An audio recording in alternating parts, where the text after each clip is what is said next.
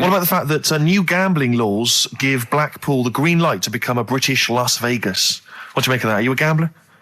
Little bit when I go on holiday, like going in the arcade and having a little flutter. Sure. What's your favourite? I have a go on the fruit machines. Yeah. There's a good one called The Simpsons. Right. Is that your favourite? Yeah, it's quite good. Is that a tie-in with the TV show The Simpsons? Yeah. Okay. Will he make Blackpool the next Vegas? I don't think so. No, not Can't do see I. it happening. No. You been to Blackpool? Yeah. What was it? Was it anything? It's a bit rank. Is it? It is a bit rough. Okay. Needs a lot of work doing on it. Yeah.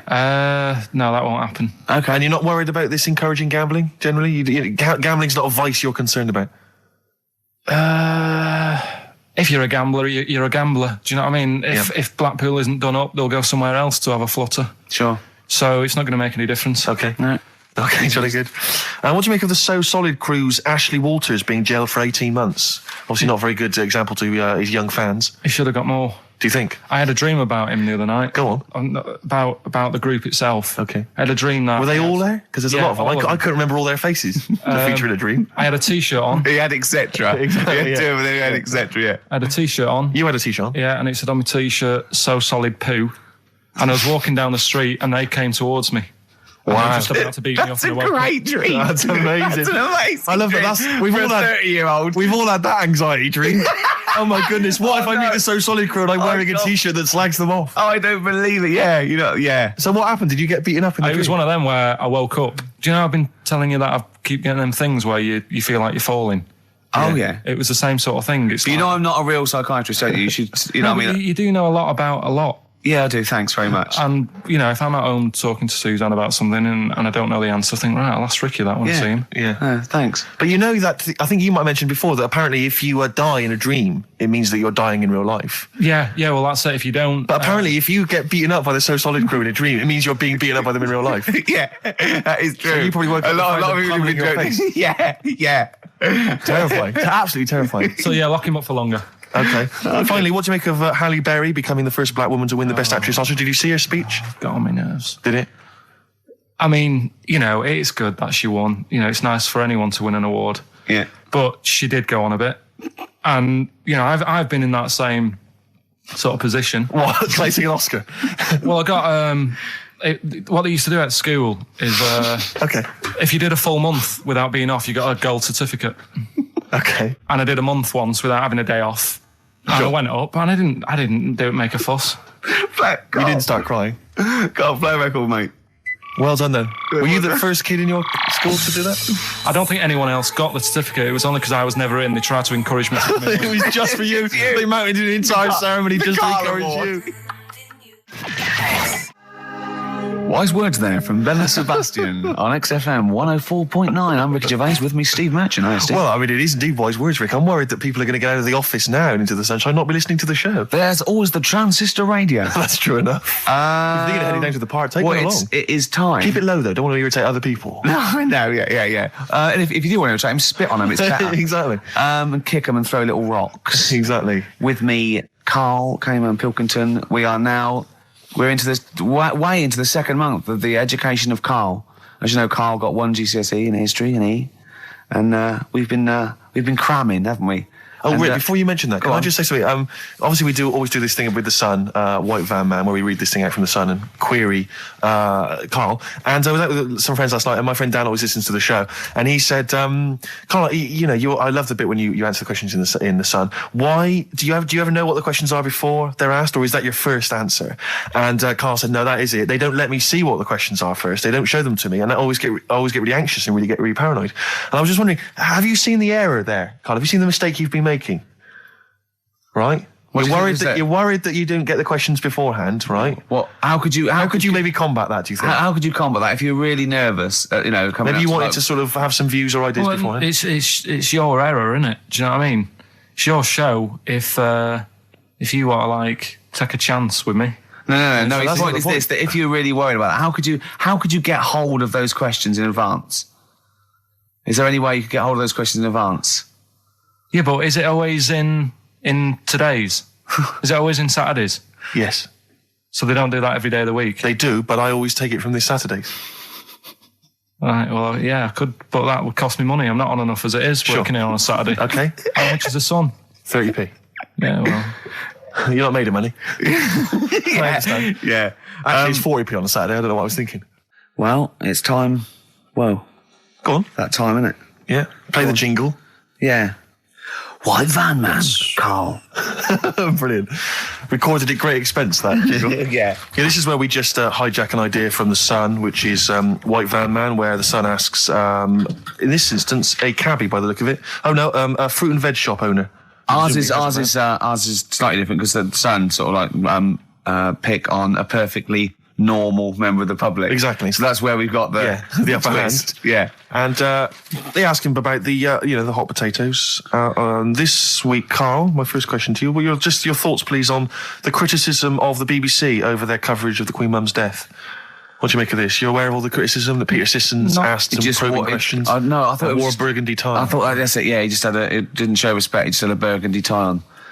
See, that's not really not showing respect, is it? No, it's not. You know, you show your respect by sort of doing the news on it, giving her a bit of coverage and showing, what, publicity. What a good woman she was or whatever. Yeah. And then you move on to sport news or whatever. Do you know what I mean? Yeah. I totally agree. I don't like the way everything's morbid. I was thinking about it. It's like, the way in birthday cards and that, people always put funny things in them. I think you should save things like that for funerals, for like funeral cards and that, and try and cheer people up at times when they're low. Do you know what I mean? Because on your birthday, you're quite happy anyway, so you don't need someone putting a funny comment in a card. I think, when you send a card... What would you suggest? Well, whoopee cushion, but on the vicar's chair. How would you liven up the funeral? Just little things in the card. I mean, you're just writing stuff like, well, at least you're still alive or whatever. So as you're giving the eulogy... that'd be good. So supposing someone's husband's killed in a car crash, you go around with some flowers and a little card, and it says, at least you're still alive.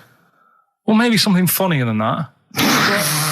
Well, maybe like if you got up to give the eulogy during a funeral, just wear a pair of comedy tits. Yeah, or those glasses that are eyes on sort of springs. But why has everyone got to be so sad about someone dying? No, what annoys me is that when you see the people on television, they sort of members of the public, and they're crying about the Queen Mother, who was sad when anyone dies, sad when anyone nan dies. She was 102, and it's sort of like I think they should cry. Well, there's a picture in the paper today. I don't understand it. There's a picture in the paper today of various people who were lining the funeral. Kind of route yesterday, and there's a picture of a very young child, maybe sort of 5 or 6, on the arms of her dad, and her head bowed, and it says a young girl there weeps for the Queen Mother. And I was looking at it, and you can tell she's just tired. Well, she's just tired and bored. It's so transparent that it's not crying. It's most just, people what are we cry doing when their here? nan dies. Exactly. It's sort of like... But what is a 5-year-old girl going to be... Why is she going to be crying? The Queen Mum said, I can't believe it. Yeah. Teletubbies? No, the Queen Mum. Oh, not the Tweenies. No, it's all in a minute. Yeah. It's like... Oh, dear. I mean, I know. I'm sure, I don't know much about her. I don't know if she was a great woman. And obviously, it's always sad when someone dies. But it's interesting that there was a lot of tourists in that long line of people that are now queuing for hours upon hours to see her dying in state. Because it's clearly just people who want to be a part of history. Must be gutting if you're over from Sweden and you find out that the Queen Mum's died. Oh, you must be devastated. You probably don't want to carry on with your visit. Exactly. Really. Okay, listen, Carl. I think we've covered that. What do you make of the? What do you make of the first genetically modified baby? Oh, are you worried about this? Do you know what did they do? What? Let me see what it says here. Isn't it just choosing the eye colour? Well, this is the concern, isn't it? That in the future you'll be able to decide whether it's a boy or a girl, how intelligent it is, what it looks like, is it handsome, is it ugly? Obviously, no one will choose an ugly baby, and so on and so on and so on. And so it means that where will it lead? Where will it end, Carl? Are you concerned? I've thought about this a lot. What will us three look like in the future if they're being, genetically modified, beautiful people? What will we be like? How will we be considered in society? True, yeah. But we've talked about this before, haven't we? About the cloning thing. Yeah, that's a bit weird.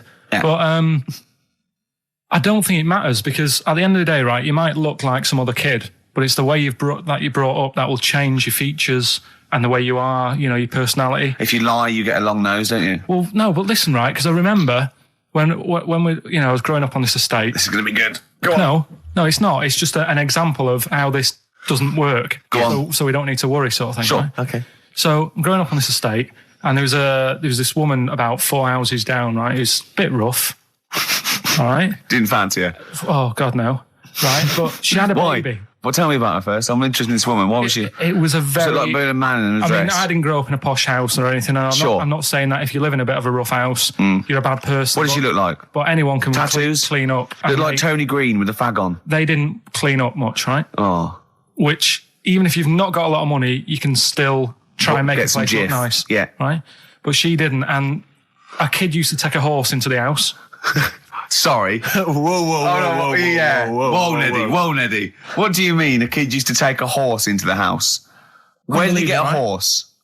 Must have nicked it from somewhere. Must have done. You've seen a horse in it? No. What, is that from outside the saloon round the corner? Yeah, was it just tied up with a bit of lettuce? Right? Oh, that's great. Did Big Jake come looking for it? I'd been out. Oh. So let me get this. This was before the lynching stopped or after? Where did he get a horse from? What do you mean he must have nicked it? His mum said, where'd you get that from? I bought it. All right then. But keep it out of the kitchen. I don't want you going Catlin rustling. Where did he get a horse from, Carl? And how long did he have it for? Was he leading it or riding it? Mum, open the door. I can't stop. I can't stop it. Open the patio door as well. Looks like we got us a runaway. What do you mean? I don't know, but the thing is they couldn't afford to buy one because they're not cheap. So I'm just guessing. Maybe that's wrong of me. But I think... He had a horse? Yeah, right. So that's why the family didn't have any money. They'd spend it on the horse. No, I don't think, that's what I'm saying. I don't think they would have bought it. So anyway... Yeah, it's wise to whisper, Carl, in case they're listening. Yeah. And they could be in the room next door. It's not buying it, it's keeping it as well. Oh, so I was like in the car with my dad coming into the avenue, and you used to have to drive down it to turn round and you know, sort of go back to our house. You had the traditional method of transport. Yeah. And the horse was in the lounge. Reading a paper. Just like walking around. What? And when I was doing, I tried to earn myself some money once by flogging little flowers in plastic cups. What? This is genius. It just keeps coming. What do you mean you're trying to flog little flowers?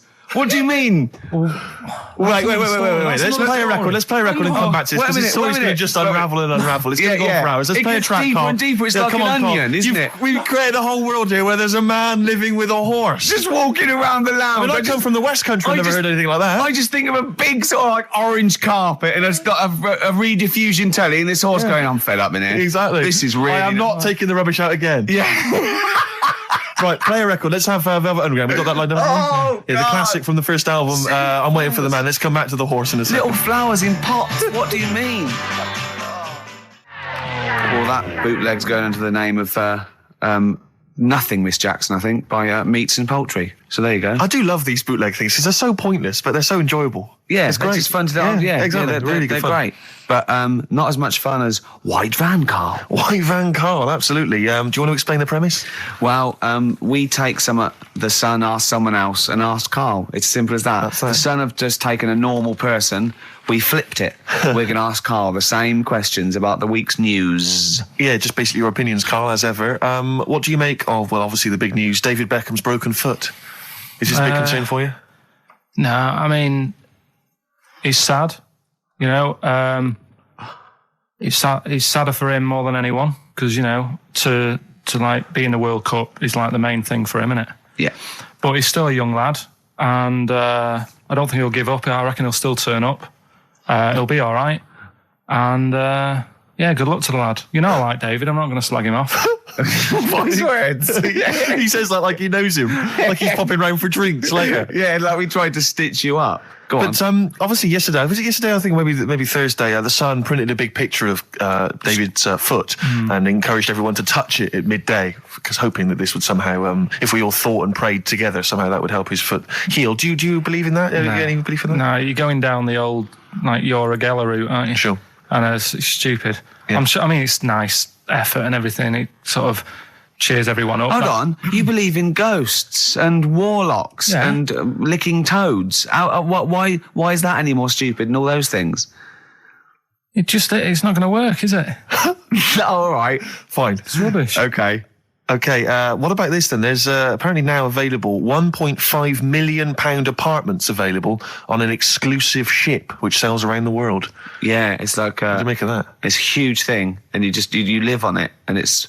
I mean, in theory, How big is it? it's mental. Do you know it's when- like huge a luxury town liner. centre? Do you know Because- how like people said that the Titanic was the biggest ship? Was that only then? They've got Yes. bigger ones now, haven't they? Yeah, A lot bigger. oil tankers are much bigger, and yeah, No, but actual liners are bigger. Yeah. It was the biggest then. Yeah. Because my mum told me that there was one that was that big that it had like rough areas on it.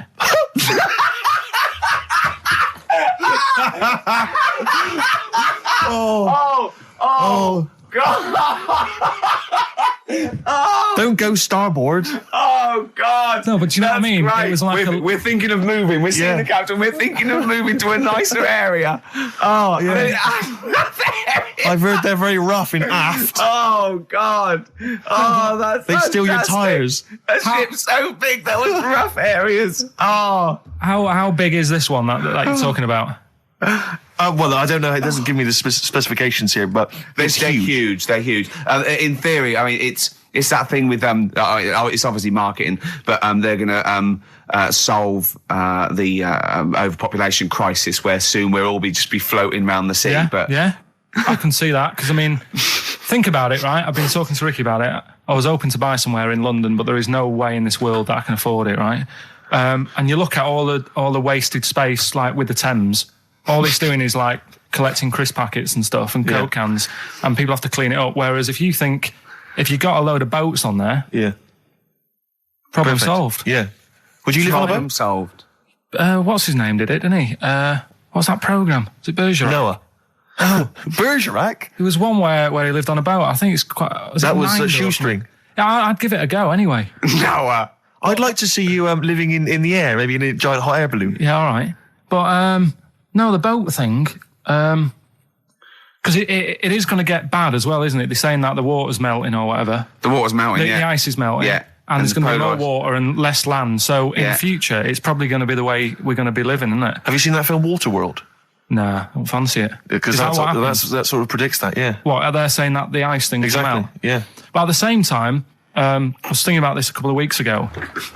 If you get, I think I read that like a big chunk of ice fell off one of the ice, what do you call them? Caps. Ice caps. Something like that. I think they said it's the size of the Empire State Building or something. Right. It snapped off and went into the water and it's melted. And they said, oh, it's bad news, that something that size is melting. But the way I look at it, if something that size falls into the water, it's like a big ice cube and it's going to freeze it up again. Are you with me? Not really, Carl. Go on. Right, you get a giant ice cube Yeah. the size of the Empire State Building, Yeah. stick it in the water, Yeah. it's going to make it's going to stick back on again, isn't it? Well, It's no, gonna stick back only on if it again. freezes up again. Yeah, well, do it you will mean it's gonna- freeze up. The Well, it water's going to won't, get but- cold again because you've just put a giant ice cube in the water. So when you put an ice cube in a drink, the drink doesn't freeze, does it? No, the because ice it's not. melts. If you put one the size of an Empire State Building in your glass of Jack Daniels, it's going to make it freezing. It's not going in a glass of Jack Daniels, it's going in the ocean. I know, but I'm using my fables. Imagine a world. Use your brain instead. Imagine the world. Imagine the sea, Yeah. like the Arctic or whatever, as Yeah. a glass of Jack Daniels. Okay. A big ice cube falls into it. Yeah. It freezes. It melts back on again. So we're all right. I don't know why everyone's worrying. Thank God for that. I was getting panicked. Oh, fine. Do you understand what I'm saying? Yeah, no, you're right. Yeah, that will happen. Should we play some more music and then come back to White Yeah, Carl? this is better than ever. This is dynamite this week. Shining, yeah, on XFM 104.9. We're doing White Van Carl. Got another one there? Well, it's just your thoughts really on the Queen Mum's very British send-off that she was given this week. Yeah. What do you make of all those people queuing up to see her? Did you think that was incredible? Right. Well, what we said last week, there was I don't quite understand why there was so many people there who were like getting really upset. Do you know what I mean? Really upset, crying and stuff. And, you can lose someone who's like related to you and you don't cry like that. You sort of sit there and you think back to what you did with them and stuff and then that's it. But the queue thing, wasn't it like miles long and stuff? Yeah. It was, yeah. Right. I was sat watching this with Sue. 12 hours queuing. Yeah. It never got to And- 12 hours. It did, but It that was did. the estimated time. No, but how long is a queue when they're just like, walking along? Think how far you can sort of like stagger in 12 hours. Incredible. It was been ridiculous. Yeah. But again, if they want to do that, it's their time and that, isn't it? And it was at the weekend, so they could have. It's not as if they got out of work to do it. No. You know what I mean, they used their own time, so good on them. But I thought, right, what they could have done. Remember when I studied Che Guevara? Yep. Yeah. Right. And don't be offended by this. It was just an idea because they did it with Che Guevara. Remember when they cut him up? Yes, they cut him up. Yeah. What was the reason for cutting him up? Well, they cut up Che in order to try and. You told us that they were going to send bits of his body to Fidel Castro and various other people, wasn't that right? As a warning, wasn't it, though, to all to people like one to. Yeah, my understanding was that they cut him up in order to so they could bury him in different places, so that there'd be no shrine, there'd be not one place that you could go to in order to sort of make him into a martyr. A little bit like that. I've I can vaguely see where this is going. 6 cues, and it's like number 1. You can, go and pay respect to her head or whatever. Oh, God. No, but I just was thinking the way of speeding it up. I'm not having a go. I'm not, because they haven't done it, so it doesn't matter. But they did it with Che Guevara. Yeah. Everybody would have felt like they've got close to her. And it would have speeded it up. No, I mean, but I can understand. Can I just say that genuinely, Karl is not being disrespectful here. This is his best idea to cut down the queues. So don't phone in. He's not suggesting we should have done this. He genuinely is. But I mean, he's not doing it to be nasty or wacky or he thinks this is a good idea. So can I just throw a thought at Che Guevara, who was like a powerful man who did a lot for the world and what have you. Yeah. And have you heard that? I feel slightly responsible for this because have you heard of the quote, a little knowledge is a dangerous thing? Yeah. Okay. Steve, next one? No, just a very quick question. I can understand those that have queued for 12 hours to see the head. I'd be a little bit annoyed if I got there to find a toe. I'll tell you what, though. I'll tell you what they could do without chopping her up. They could put about 9 queues. Each could see each hip she had. That's true enough. Because she's had about 9 of them. Yeah. So it'd just be, if you want to see the whole body, it's a 12-hour queue. If you just want to see a couple of the hips. Here's another suggestion for you, I just thought, right? What? Instead of everyone queuing to see her, why not put her on a trolley and wheel her past everyone else? Running. So you could have some students on Rag Week. They can combine it, like when they're always pushing a bed. They could just run it along the queue. No, that'd be fantastic. That'd be disrespectful. Right, as opposed to the chopping up. So sure. Right. But just an idea. Just I apologise now if anyone's offended. Anyone offended, I'm sorry. But Yeah. Okay, finally, this is more frothy. Liz Hurley lying low, apparently, at Elton John's house to try and avoid the press now that she's had a child. That's a good place to go to avoid the press. Exactly. Yeah, Elton John's house. Everyone seems to be friends with Elton John, don't they? Every celebrity's When friends they with pop into Elton John's house, what is he running some sort But of... it was like when Robbie Williams was a drunkard and a drug addict, he went to Elton John's. Yeah, and who's the other fellow that went there as well? Was someone to recuperate and shoulder to cry on? Is he giving out false passports? I don't know if people have seen his history. He's not the man of, I know he's cleaned himself up now, but, maybe that's it. Maybe he's got this kind of insight into how to deal with celebrity.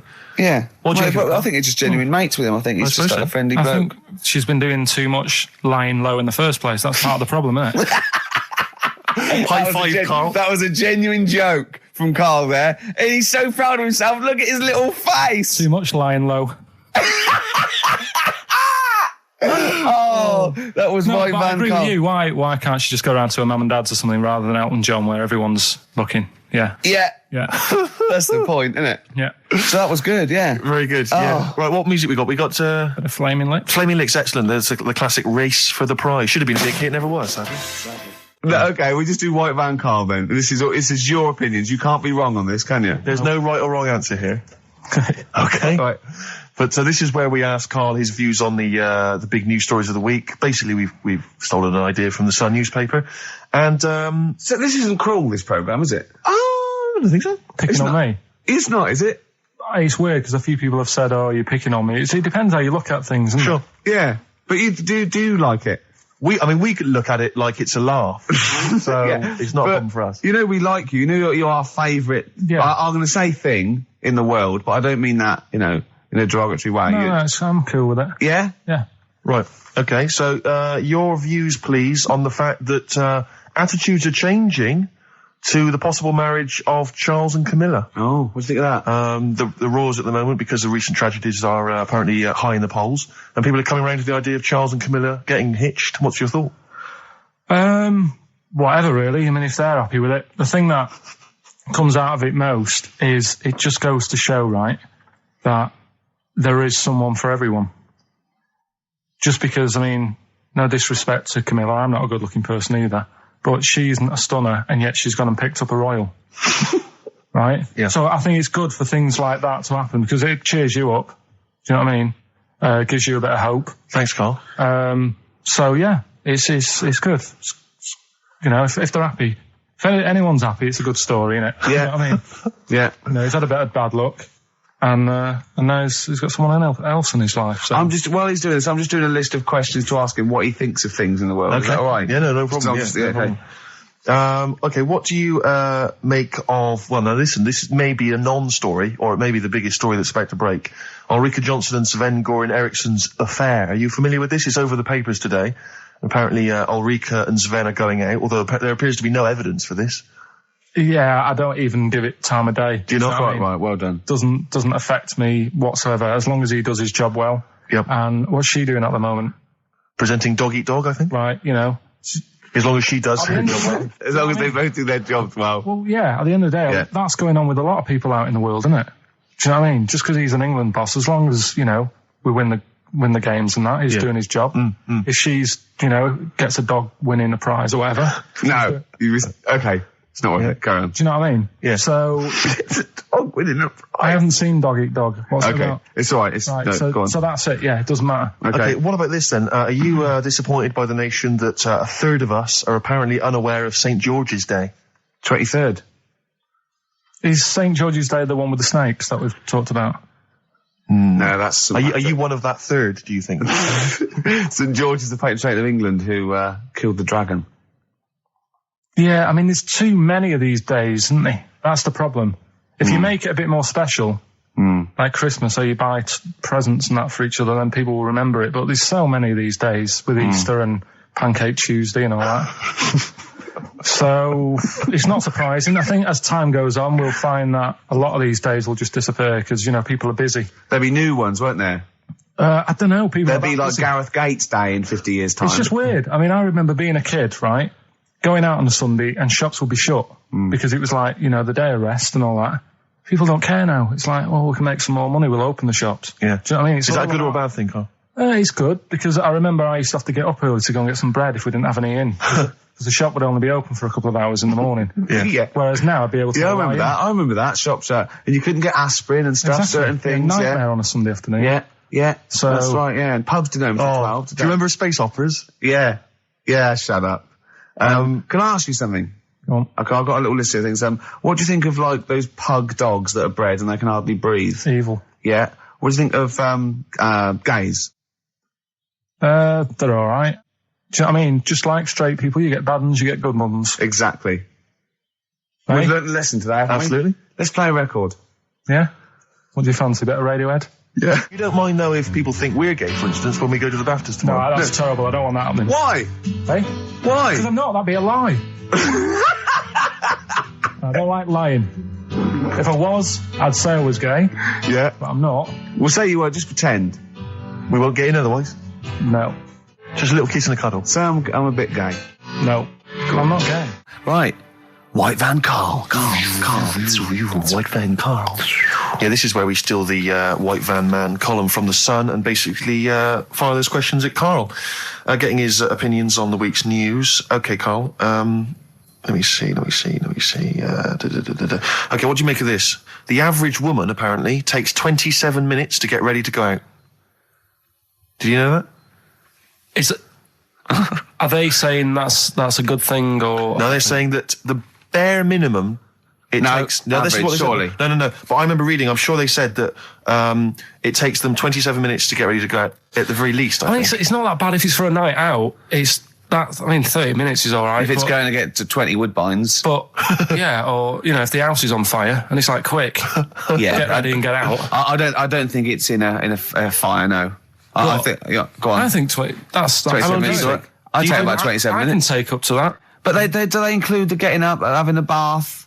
All Doesn't that? give me any more details. No? 27 Well, minutes. it's difficult to go by. Difficult to go on that one, isn't it? How long does Suzanne take to go out of the house? Depends, like I say, if we're just nipping out shopping, The old flip flops and trackies on. yeah. But if you're going out for the night, it takes a bit longer, doesn't it? Yeah. Yeah, you got a wire in the track is. yeah. Come on. Okay. Okay. No, really don't know what the ins and outs of this story are. Is Sven Goran Eriksson sticking with Nancy rather than Ulrika? Was his wife and not his girlfriend? Yeah, I don't know if this story's true. No one seems to have offered any evidence for it. Anyway, everyone remained silent. It's rubbish. And okay, what do you make of this? David Beckham apparently was driving despite having an injured foot, and just further threatening his World Cup chances. And obviously, you're a big football fan. Well, I'm not that big. I like the odd game. Sure. Would that hurt him? Would that hurt his foot? It can't be good. Is it in a plaster? It's not a big cast. Sure, is it's it? better to drive than it is to walk on it. Good point. Fair enough. Yeah. Go on. Can't argue with Can't that. get the bus, can he? Okay, and what do you make of this fascist leader who's having a lot of success in the French presidential elections? What's he doing? Have you not come across this story? No. Right, this is one of the big political stories. He's got a far right that got nearly 20%. He's a far-right fascist leader, and he's having considerable success in the French elections. I don't think we should be asking Carl questions like this. Not something you've got to I'm getting scared. There's all sorts of bad stuff going on in the world that we don't know about. Yeah. But we know about this. Yeah, but you're better off not knowing because there's nothing I can do about it. You're absolutely right, Carl. Fair enough. I can't argue with that. Oh, God, man that's alive. fantastic. That is brilliant. White van, Carl. Yeah, White Van Carl. I mean, for those that don't know, we do this. We this ask week. Carl the questions that the Sun asked someone else. That's right. The Sun every day asks some, average Joe his views on the week's big stories. Carl, let me ask you now. What do you make of Prince Harry smoking openly at a polo club? Are you aware of this story? No. Was it? Go on. Prince Harry, you know that he's one of the royals. Yeah. And he was seen smoking openly, a fag, a cigarette, a polo. Third in line to the throne. Something like that, yeah. Imagine that. Someone smoking a cigarette was third in line to the throne. A cigarette, Carl. Is it a non-smoking polo club? Do you know, I don't know, but if it were, would that make things even worse for you? Well, No, yeah. seriously, what do you make of it? This is the whole, the furore is he's a role model, he's a royal. Should he be seen puffing away in a public place? I don't think it matters, does it? Not a concern for you? How old is he? Is he old enough to smoke? I think he probably is, yes. Right, yeah. Well, I think the trouble with this role model thing, with anything that's legal, it should either be illegal or not. Yes. I just don't think you can impose things like that, because you could say that it is bad for you, and it is bad to start smoking, and it really is bad for you, it causes cancer and everything. But everyone knows that, don't they? Well, yeah, but you should either make it illegal or shut up about it. So this is Carl you're asking, isn't it? I am indeed. Sorry, So we can throw these questions your way as well if you fancy. Sorry, yeah. But it doesn't matter. But Carl, what are your views generally? I mean, it's obviously cigarettes are perfectly legal and so on, but what about stronger narcotics? Because I know you're very scared of drugs and stuff, aren't you? I'm not a fan. No, what's your concern? What's your worry? Just that you might get into them. It's like you might have them and go, oh, this is all right. Exactly, Carl. Exactly. Although I was talking to you about it earlier, and you weren't very sympathetic about a lot of young people who have perhaps gone to crack or smack. Didn't you describe it as their own fault? Sometimes it is, isn't it? Yeah. I mean, I could have turned to it where I grew up, but I said, well, don't want to do that. It's not good for you. Sure. And I avoided it. You turn to ghosts. So you've got no sympathy for anyone who's a drug addict? It's their own fault, is your... It depends, doesn't it? Sure. Do you know what I mean? You can be an addict if, I don't know, something... I'm trying to think of a nice way that Well, you most might people end up... start on stuff like that because something really traumatic's happened to them. Very few people go out for a laugh one night and go, let's all try it. Sure. So, but... Yeah. Just say no, I suppose, is the Just say attitude no. in the end. Listen to the cast of Grange Hill. Now, this will scare you. Now, Carl, you will be a little bit unnerved about this. Have you seen the film Jurassic Park? Yeah. You know what happened there? Well, according to the Sun here, it says scientists are planning to clone mammoths for a theme park. Look at his face. Look at that. He looks like a dog caught in the headlights of a car. He's terrified. I love Carl. He sprung to attention Carl. there. Is that the best news you could have? Man moths.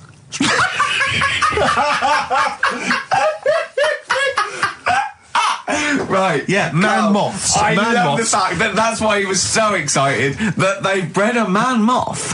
What is this? Yeah, it's a human being that hides in your wardrobe and eats an entire jacket in a day.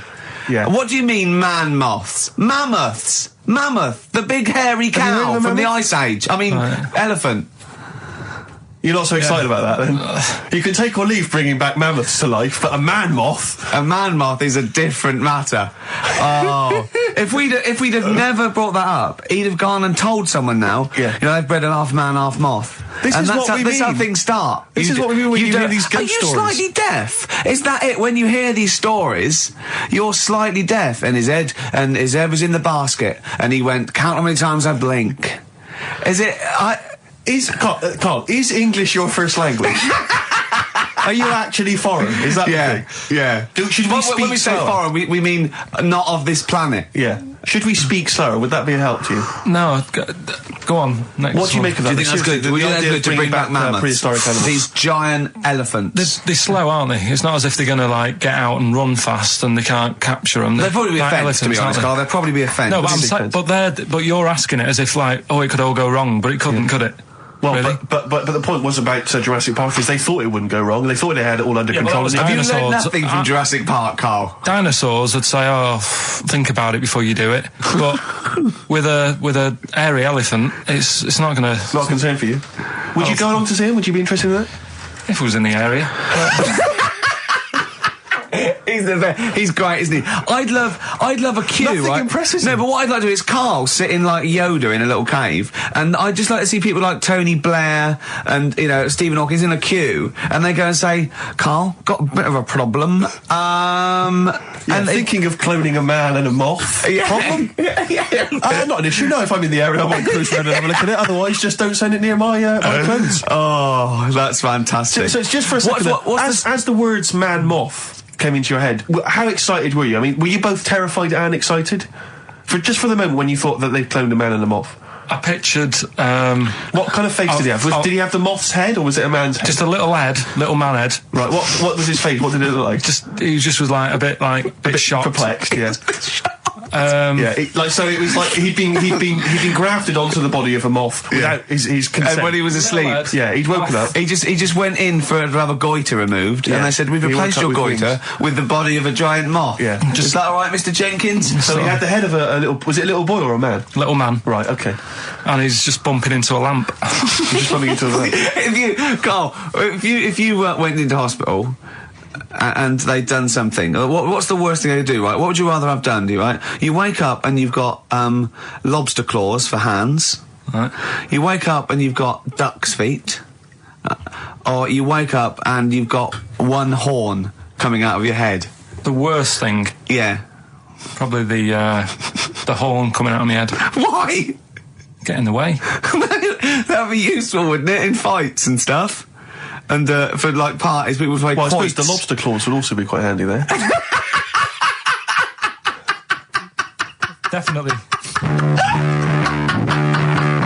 That's all right. So have you got a competition that you can regale us with, Claire? Because obviously Carl provides a lot on this show. Hold on. We could do White Van Claire. White Van Claire? Yeah. Are you familiar with this? We ask you questions, topical questions, just getting your opinion really on the week's news. Okay, yeah. It's on the spot. If you look forward to that. But I'm a little bit, A little bit simple? That's fine. just a little bit, What?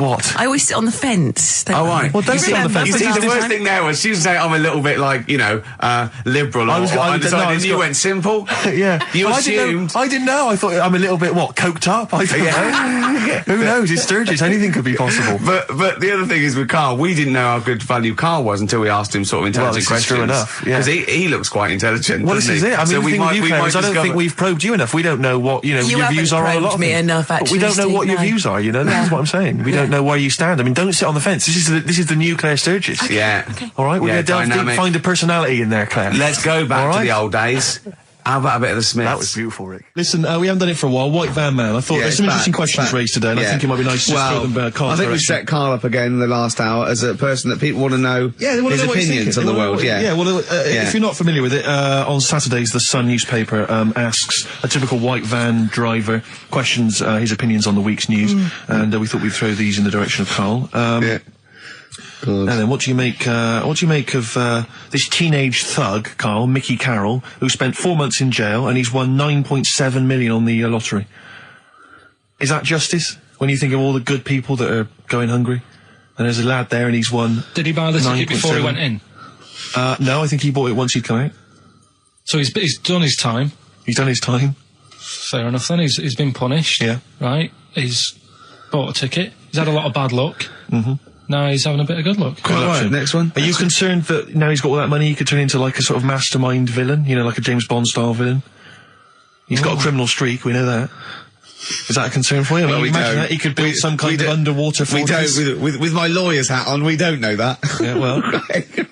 Well, he'd have to prove that he didn't have a criminal streak. I'd say you've been in jail for 4 months. Yeah, well, sometimes people are bad because they haven't got any money, so he might be an angel of gold now, or whatever it is. 1 in 5 children aged between 11 and 16 go on booze binge sessions at least once a week. That's terrifying news, isn't it? Kids, they know too much now. Yeah. You despair. I know, right? Yeah. Listen to this one, right? Go on. My dad had me niece in the car, right, running her to school one day, and she was in the back of the car with a mate, and they were chatting away about stuff like kids do.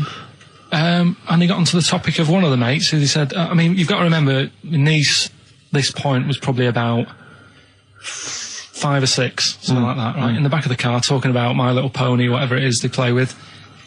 Subject changed. That Lisa in our class, she's a lesbian, isn't she? Right. That's what they were talking about. Yeah. Chatting away about it. Just openly talking about lesbianism. And probably, this is the topic that they're talking about in the pub when they're having out drinking. Yeah, but they might have thought a lesbian was a funny word or something. You don't necessarily know the ins and outs of it, do they? He's weird though, isn't it? Because when I was younger at school, you didn't you swore a little bit, but it wasn't like major swear words, and you sort of did a little bit of nicking, but nothing like they get up to now. I mean, my girlfriend, when she was about 7 or 8, she was walking to school with her mum, and she called her a C-U-N. Right? You are joking. No, she said, because she thought it was she said she thought it was a big furry animal. So she was being nice, and I remember, where'd you do that? Where'd you do that? Like, just heard it at school. So they might not know what it means. Well, I tell you, I'm gonna have to use kind of euphemisms here to tell this story, but when I was at school, I learned, the stronger version, it's not the same word, but it's very similar with one letter changed. I'm gonna use twit. Yeah. You know the word I'm thinking of. Yeah. But I'm going to use the word twit to replace it, right? And I went round... Do you think that's twat? Yeah. All right. That's what I'm thinking of. And, so can I say it? Am I allowed to say it? No, it's weird, though, because hang on, some people from Cornwall use that like saying twit. So, if people listen in Cornwall... Do you know what a twit is? A pregnant goldfish. Well... Well, I learned the stronger version of twit. Yeah. Twat. For those that aren't sure. I learned this in school when I was like 10 or whatever, and I didn't know what it meant. I thought it was just a stronger version of twit. Yeah. I thought it was just if you were really annoyed with someone because they were a real twit. Because A is worse than I. Exactly, apparently. So, Carl would be a twit. And so I started using this at home because I didn't realise what it meant. I started using this at home. Oh, you twit, you're a twit. And saying it to my dad, you're a twit, but not saying twit. Yeah. And my dad didn't know what it meant either. That's great. I couldn't believe. So he started using it as well, right? So then we'd be driving in the car. He'd be saying to my mum, "You stupid." Say this to my mum, "You don't pull over. You're going to bum it, you twat." Saying this. Then I learned at school from Mark Johnson what it really meant. Yeah. Stopped using it. Obviously, finding out it was quite an offensive word. Yeah. I didn't want to bring it up to my dad. I didn't want to sit my dad down and say, "Dad, you know that word we've been saying? Yeah. You know what it means?" So now, to this day, I've never brought it up with him. So we'll be driving. I go home for Christmas, we'll be driving around. He'll be calling my mum that word. Left, right and centre. I think she knows. I think she's just embarrassed. Or she's just upset and she knows what it means. She goes, "Why does he keep calling me this terrible word?" But he's the only one, I think, in our family who doesn't know what it means. No one's got the guts to say. I don't know whether I should tell him this Christmas. Oh, what a twat. I know. It's a long time since we've had any white van, Carl. For those that don't remember this particular hot feature, we basically ask Carl some of the questions that are asked of a white van driver in the Sun. They always have this on Saturday afternoons. Anyway, here's the first one. They're not fascinating, Carl, but I'm just interested on your take, really. Yeah. What do you make of Cilla Black quitting Blind Date after her husband sent a message from beyond the grave? Are you familiar with this story? I didn't know that. What's that? She went to see a medium, and supposedly her husband passed on information through the medium, which was incredibly vague, but persuaded her to quit live on air. Well, it's about time, isn't it? If even dead people are saying, enough's enough. Oh, I'll tell you what, though, talking about ghosts and that, do you know how I'm into them? Yeah. Right? How weird do you think this is, right? Well, it's not true. Before you say it, play a record. No, go on. Go on. Right, it's this woman. I don't even know if it's ghost, really. It's just a bit weird. Sure. Yeah, sure. There's this woman, Yeah. and she's not a woman, she's a kid. Sure. Okay. Sure. She's walking down, like, a street in her area. It's a nice day and everything. Everything's normal. She's walking down, and a woman comes up, cycling past, right? The woman on the bike looks at the kid, absolutely terrified, right? Got a really scary face on her. Yeah. The kid's thinking, why is she doing that? Yeah. Right? So anyway, she thinks nothing of it, goes, I think she was playing in the park or whatever, goes and has a nice day. About 15 years later... Oh, right, yeah. She's, I don't know, I think she was going to work, right, on a bike. She was riding her own bike. Riding her own bike, cycling down the road. Oh, yeah. Looks at the kid. That's the thing that happened, like, 15, 20 years ago. Right. It's her on the bike looking at her as a kid. Right. What is it? Not another child. No. So it's her. She's seen herself. Carl? I mean, I don't know where to start. Firstly, where's this information come from? But I mean, why do you ever? I mean, I don't know what part of that you think can be true. I mean, honest. I'm speechless. I don't know what to say. What are you talking about? Bit weird, though, isn't it? But it's not true. It didn't happen. Nothing happened like that. She said it did. Well, then she's wrong. She said she saw herself. She saw herself as a kid, didn't she? Did she carry on riding and as an adult when she was a kid. Did she stop and talk to herself, or did she ride on by and think, that's a bit weird, there's me as an 8-year-old. I won't stop, I'll be late for work. Yeah, if I'm late again, the boss said he'd be in trouble. Yeah. Oh. Well, And where is this information? Did it happen to someone you know? No. You overheard it on the bus? No, it was in the 14 Times. Oh, right. Well, Okay. that's the answer. Good. We've Okay. got to the bottom of that. Right, good. Brilliant. Now, what do you make of David Blunkett accusing gangster rappers of making kids believe guns are cool? It's a hot topic there, Carl, and I imagine you've got some strong opinions. He's saying what? He is saying, basically, that all this rap music is advocating gun use and violence against people, and he's very worried about it. Nah. Okay. All right. What's the next one? Have you thought about going into politics? Because gotta go. I'll tell you this, they wouldn't be able to argue with you, really, in the Houses of Parliament. They'd have where would they start? Yeah. My fellow is an idiot. No, but violence has always been about, isn't it? Like cowboys and Indians, they didn't have PlayStations and Tupac then, and there was still violence. What do you mean? In the Wild West? Yeah. Do you know what I mean? So you can't really blame it on stuff. It'll always happen. That's the world, and it's made up of different types and that. Again, he's right. Again, he's sort of right in a way, in his innocence, in his buffoonery. I didn't hear what he said. He just said there's always been violence. You know what I mean? It's sort Even, of like, dinosaurs, look at them. They cause a lot and of then he trouble. went too far and made himself sound like a fool But again. I'm just saying, it's always happened, it always will. Yeah. Don't try and change it. Yeah, Yeah. just chill out is what you're saying. Do you know what we should do? We should all get on our bike, go and find ourselves when we're little, and go, be careful what you do in life. We've had a lot of emails saying, could you bring back White Van Karl? Oh, yeah. Which is that section of the show where we ask the questions that the Sun asks Someone various else. random punters Yeah. of Karl. But sadly, recently, they've got very politicised and very kind of, basically a little bit depressing. So there's not really anything appropriate. But I have trawled the papers looking for other questions posed in other sections of the Sun. Good idea. I was just looking here at the Dear Deirdre section, which is the sort of problem page. I don't know what your views are on I'd this. love to see Karl. Oh, God, can we get him a job? As Just an agony. ask. Oh, my God, that would be amazing. Right? Well, here's one. I'd like to see your view on this, Karl. I'm a happily married 42-year-old woman with 4 kids, yet I've developed a huge crush on pop star Darius Dinesh. Yeah. It sent my hormone levels through the roof, Yeah. and last night I woke my husband up at 4 a.m. for sex. We've been married for 20 years and he can't believe his luck. Recently I've been having I want to go to I'll stop you there. Why are you telling me? Wait Right, carry on. Sorry. Recently, I've been having erotic thoughts about Darius morning, noon and night. Yeah. I haven't felt like this since I was a teenager and mad about Donny Osmond. My husband is amazed at the change in me. We had sex twice last night and again this morning. Again, why are you telling me this? Yeah, go on. He's just boasting. This is not a problem. It's not a problem. What's here. the problem? No problem, just wanted to tell someone. Thanks very much. I watched Darius on TV last night, and when my husband came home, I dragged him into the kitchen and we made mad, passionate love. Right, they did it then, twice last night, once this morning. That's 4 times. Five times she's mentioned it so far. Yeah. She's doing all right. My husband, this is a great bit. My husband thinks it might be his new moustache. Or that I'm going through the menopause, but I know You were thinking of growing a moustache? I was Just thinking think of it would growing a change it moustache. like with the ladies? I love the idea that's what he thinks it is. He's telling his mates in the pub. You should grow one of these. The old Tom Selleck. 5 times in the last 24 hours. Hooray for sexy Darius. So, what do you make of that then? What are your views on that? Hold on though, if that bloke is reading that paper, that narrows it down It's a gotta bit. be, yeah. Who else did he know? His wife likes Darius, he's had sex 5 times that night, and he grew a new moustache. He's thinking, I wonder if that's me. Maureen. Yeah, go on. But what's your concern? Because I'll tell you what her problem is. She's worried that, the reason that she's now kind of overly excited and she's having this great sex with her husband is because she's actually fantasizing about someone completely different, younger.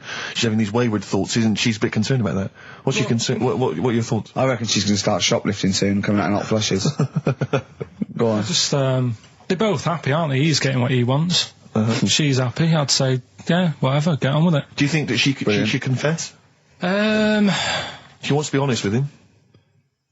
I wouldn't, because not that many fellas like Darius. Right. So, if you're sort of thinking, oh, she'd rather have him than me, I don't What do you think Darius would think of this? He'd probably be happy with that. I mean, What would you do if you got loads of phone calls, right, from women going, Karl, whenever you're on the radio, I just have to do it. I just have to do it. Your voice makes me... I'd say, right, well, it's alright. I'd be happy with that. Would you? Yeah. I mean, just in case anyone is doing that. What would you do to sort of like egg them on a little bit to help them out? What do you think? What sexy things would you say? What do you think is your quality? What do you think people would find, pretty horny about you? Is it your sort of mank wine? Do you think that? Just say this, London shit, innit? I think say that, but London, it's not that good, is it? Oh, I think you've done it there. So that's say something quite sort of sexy though. Say something like, well, I love to love you. Say something sexy. Say that. No, say something sexy. If Suze answers to me, do you love me? I go, yeah, you're all right. I know that's true. Yeah. I know that's true. That's brilliant. But because one of the things that Deirdre says is that she's wondering if this marriage is going a little bit stale and needs to be freshened up. They need to give a new spice, a new spin to the marriage. What would you do? What advice would you give to spice up, something that they've been married for quite some time? Get I think get Darius, all Darius things, get David Snedden's new video on the telly. What do you reckon though, Karl? Just treat them. Do you know what I mean? Just surprise them now and again with stuff. That's what I do. It's what you've got those condoms, didn't you, that you got 2 for So, 1 hang on, what? You've never done that? What? You've surprised Suzanne with what? I've You stood behind a door and shouted at her when she comes in. Don't drop the jelly! just the usual stuff. There was some free chocolate delivered to work the other day. I took her a bit of that home. Nice of you, that's really thoughtful. She didn't like dark chocolate, but I said, well, it's a thought. So, I had it. But, you often benefit from any gift that you give her. The chocolate, the meal, the condoms. There's always something in it for you. Yeah, there is. I love the idea. She's got bored with a Christmas present now, though. What, the condoms? Yeah. Or the food that she ate. No, the condoms. Right. Yeah, she's got tired of filling them with water, throwing them at the passing kids, or putting them on her head and inflating them. I love the idea of asking problems. What do you think of erectile problems? That Pele advert, he goes, be careful, we haven't got erectile problems, call this number. What would you do if you're impotent? What would you do? What's the advertising? It's just saying, like, if you can't, I haven't seen that. Yeah. Why have they got him doing it? Wow. Well, he used to be able to keep it up for hours, the ball, and Yeah. What would you do if you... To advertise that? No, if you suddenly couldn't get, what would you do? I don't think it'd bother me now. I know you're 30! You're talking like you're an 80-year-old. Yeah, but do you know what I mean? You've sort of been there, done that now. It's like the boxing and the dancing that I did. It was good as a kid, and now it's like, take it or leave it. You need to write to Deirdre. Have you ever read the White Van Man column in The Sun, Carl? I've seen it. Are you familiar with this? This is where every day in The Sun they interview a guy who drives a white van, just, in order to get the kind of voice of the man on the street in the paper. And he has to answer, or just give his opinions, really, on events that have made the news each week. There have been huge rises in street crime, especially muggings and carjackings. What's your view there? More youth clubs are needed, aren't there? You think more youth clubs? I like that. No? Okay. I like that because it's so 1950s. Yeah, it's sort of like you want a bobby on the beat that'll clip you around the ear. So once they've come out of national service... Yeah! No, I love that. And if you find someone smoking a wood bomb, you make them smoke 50. Yeah, exactly. Oh, this is great. That is great. Did you used to go to youth clubs? Yeah. And they kept you out of trouble? You used to get into a fight afterwards when you came out. But for the sort of hour and a half you were there? You had a bit of pool and some boxing and a bit of pop. Yeah. So more youth clubs, that's good. I love him. I love him.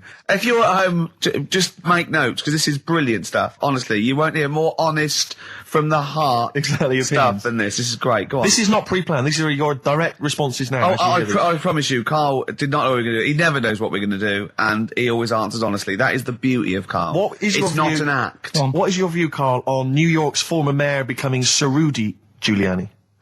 Sir Rudy Giuliani. Is he happy with it? He appears to be pleased with it.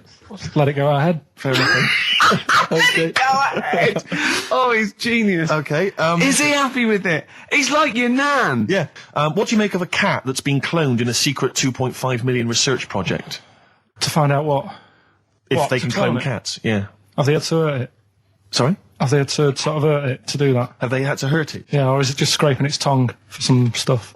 I think the cat's fine. The point is that they're cloning another creature, which is potentially very dangerous. Have you seen that film where they bring Hitler back? That cat. What if that cat turned out to be a world dictator? Exactly. What do you reckon of No. cloning generally, Carl? You concerned about it? When they're cloning for organs, I don't they think- just grow them for the, Do you know what cloning means? Yeah, it's when you make something else that's the same, isn't it? Right. Yeah, I mean, it's not going to do any harm. Okay. And Great. and finally, Put him on the World Council. yeah. Finally, what do you make of some city workers who were caught bonking in the glass lifts of the Lloyd's building? What do I make of it? Yeah. Is that a problem for you? Do you think that's unprofessional? Was it the lunch break or... I think it was lunch break. It was their own. All right. It's their own time. I think fair enough. It only takes 45 seconds to go from the bottom to the top. Is that a problem? They moved quickly. They acted, on instinct. You think fair enough? If that's their natural instincts and they're both consenting, you think fine? Yeah. Okay. Thanks very much, Carl. Thanks very much, Carl. Carl, Right, we'll have Steve, more of Carl's world-weary opinions next time on the show. Now it's time for White Van Man. White Van Man. Yes, for explain what it is. those that don't buy The Sun, they think it's beneath them. White Van Man is a column they have, I think, every day, actually, and they just get sort of some, Joe Public to kind of comment on the week's news. Just seems to me, that it might be interesting to get Carl's views on some of the big events. Not because we think that Carl hasn't got a valid sort of viewpoint. No. Because Carl sees the world differently to some people. That's all. And that's what's interesting. Like an artist does, or a... Exactly. Yeah, he's very bohemian in his outlook. Yeah. Do you feel that you're up to scratch on this week's news? I don't like this bit. Do you? No, just relax. Why not? It's pressure. No, because you just have to give us your first opinion. For your honest answer. That's all we've ever asked of you, Carl. And it's all you've ever given us. Your honest, your first from the heart view, yeah? All right. Don't worry, just relax. Just chill out. Are you worried that people are listening and thinking you're an idiot? If my girlfriend's listening now, go and have a wash or something.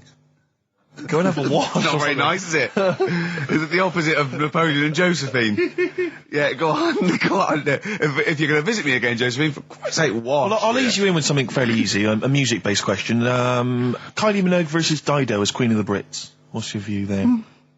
Go and have a wash. It doesn't really matter, does it? It doesn't really matter. What doesn't really matter? With the Brits. I was watching it the other night, and I think Kylie will be a good-looking old woman.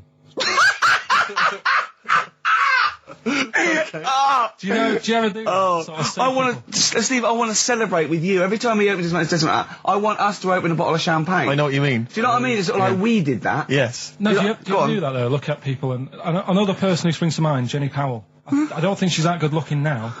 Who's Jenny Powell? Is she that girl that used to be the assistant on Wheel of Fortune? Yeah. John Leslie? Yeah, I think she's a bit over the top for a young woman. But when she gets older, I think she'll look... Be a bit of a stunner. Okay. So for you, Kylie, whereas you don't feel that about Dido, is that right? She's alright, she's normal. I prefer Kylie's sister to Kylie. She Okay. looks, you know, I could imagine her being hard work to live with and Who, Kylie? not Right. being washing up and that. And Right, sure. being a bit fussy. Okay. And what do you make of taxes rising in the next budget to pay for NHS improvements? Well, my dad went to hospital to have an operation once, Yeah. so I feel like it's worth paying it, because I've got something out of it. Because people might have to go to hospital. Yeah. Yeah. Well, it makes a change when it's someone in your family, doesn't it? Yeah. Because you sort of realise... Yeah, a change is as good as a rest. And the weird thing is, if it weren't for my dad, I wouldn't be here doing this show, because when he was in hospital... Well, no, I'll stop you there. Yeah. To be honest, that's all you need to know. You wouldn't be here, true, but no, but... Well, no, because this was after I was born. So, I would be here. But his more direct involvement was what? Yeah, because when my mum was seeing my dad in the hospital, I got a bit bored, went for a wander, found the hospital radio station, Yeah. and got a gig. Really? So, in a real sense, if it wasn't for Carl's dad, Carl wouldn't be here. And did your dad, like, while he was listening to you, did he, like, sort of tap the nurse and go, can you get that twat off the air? Who's put him in that? Yeah. Oh, go on. Okay, what do you make of the real-life Mowgli who's surviving in a Transylvanian countryside? Apparently, I don't know much about this story. I don't know. You know Mowgli, he's the that guy one from the about- Jungle Book. Yeah. The little Oh. kid that grew up with bears and animals and stuff. Apparently there's a real-life one in Transylvania. What were the things in Gremlins? What were the what? Like, in Gremlins, they were... Wait. Okay, this is an example. This is what your girlfriend said. Think. What were the things in Gremlins called? I can't remember. Just, I mean, really. Something like that, isn't it? No, wait. Just really think now, Carl. Just with everything with all the brain power you've ever used, think what the things in Gremlins were called. It's not there. There's a clue here. Oh, no. Yeah. They're not. What? Gremlins. Yeah. Play a record, Carl.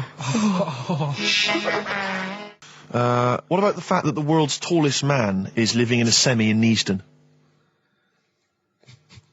It's alright, isn't it? Something that someone told me in the week is that, do you know all these tall people like this guy? Yeah. Which is a bit weird they've only just found him, considering he's the tallest man. I think that's a bit weird. Yeah. Someone genius. told me that, do you know the guy who was in James Bond, the big bloke? Yes. Jaws.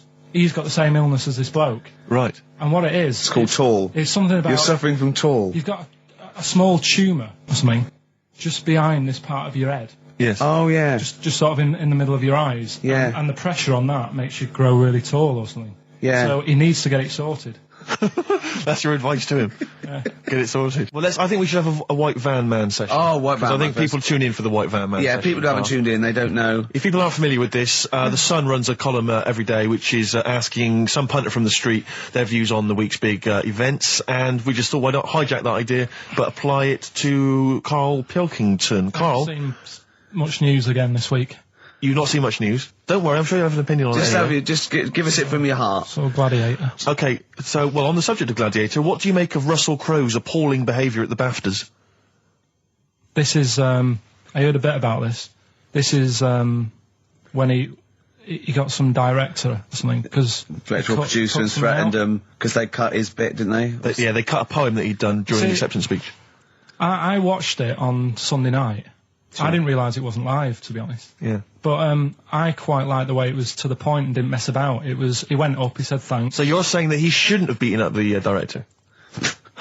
Is that what you're basically saying? It's a bit over the top. You thought I so? mean, if you didn't have time, if you really, I mean, what's the poem got to do with the film anyway? He was an awards. So do you think it's ever justified to beat up a TV director if you're a major Hollywood star? Depends what he's done, but I mean... Right, what would he have to have done, Karl, for it to be fine for him to then beat him up? The thing is, right, forget all the beating up. At the end of the day, it was a awards thing for a film.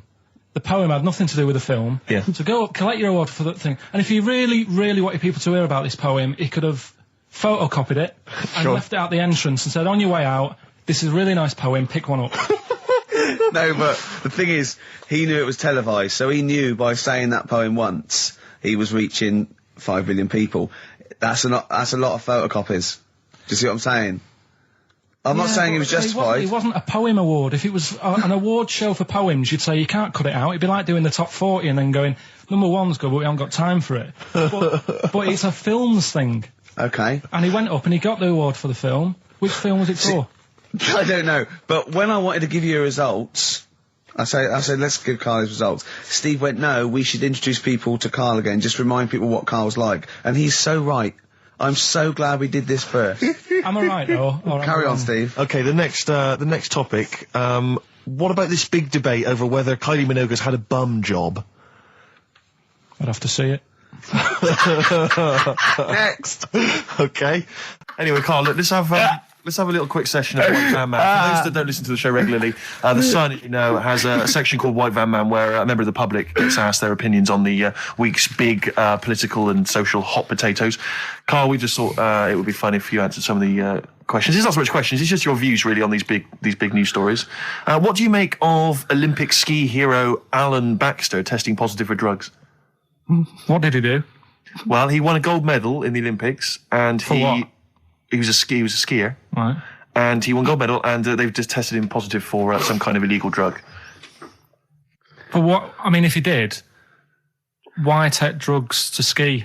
Why? Because all you do is balance. But imagine, it'd be amazing if you were stoned, like going down a hill. Yeah, it's not like you have But to... it's not going to help you, is it? No, it's not just like, gravity that's doing all the work, isn't it, with skiing? Yeah, but it's often to do with your athleticism, isn't it? It's No, to but help it'd be you. like saying, and we've just found out the people on the toboggan were on crack. It's not going to help them. You sit there and you go with the flow, and you try and you hold on.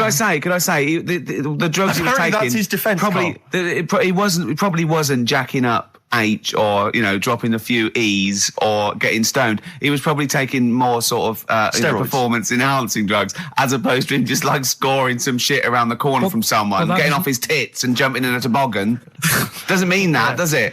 He wasn't off his nut. Yeah. You tested you. You pissed out your head. But why doesn't he just say, don't be stupid, why would I do that? It's just not going to help me out.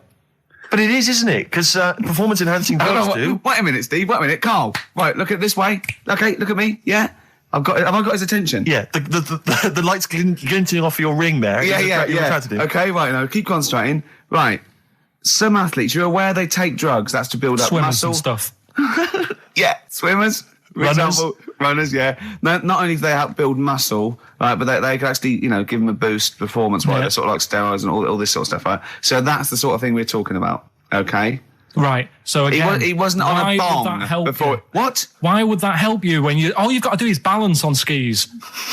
Not when you're at the Olympic level. Yeah. There's a lot to do with, your body and your legs. It's practice, isn't it? It's like, if you've skied for years, then you've got good balance after a bit. Oh, do you know what, Carl? Do you know what? You've made a mockery of drug taking. Well done. Right, next one, Steve. I hate this. Okay, what about the fact that the pension crisis is going to force Britons to work into their 70s, Carl? You might have to carry on working into your 70s before you can claim a pension. I think it's a good thing. Because you see a lot of old people who look bored. Okay. And I honestly think if you keep your brain busy, you'll live longer. Yeah. It's only when you actually shut down, right, that's when your body sort of dies because it doesn't feel it has a purpose. Yeah. It's like if you've got flu, keep going to work. If you have a day off, you just feel worse. You'll mope about at home. Doesn't do you any good. What about where do you draw the line there? What if you say lose a finger? Pop into work? Depends. If you can't concentrate because it's painful. But what if you're a typist? You're not going to type as many words, but you'll do more at work than you would having a day off at home. Sure. Okay. Right. Steve, it's time for... White Van Carl. We should definitely get some jingles. I think the show sort of lacks jingles, I think. Yeah. Noises. Yeah. Funny sound effects. Yeah. Wow. Yeah. What's Mr. Nosy Neighbour interested in? Hello, what's going on here? Oh, we should definitely get some pre-recorded comedy noises, Carl, for next week. That's my job, but unfortunately I'm busy reading about Hitler.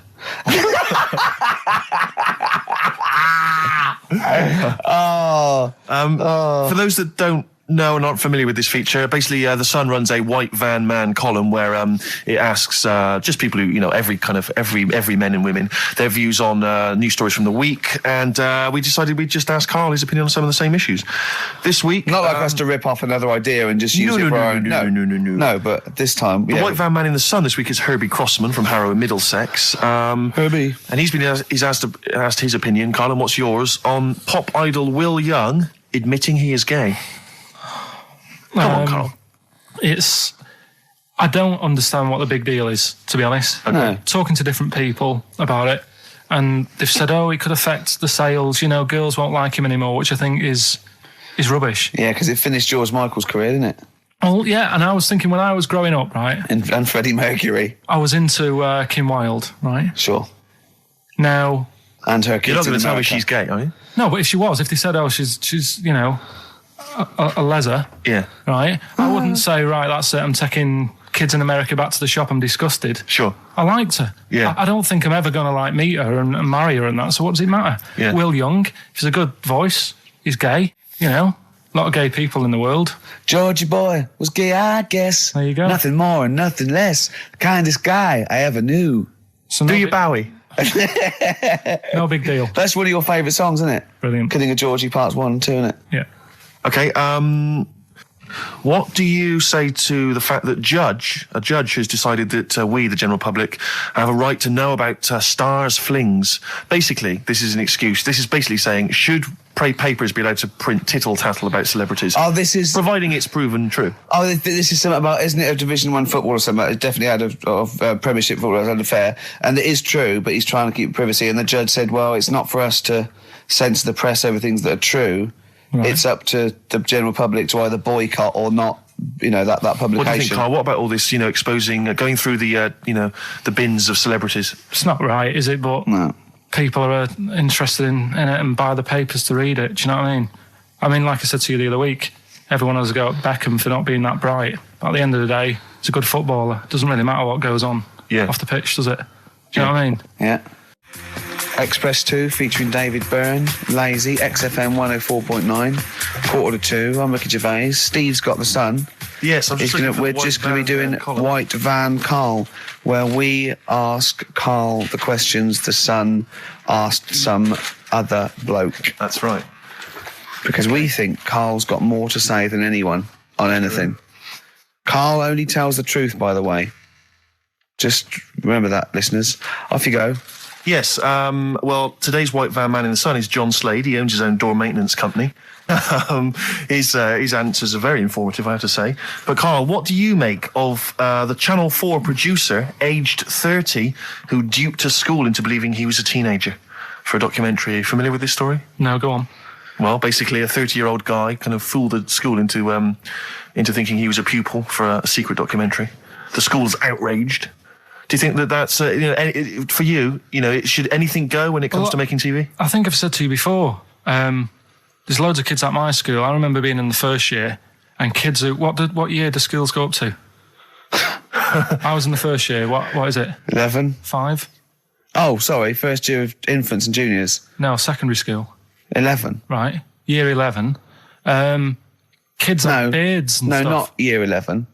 They're 11 when they first go to secondary school. Right. Well, I'm 11. The kids at the older end. Well, there's a fifth form, and then there's you can leave when you're 16, I think, can't you now? Right. Well, kids who were 16 looked old. They did have beards. I remember going there and thinking some of them were teachers.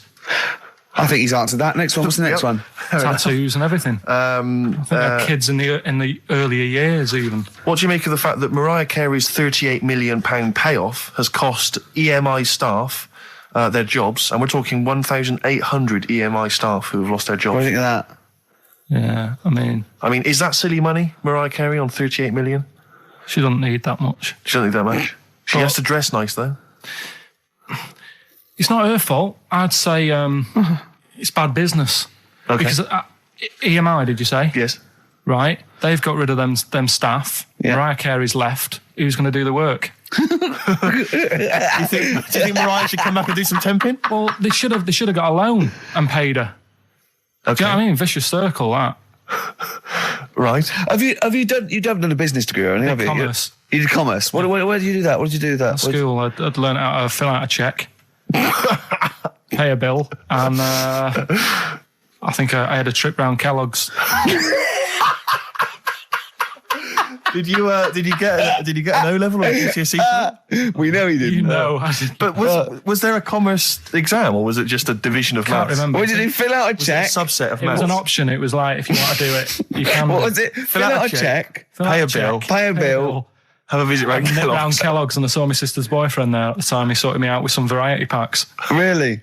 What was in them? You know, Rice Krispies and Good stuff. Cocoa Pops? Space Dust or whatever it is. Space Nuts. So, sorry, that wasn't Ken Dodd, no.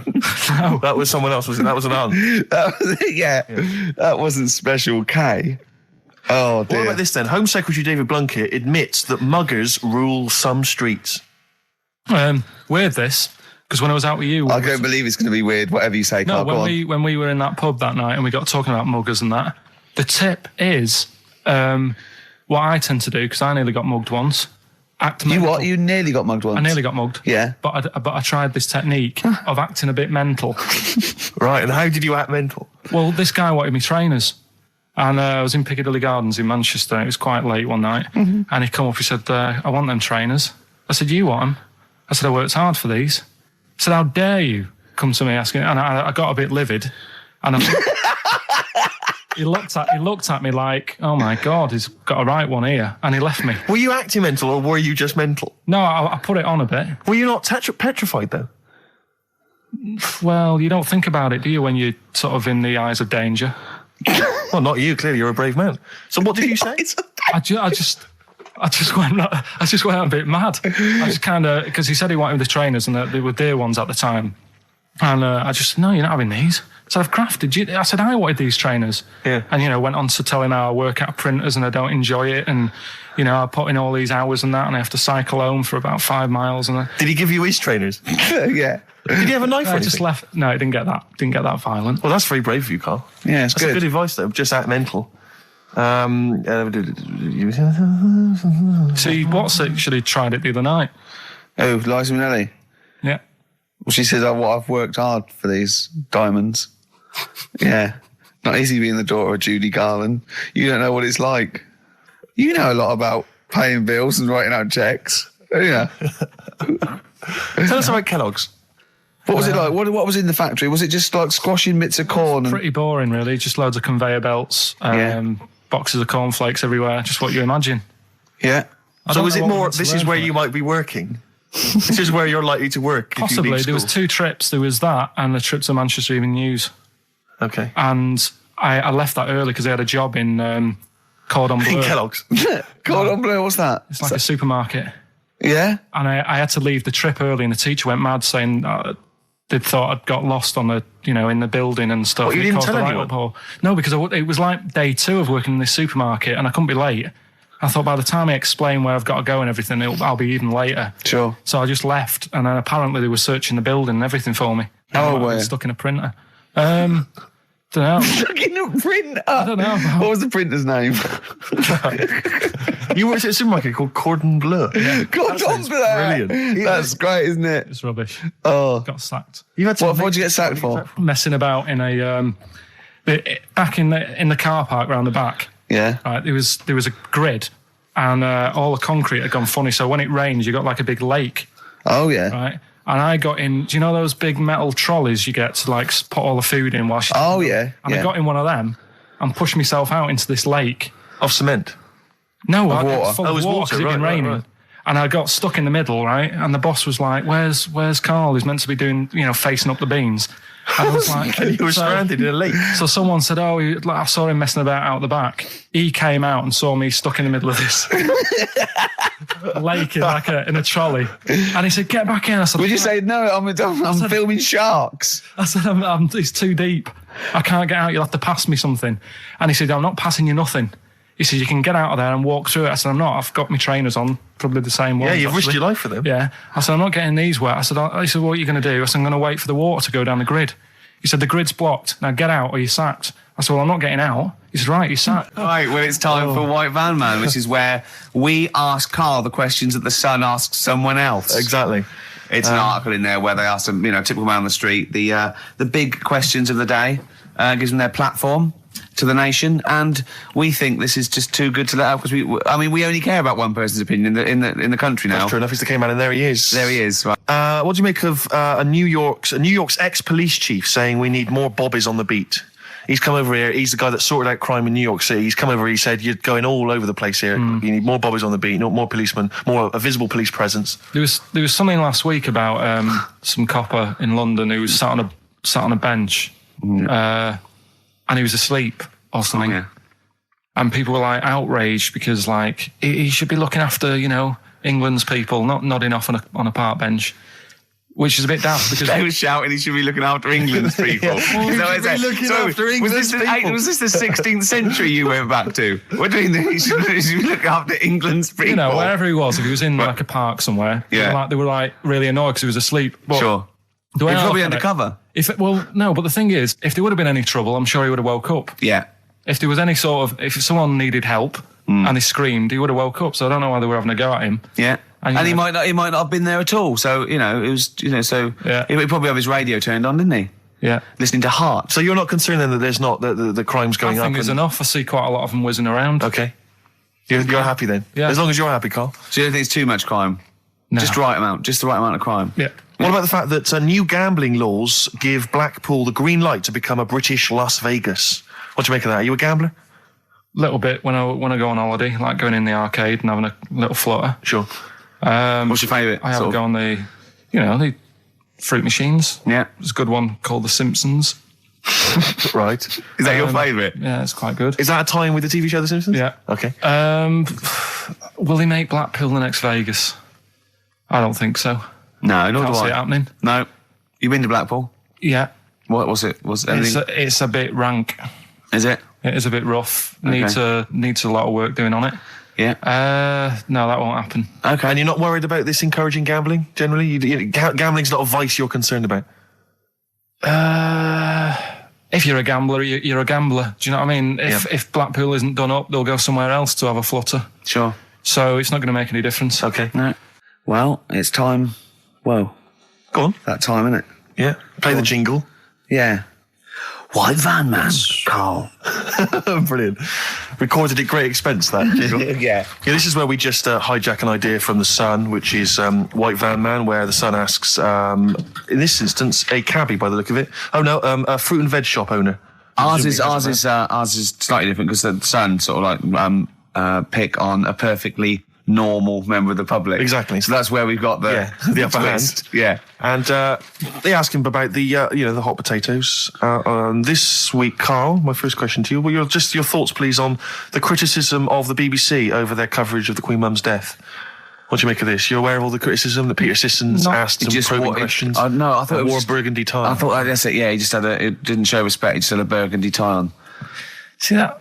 That's not really not showing respect, is it? No, it's not. You show your respect by sort of doing the news on it, giving her a bit of coverage and showing, what publicity. What a good woman she was or whatever. Yeah. And then you move on to sport news or whatever. Do you know what I mean? Yeah. I totally agree. I don't like the way everything's morbid. I was thinking about it. It's like, the way in birthday cards and that, people always put funny things in them. I think you should save things like that for funerals, for like funeral cards and that, and try and cheer people up at times when they're low. Do you know what I mean? Because on your birthday, you're quite happy anyway, so you don't need someone putting a funny comment in a card. I think, when you send a card... What would you suggest? Well, whoopee cushion, but on the vicar's chair. How would you liven up the funeral? Just little things in the card. I mean, you're just writing stuff like, well, at least you're still alive or whatever. So as you're giving the eulogy... that'd be good. So supposing someone's husband's killed in a car crash, you go around with some flowers and a little card, and it says, at least you're still alive. Well, maybe something funnier than that. Well, maybe like if you got up to give the eulogy during a funeral, just wear a pair of comedy tits. Yeah, or those glasses that are eyes on sort of springs. But why has everyone got to be so sad about someone dying? No, what annoys me is that when you see the people on television, these sort of members of the public, and they're crying about the Queen Mother, who was sad when anyone dies, sad when anyone nan dies. She was 102. And, it's sort of like, I think they should cry. Well, there's a picture in the paper I today. don't understand it. There's a picture in the paper today of various people who were lining the funeral kind of route yesterday, and there's a picture of a very young child, maybe sort of 5 or 6, on the arms of her dad, and her head bowed, and it says a young girl there weeps for the Queen Mother. And I was looking at it, and you can tell she's just tired. Well, she's just tired and bored. It's so transparent that it's not crying. It's most just, what are we cry doing when their here? nan dies. Exactly. It's sort of like. But what is a 5-year-old girl going to be? Why is she going to be crying? The Queen Mum said, I can't believe it. Yeah. Teletubbies? No. The Queen Mum. Oh, not the tweenies. No, it's all in a minute. Yeah. It's just like, Oh, dear. I mean, I know. I'm sure, I don't know much about her. I don't know if she was a great woman. And obviously, it's always sad when someone dies. But it's interesting that there were a lot of tourists in that long line of people that are now queuing for hours upon hours to see her dying in state. Because it's clearly just people who want to be a part of history. Must be gutting if you're over from Sweden and you find out that, the Queen Mum's died. Oh, you must be devastated. You probably don't want to carry on with your visit. Exactly. Really. Okay, listen, Carl. I think we've covered that. What do you make of the... what do you make of the first genetically modified baby? Oh. Are you worried about this? Do you know what did they do? What? Let me see what it says here. Isn't it just choosing the, eye colour? Well, this is the concern, isn't it? That in the future you'll be able to decide whether it's a boy or a girl, how intelligent it is, what it looks like, is it handsome, is it ugly? Obviously, no one will choose an ugly baby, and so on and so on and so on. And so it means that where will it lead? Where will it end, Carl? Are you concerned? I've thought about this a lot. What will us three look like in the future if they're being, genetically modified, beautiful people? What will we be like? How will we be considered in society? True, yeah. But we've talked about this before, haven't we? About the cloning thing. Yeah, that's a bit weird. Yeah. But I don't think it matters, because at the end of the day, right, you might look like some other kid, but it's the way you're brought up that will change your features and the way you are, your personality. If you lie, you get a long nose, don't you? Well, no, but listen, right, because I remember when we, I was growing up on this estate. This is going to be good. Go on. No, it's not. It's just an example of how this doesn't work. Go on. So we don't need to worry, sort of thing. Sure. Right? Okay. So I'm growing up on this estate, and there was this woman about 4 houses down, right, who's a bit rough. All right. Didn't fancy her. Oh God, no. Right, but she had a baby. Well, tell me about her first. I'm interested in this woman. Why was she? It was a very... So like being a man in a dress. I mean, I didn't grow up in a posh house or anything. And I'm not saying that if you live in a bit of a rough house, you're a bad person. What did she look like? But anyone can Tattoos? clean up. Looked like Tony Green with a fag on. They didn't clean up much, right? Oh. Which, even if you've not got a lot of money, you can still try and make the place look nice. Yeah. Right? But she didn't. And a kid used to take a horse into the house. Sorry. Whoa, Neddy. What do you mean a kid used to take a horse into the house? Where did he get a horse? Must have nicked it from somewhere. Must have done. You've seen a horse in it? No. What, is that from outside the saloon round the corner? Yeah, was it just tied up with a bit of leather? Right? Oh, that's great. Did Big Jake come looking for it? I'd been out. Oh. Sorry, let me get this. This was before the lynching stopped or after? Where did he get a horse from? What do you mean he must have nicked it? His mum said, where'd you get that from? I bought it. All right then. But keep it out of the kitchen. I don't want you going Catlin rustling. Where did he get a horse from, Carl? And how long did he have it for? Was he leading it or riding it? Mum, open the door. I can't stop. I can't stop it. Open the patio door as well. Looks like we got us a runaway. What do you mean? I don't know, but the thing is, they couldn't afford to buy one because they're not cheap. So I'm just guessing. Maybe that's wrong of me. But I think... He had a horse? Yeah, right. So that's why the family didn't have any money. They'd spend it on the horse. No, I don't think, that's what I'm saying. I don't think they would have bought it. So anyway... Yeah, it's wise to whisper, Carl, in case they're listening. Yeah. And they could be in the room next door. It's not buying it, it's keeping it as well. Oh, so I was like in the car with my dad coming into the avenue, and you used to have to drive down it to turn round and sort of go back to our house. You had the traditional method of transport. Yeah. And the horse was in the lounge. Reading a paper. Just like walking around. Oh God! What? And when I was doing, I tried to earn myself some money once by flogging little flowers in plastic cups. What? This is genius. It just keeps coming. What do you mean you're trying to flog little flowers? What do you mean? Wait. Let's play a record. Let's play a record and come back to this, because this story's going to just unravel and unravel. It's going to go on for hours. Let's play a track, deeper Carl. and deeper. It's like an onion, isn't it? We've created a whole world here where there's a man living with a horse. Just walking around the lounge. I come from the West Country. I've never heard anything like that. I just think of a big sort of like orange carpet, and it's got a rediffusion telly, and this horse going, I'm fed up in here. Exactly. This is really... I am not taking the rubbish out again. Yeah. Right, play a record. Let's have Velvet Underground. We've got that lined up. Oh, the classic from the first album. I'm Waiting for the Man. Let's come back to the horse in a second. Little flowers in pots. What do you mean? Well, that bootleg's going under the name of Nothing, Miss Jackson, I think, by Meats and Poultry. So there you go. I do love these bootleg things because they're so pointless, but they're so enjoyable. Yeah, it's great. It's fun to do. Yeah, exactly. They're great. But not as much fun as White Van, Carl. White Van, Carl, absolutely. Do you want to explain the premise? Well, we take the Sun, ask someone else, and ask Carl. It's as simple as that. The Sun have just taken a normal person. We flipped it. We're going to ask Carl the same questions about the week's news. Yeah, just basically your opinions, Carl, as ever. What do you make of, well, obviously the big news, David Beckham's broken foot? Is this a big concern for you? No, I mean, he's sad. You know, it's sadder for him more than anyone because, you know, to like be in the World Cup is like the main thing for him, isn't it? Yeah. But he's still a young lad, and I don't think he'll give up. I reckon he'll still turn up. He'll be all right. And yeah, good luck to the lad. You know, I like David. I'm not going to slag him off. Voice words. Yeah. He says that like he knows him, like he's popping round for drinks later. Yeah, like we tried to stitch you up. Go on. But obviously yesterday, was it yesterday? I think maybe Thursday. The Sun printed a big picture of David's foot and encouraged everyone to touch it at midday, because hoping that this would somehow, if we all thought and prayed together, somehow that would help his foot heal. Do you believe in that? No. Any belief in that? No, you're going down the old like Yora Geller route, aren't you? Sure.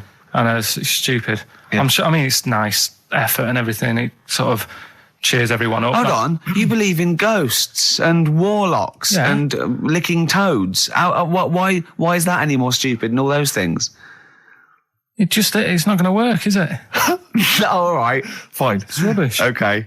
What about this then? There's apparently now available £1.5 million apartments available on an exclusive ship which sails around the world. Yeah, it's like what do you make of that? It's a huge thing, and you live on it, and it's. I mean, in theory, how big is it? It's mental. Do you know it's like huge a town centre. Do you know how like people said that the Titanic was the biggest ship? Was that only then? They've got bigger ones now, haven't they? Yeah, a lot bigger. Oil tankers are much bigger, and.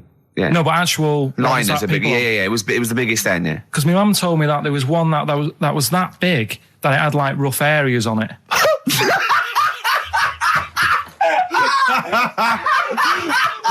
Oh God! Don't go starboard. Oh God! No, but do you know what I mean? Right. It was like we're thinking of moving. We're seeing the captain. We're thinking of moving to a nicer area. Oh yeah. I've heard they're very rough in aft. Oh God! Oh, that's they steal your tyres. A ship's so big there was rough areas. Oh, how big is this one that you're talking about? Well, I don't know. It doesn't give me the specifications here, but they're huge. They're huge.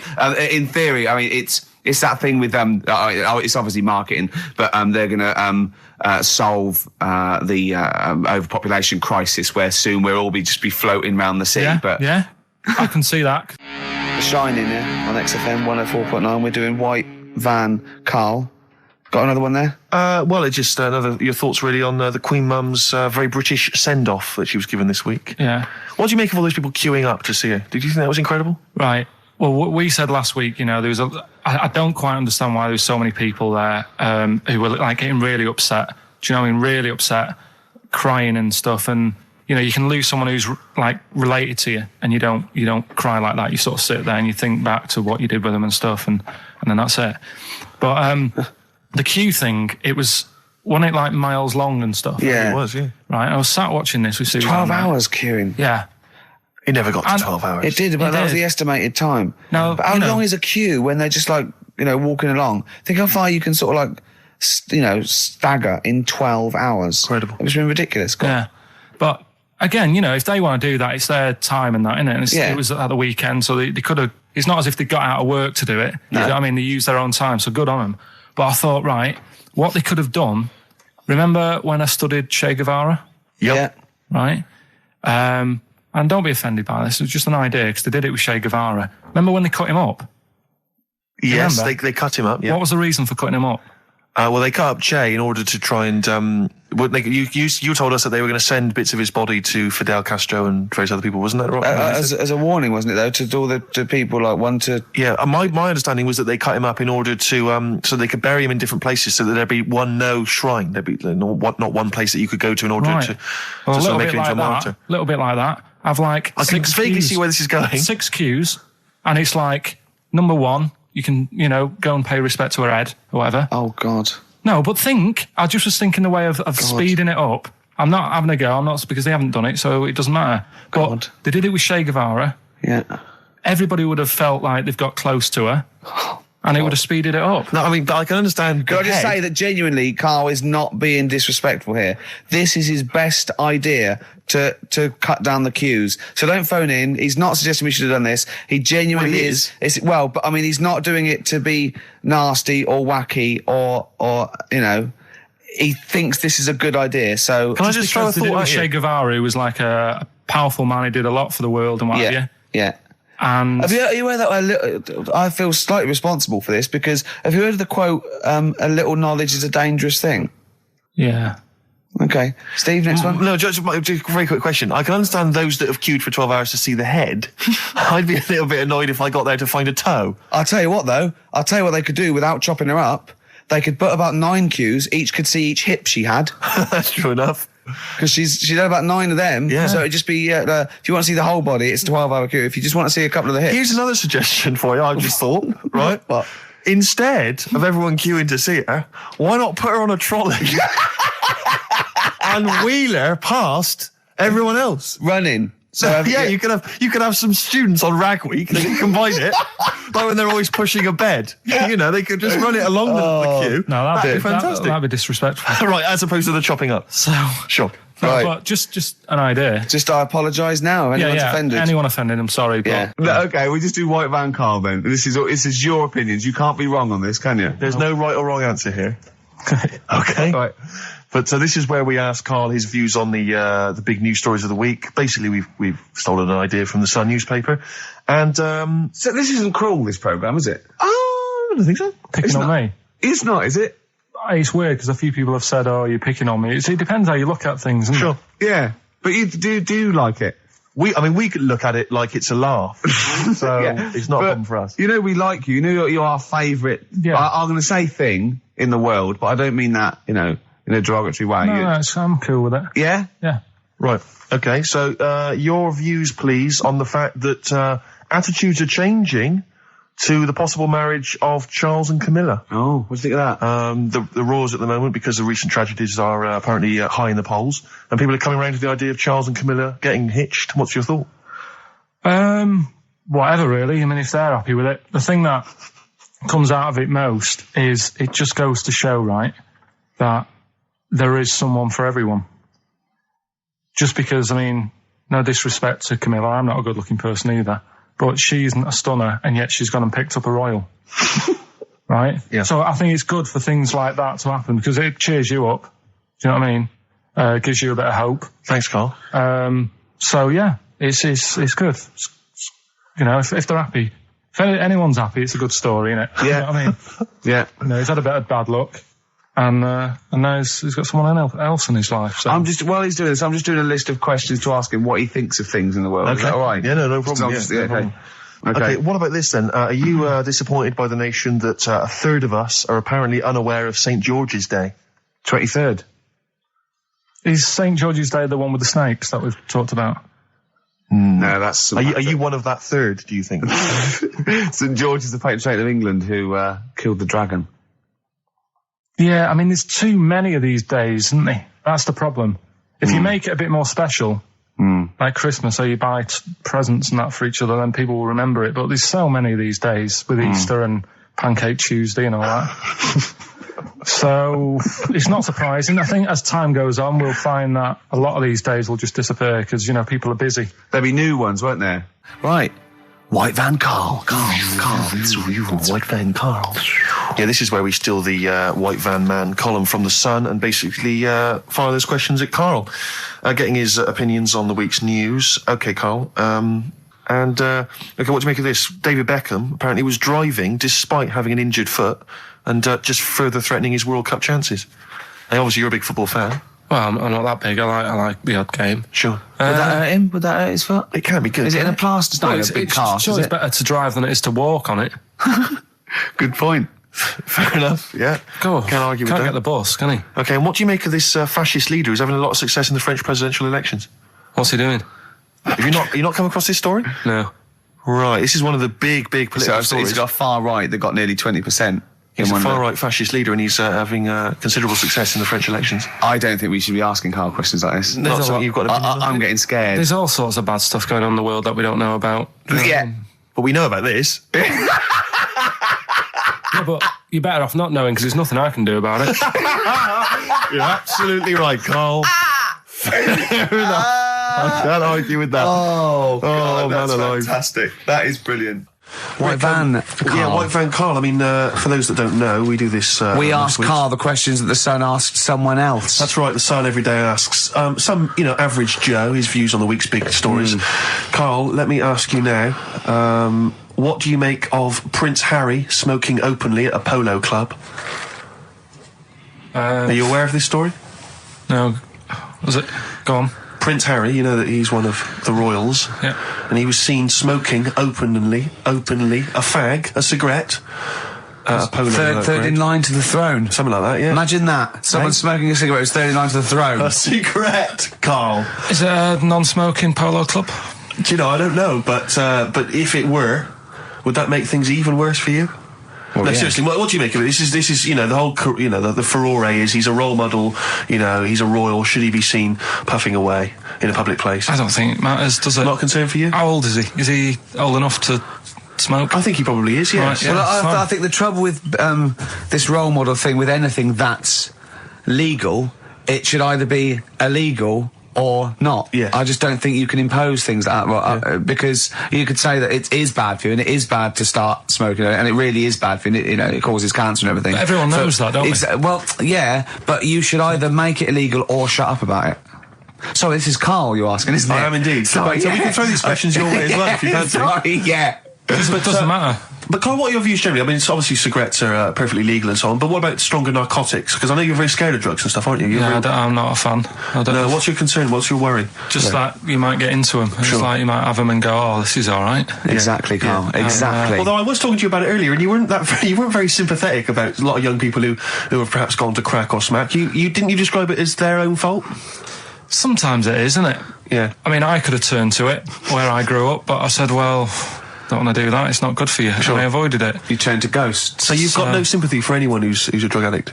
It's their own fault. It depends, doesn't it? Sure. Do you know what I mean? You can be an addict if, I don't know, something, I'm trying to think of a nice way that Well, you most might people end up... start on stuff like that because something really traumatic's happened to them. Very few people go out for a laugh one night and go, let's all try it. Sure. So, but yeah. Just say no, I suppose, is the Just say attitude no. in the end. Listen to the cast of Grange Hill. Now, this will scare you. Now, Karl, you will be a little bit unnerved about this. Have you seen the film Jurassic Park? Yeah. You know what happened there?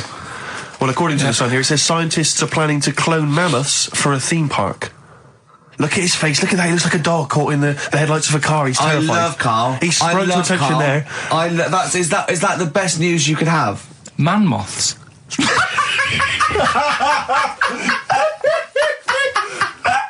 Right, Yeah, man moths. I Man love moths. the fact that that's why he was so excited that they bred a man moth.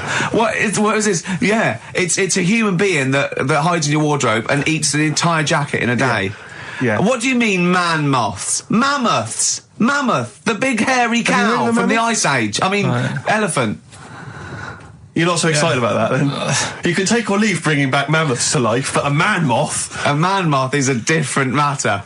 Oh, if we'd have never brought that up, he'd have gone and told someone now. Yeah. You know, they've bred an half man, half moth. This and is that's what we this is how mean. things start. This is what we mean when you hear don't- these ghost Are you stories. slightly deaf? Is that it? When you hear these stories, you're slightly deaf. And his head was in the basket, and he went, "Count how many times I blink."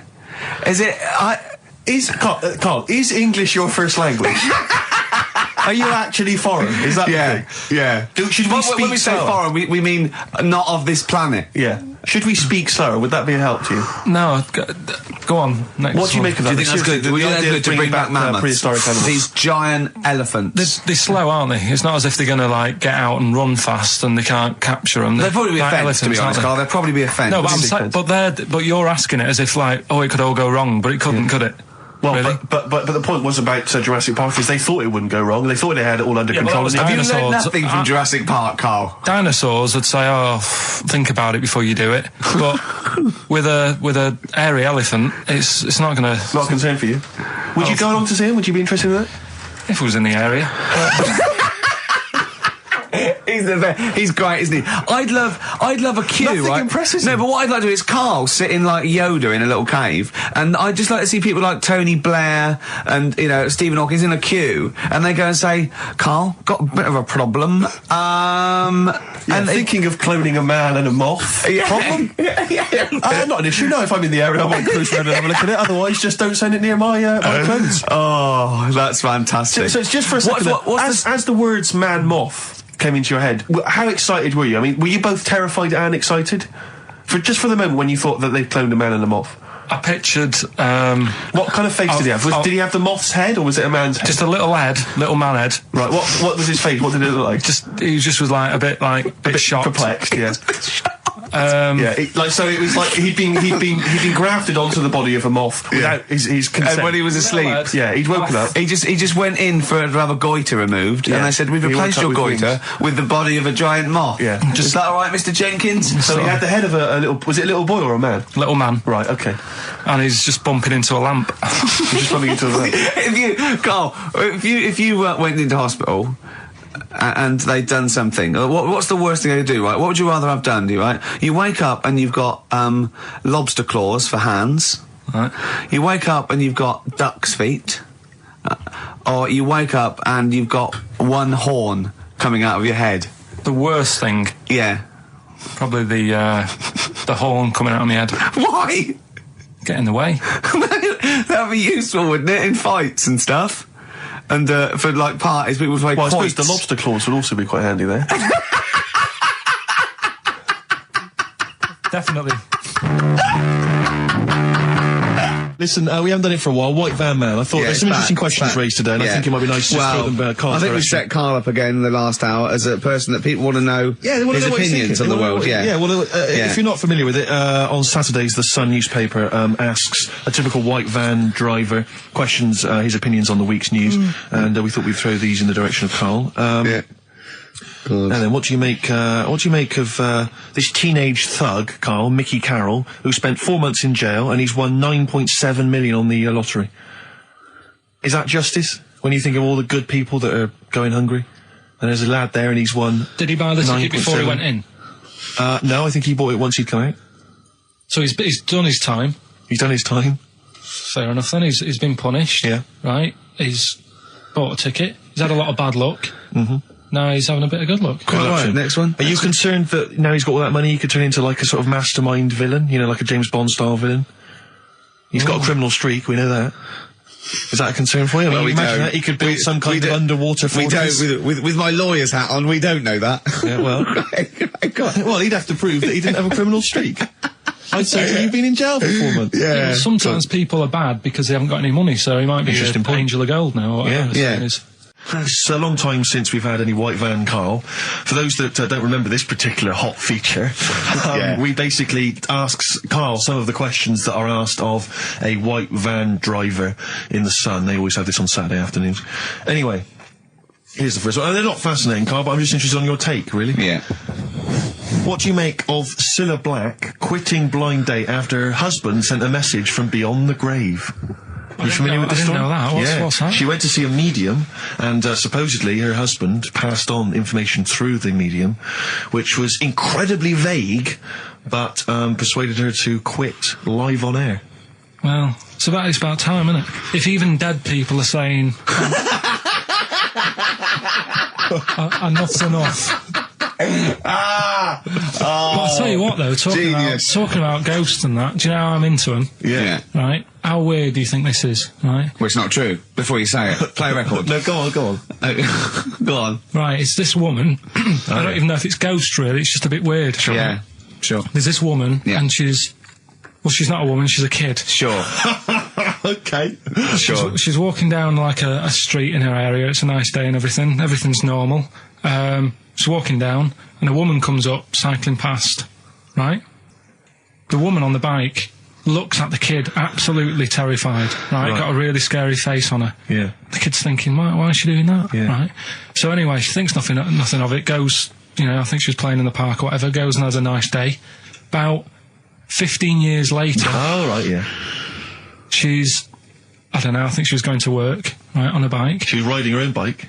Riding her own bike, cycling down the road. Oh, yeah. Looks at the kid. That's the thing that happened, like, 15, 20 years ago. Right. It's her on the bike looking at her as a kid. Right. Not another child. No. So it's her. She's seen herself. Carl? I mean, I don't know where to start. Firstly, where's this information come from? But I mean, why do you ever? I mean, I don't know what part of that you think can be true. I mean, honest. I'm speechless. I don't know what to say. What are you talking about? Bit weird, though, isn't it? But it's not true. It didn't happen. Nothing happened like that. She said it did. Well, then she's wrong. She said she saw herself. She saw herself as a kid, didn't she?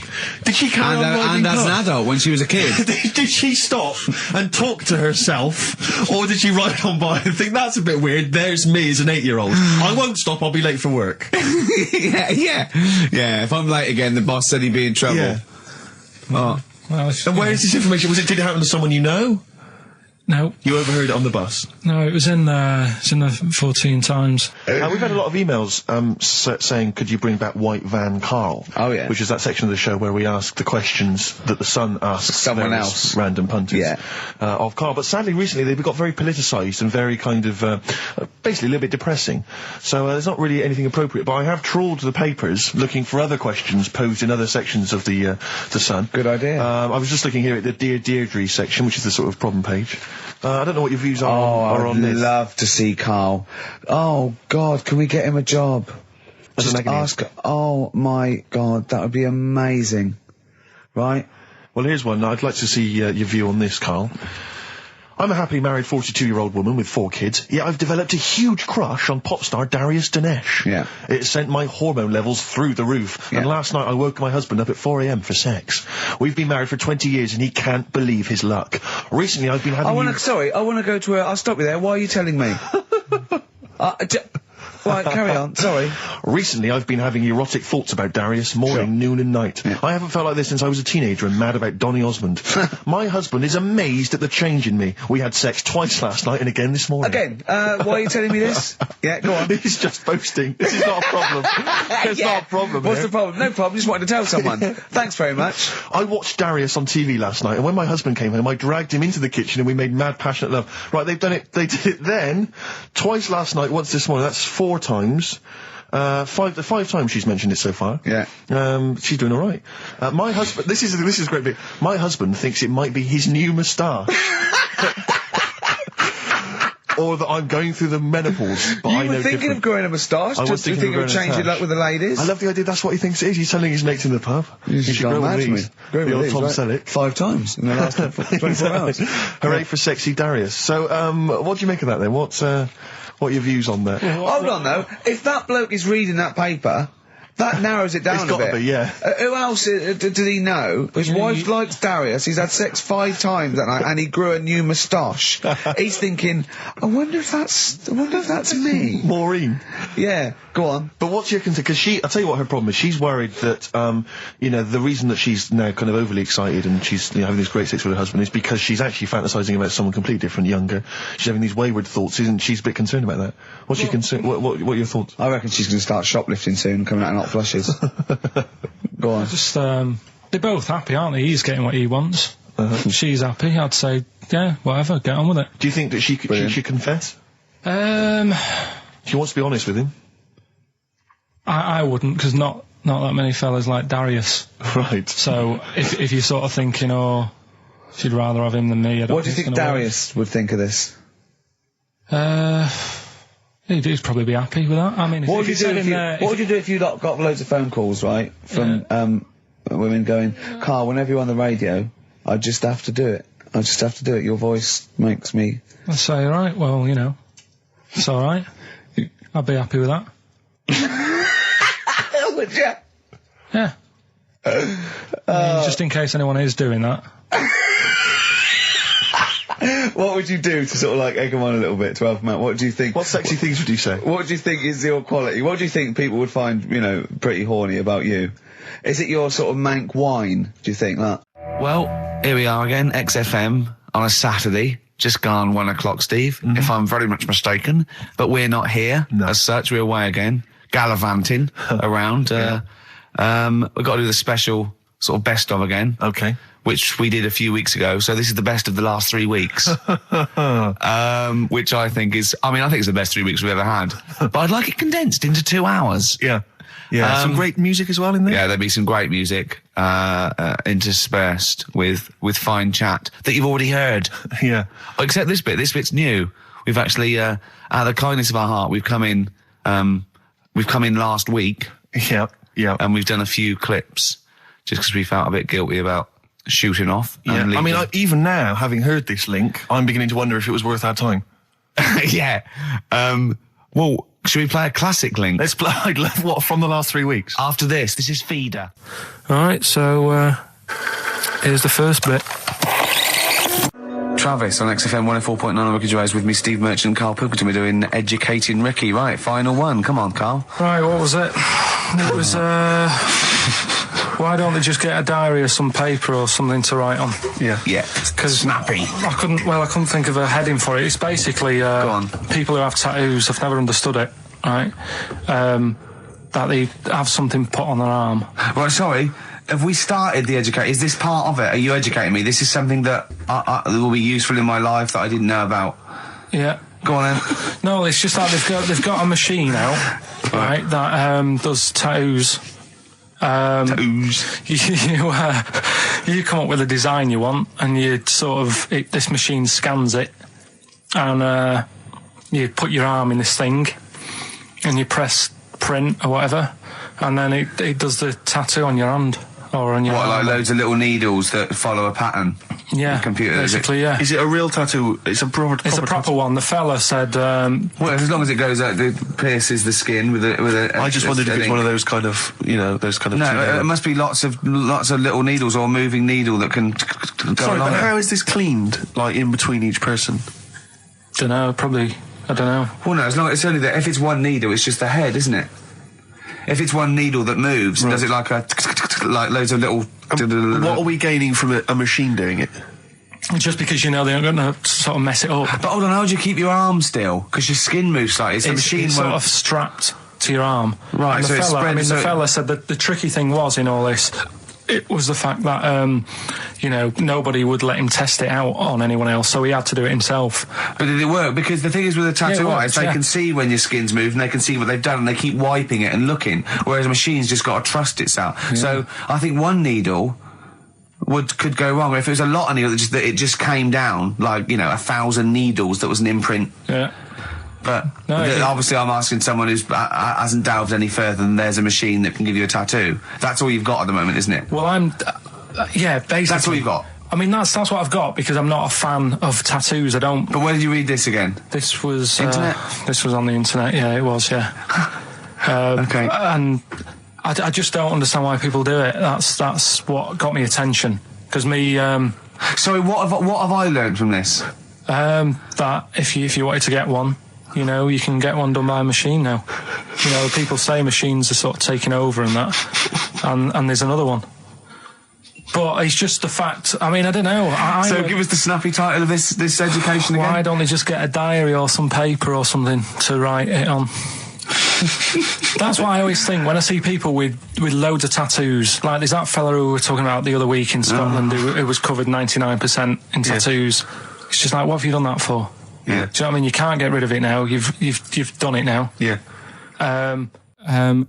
What sort No. The Pope. Yeah. What semi-precious... Sorry, Mrs. Robinson, we're going to have to let you go. Yeah. Go on. You are the weakest link, Carl. Goodbye. Yeah, go on. The Pope. Yeah, the Pope. Yeah, we've got the Pope. Yeah, that's not strictly a question. He wears a...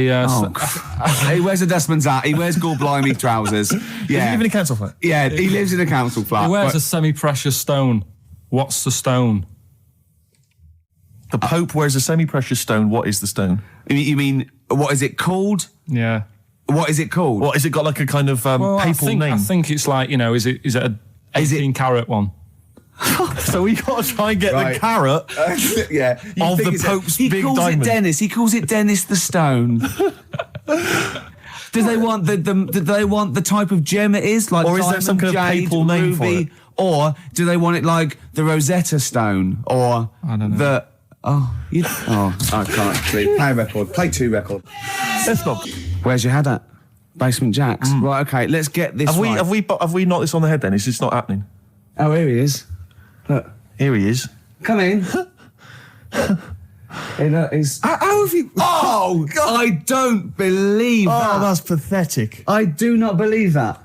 That's absolutely pathetic. Now, they won't believe this, will they? No. Right, No. if I say that Jonathan Ross just got his massive member out, and he is a big lad, come and sit down. I've got your tickets, Mr. Gervais. Thank you. What's going on here then? I mean, why are you dropping off tickets? Well, because, in the spirit of the Comedy Awards, we like to have the rising young stars of the British Comedy That's Awards. right, and that's me. Well, we couldn't find any this year, so we've asked Ricky whether he would sit in the rising young star seat, and I wanted to deliver the tickets personally, so there's no excuses if he doesn't turn up later. Yeah. I always suspected that you were sort of pretty well endowed. Yeah.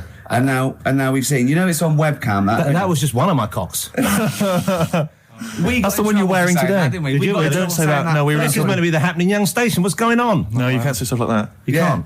Just careful what you say. Look after Julian Clary. 10 years in the wilderness, and he comes back in the person line. 10 years in the That happened wilderness. to you. That's Jesus you're thinking of, isn't it? Just because you're on everything at the moment. I walked in here and I came in there and I thought this is the young happening place, and what do I see in here? 3 old men sitting What are you talking about? I'm only 28, 27. You're Tracy. wrecked. You all look wrecked. Well, that's because we're always partying. I was looking for some youngsters. Where's the youngsters? I wanted to see some tight leather pants. I wanted to see some foxy chicks hanging on you every word. What is it? It's a bunch of old blokes on a block up there washing up in a sink. But look at him. He even dresses for radio. Look This at is him. ludicrous. It's amazing. Looks like you're I love the fact you were on the phone to Gervais last night, weren't you? Asking his advice Yeah. on clothes. Look at him. He's going for the man down the DSS. I like that look. No, it's a nice look. Have you got a single pair of trousers that aren't elasticated at the waist?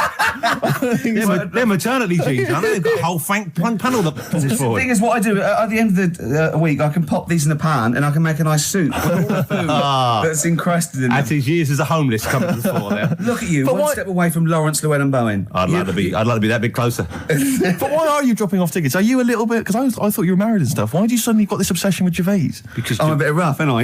yeah, it's like when you see Dale Winton out with those rough boys. I'd like to get one of my own. When a top celebrity in a lovely looking suit walks down the corridor with his penis out, Yes. Yeah. I know that I'm still an You attractive know man. you've arrived. I was inaugurated in the same way. For me, it was Des O'Connor.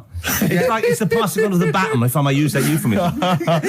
and you've been battened. But it's fantastic. Well, it's- It's- it's gonna be- it is a pleasure. I don't think I'm complacent just because I'm mixed with you. I still wake up and think, I don't believe it. I'm mates with Jono. Can I just point out? Jono. I was listening to the show last week, and I heard you, as always, revealing a little too much about yourself, if you don't mind me saying so. Steve, tried Not as much as tried you. No, but that was just for the benefit of the room. Yeah. And talking about when you used to occasionally urinate in the sink. Yeah.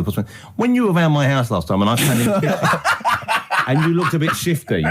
No, please reassure me. It was more ownership. That Yeah. I was like, I went to my territory, and then other people that come in that go, has Gervais been round here? It's like just marking my territory. Because my coffee the next morning had a hazelnut tang to it that I don't remember putting in. Can I just say something? Because I used to mention to you, Gervais, when we first started getting involved in the business. Yeah. I used to say, if there was one celebrity I'd like to be friends with, it's Jonathan Ross. Yeah. Lo and behold, Ricky's befriended Jonathan Ross. I'm nowhere to be seen. But Not Ricky invited told me- round. Ricky told me that I could be his friend, providing I never extended the arm of friendship. Right. to you. Yeah, if you ever... I thought it was mad. He tries to keep everyone else down he works with, from the office, all the other shows. He Yeah. tries to keep them down. He says, I didn't even want I'm you to number come in. one. I wanted Yeah. to meet you on the steps. Yeah. I didn't even want to tell you you were around. But you called. He went, who's that? And he saw your name come up and he went, well, can I meet him? Well, you're all coming tonight, aren't you? This isn't Radio 2, by the way. These links are way too long. This is snappy radio. We have to play out... Yeah. You might The be kids John have lost Ross, interest. But Put the some more- kids want to hear Coldplay, Catatonia, You know what I like? Faithless. How about some more of that instantly forgettable hip hop you play each week? One of those obscure hip-hop hooey. That's the worst feature on British radio. You should be ashamed of yourself. Wait a minute, I wrote your quiz on radio too. I said the hip-hop's had its day. Put it away. Put it away. I'm Carl. Carl, how you doing? I'm all right. Got a question for you. Right, man. Got a question. Yeah. The Pope. Yeah. What semi-precious stone does the Pope wear? That is easy. Go on. Topaz. Is that the right answer? I don't know. I might have wrote it down. I'm really sorry, Jonathan. It's not what he publicly admits to, but I have to know because I was hanging out with him at the Groucho one night and he was saying, "Oh, look at this, look at that topaz. Go and buy that. Look at that. Vatican City. Look at that. We can make a nice ring out of that," he said. Didn't go anywhere, but thanks for asking. I better go. I've got to go. I've got to go and buy some winkle pickers. Thank you very much. Okay. Enjoy Nice to meet it. you, Stephen. Yes. Carl, I wish I could say it'd been a pleasure, but actually it was quite creepy. See you later. That is a blinding record. And before that, Rick, what do you make of those adverts? They were great, weren't they? I like them, yeah. I'm going to buy all them products on the way home. And that's endorsed by Ricky Gervais. He's won awards. Yeah. Rick, do you remember this? This was a hilarious moment. No, you'll remember this when you hear it. It was when Karl said something that was basic. Well, I think for a lot of people it sounded like a lot of old bollocks. Badly drawn boy. All possibilities on XFM 104.9. I'm Ricky Gervais, with me, Steve Merchant and Karl Pilkington, and a few new characters. Oh, Steve. I can't believe As I that. said, I know you love Moyles and his sort of wacky stuff, and Chris Moore, one of the Edmonds, greats, one of the and greats. Edmonds, and just all Oh, no, Edmonds.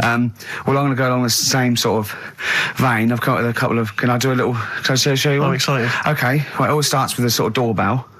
So it goes, ding dong. I go, oh no, hold on, Steve, hold on, Karl. Who's that at the door? Yeah. Hello. Oh, hello. Oh, look, it's Camp David, the right queer gay. Oh, hello. Hello, you look all gay today. Is that because it's nice weather? Oh, no, that's not what it means. Oh, have you got a girlfriend, Camp David, the right queer gay? No, but I've got a boyfriend. Oh, bye. Right. Oh. Ding dong. Oh, it's another one. Hang on. Another comic. Hello. Oh, look. It's Holy Fuck, the little funny Chinese fella. Wait, that's his name, That's Karl. his name, Karl. Karl. Hello, Holy Fuck. Harold. Right? Yeah. That's so, fine. Mr. Fuck, you can call me Holy Right. if you want. No, I'd prefer to call you Fuck. Yeah. Right? You're right. Nothing You're right. wrong with this so far. No. Have you got a girlfriend, Mr. Fuck? Achoo. Oh, you haven't got that SARS, have you? Yeah. Top No, that's my Right. girlfriend's name. See? Oh, Yeah. that's clever. Oh, just before you go, Mr. Fuck, I've got two things here. I've got a nice Trilby hat that you could wear, Yeah. or I've got a little lampshade. Right. Right. Which one do you want to put on your head and Yes. walk around? I presume the Trilby. No, but it's not. No. Yeah. The lampshade. Lampshade, of course. Bye. See ya. See you later. Yeah. I thought they were genius. Can I be honest?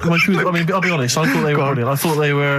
You didn't steal them off Chris. No, Moyles, did you? no. They're original. They're original Sometimes characters. Chris Moyles has done stuff as good as that. I know, yeah, I know. But no, these are all mine. So there you go. We'll be hearing more from Camp David, the right queer gay, and Holy other Fuck, one. the funny And the other little Chinaman. What?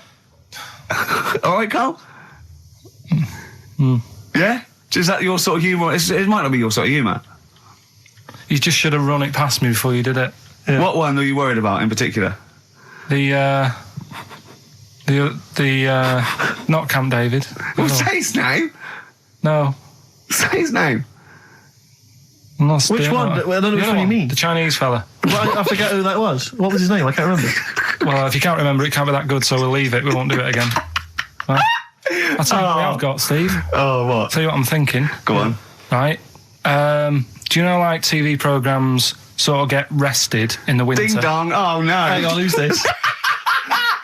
Oh, Go on. hello again. Not now, Mr. Fuck. We're talking. Bye. Is that Holy Fuck again? Yeah. Okay, Karl. Look at Karl's face.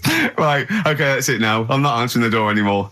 Right. Okay, go on. Right. Yeah. Ding dong, ding dong, ding No. dong, ding dong. He's trying to get in. You've got. Don't be impolite, Rick. Come on, Rick. He wants to come in. No, it's too late. It's too late. He's gone away now. Go on. Right. Anyway, what I'm Nice thinking hat. is Rockbusters coming back for a bit. What? What are you talking about? He likes my idea. He likes my characters. He doesn't like that idea. If I Go on, what, Karl? no, What? I was going to say if I came up with With what? Name with that Chinese fella. What was his name for again? a I keep sketch? forgetting. You wouldn't have liked it. Let's do Rockbusters and see how it goes. I know you weren't a fan of it, but Hang on, Yeah, I but thought- to be honest, Carl, he dissed Cheap as Chimps, and we know that's a brilliant idea. hang on, sorry, we all agreed that Rockbusters was a piece of old toss. no, I didn't. I said it needed And that's why resting. we stopped doing it. I said it needed resting for a bit. I don't remember that conversation. What do you mean it needed resting? We abandoned it because it was appalling. You it started off as a nice idea, but you just gone crazy. None of it made any Let's play a sense. record and come back to this, shall we? What do you want to play? Bit of sugar. Oh, Yeah. Brilliant. That cheer us all I up. don't know why you were thinking of bringing this back. I'm genuinely worried about this. Well, Is that the doorbell? right then, which leads us nicely into. Knob news. Oh, it's the welcome return of Knob News. Right. Okay, it's very much like the news at 10. This, isn't it? I do a bong, or in this case a schlong, and he gives me the headlines, the knob news of the day. The big, where have you collected all this knob news? Was there a lot of knob news this week? It was mental this week. The amount of stuff. The way it works, you give us the bong. Yeah. I'll give you the headline. Okay. Steve decides which stories we're going to talk about. And now on XFM, knob news. Schlong. Man grows knob on his arm. Schlong. Man gets doctors to make him a second knob. Schlong. Turkish prisoners made hole in cell wall to produce third inmate. Schlong. Doctors accidentally remove man's testicles. So, well, can I straight away go for the accidental removal of the testicles? Well, it's happened before, hasn't it? We've talked about that before. Well, how did what did he go in for a tonsillitis? What are they called? Tonsillectomy. And he went in the wrong way. What are you talking about? How can they accidentally remove his testicles? It says, he didn't look at his folder, and the doctor said to the fella, "Oh, we've removed your testicles and we wanted to take out your prostate gland." So that's what happened. There's the story. This is what I mean. That's why I don't like going to the doctors. It happens, doesn't it? Because all these sort of it's when they say things like, "Oh, it's just we do loads of these operations." That's when they're not concentrating. Brilliant. Do you know what I mean? When they say it's procedure, that's like having a boring job that you do every day when you're not going to be concentrating. I prefer them to go, "This is a tricky one, this." I know what you mean. I sort of do know what you mean. People, you watch TV programmes about, like, you know, removing someone's second head or whatever, and there's like the best surgeons from all over the world. It's televised. They can't make a mistake. Isn't it? They can't go, "We took his legs off by mistake." Whereas the fella who's having a prostate's like, "Oh, do you want to do it? I'm sick of doing that." And Yeah. they're probably doing a crossword whilst we're at it. Of course they are. I've seen that actually in operating theatres. They're doing a crossword. That's what I mean. Yeah. I was just examining some of the other knob news, Rick, a little bit more closely. Man gets doctors to make him a second penis. I'm sure we're all interested in what happened there. Yeah. A German who persuaded doctors to give him a second penis has lost his wife after he showed her the result. Biker Michael Gruber lost his original penis in a motorbike accident, and doctors built him a second one using a mixture of skin, bone, and other tissues. Bone? Apparently, the penis worked so well that he was even able to father a child with his wife Bianca. But Gruber was still not happy and asked doctors to repeat the operation and build him a better organ, to which they agreed. From his hospital bed, he said, "I've got 2 penises, but no wife. I'm hoping when I get rid of one of the penises, I'll get her back." What do you mean? Sorry, he had 2 put on. What side does he wear? So he's had both. So he's had 3 then. Yeah. Yeah. This is probably the thing that happened with Hitler when he had 1 ball, but he had 3 at one point, didn't he? So he just kept one in the Albert Hall, gave his mum one, and kept the other one. Well, do you know what happened to me on the way in? Go on. A homeless person called me a dickhead. How did he know? Do you know him? Is that why? He's like the local big issue fella. Oh, yeah. Yeah. And he knows me. He sees me walking up and down the street. Oh, that's how he knew you. Right. So normally I have a bit of a chat with him and that. And I walk past him. And, you know, I can be a little bit cheeky with him because I've been cheeky with him in the past with stuff. You pinched his arse. No, just, you know, saying stuff like, "God, you're always there. I mean, you got home to go to," and stuff like that. Yeah, No, just breaking the ice. Go on. He knows, and he'd laughed at that, right, Yeah, last time, so I thought I can be a bit cheeky, right? So he goes, "Do you want a big issue?" I said, "No." He said, "Come on, I've got loads of them," right? So I sort of said, "Oh, when I was a kid, and I used to do a free paper around the free papers one. I said, just put them in the bin and go home. Right? And he went, yeah, but how am I going to get any money doing that, you dickhead? You see, I can see his point. He is homeless and having to sell newspapers to get 50p or a quid or whatever. Yeah, and sometimes I treat him, right?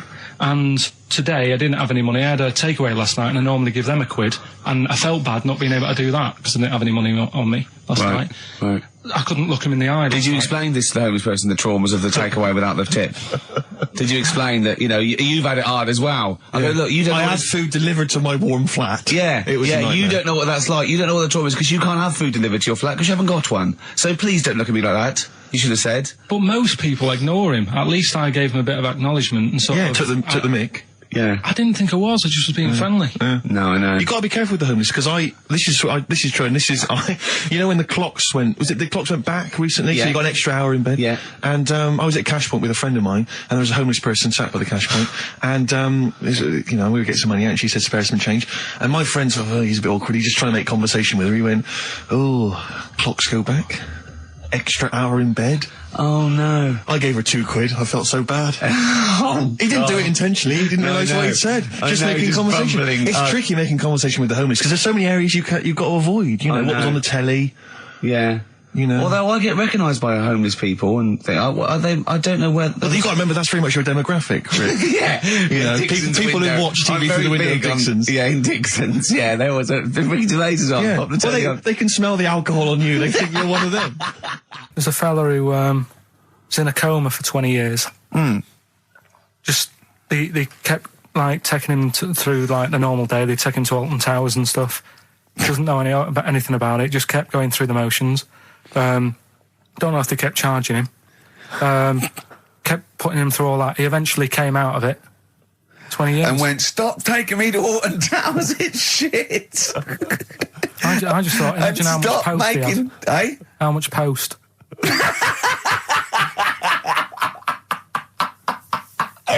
Oh, Did you read about that guy in the paper, Carl? He, sorry, on the internet.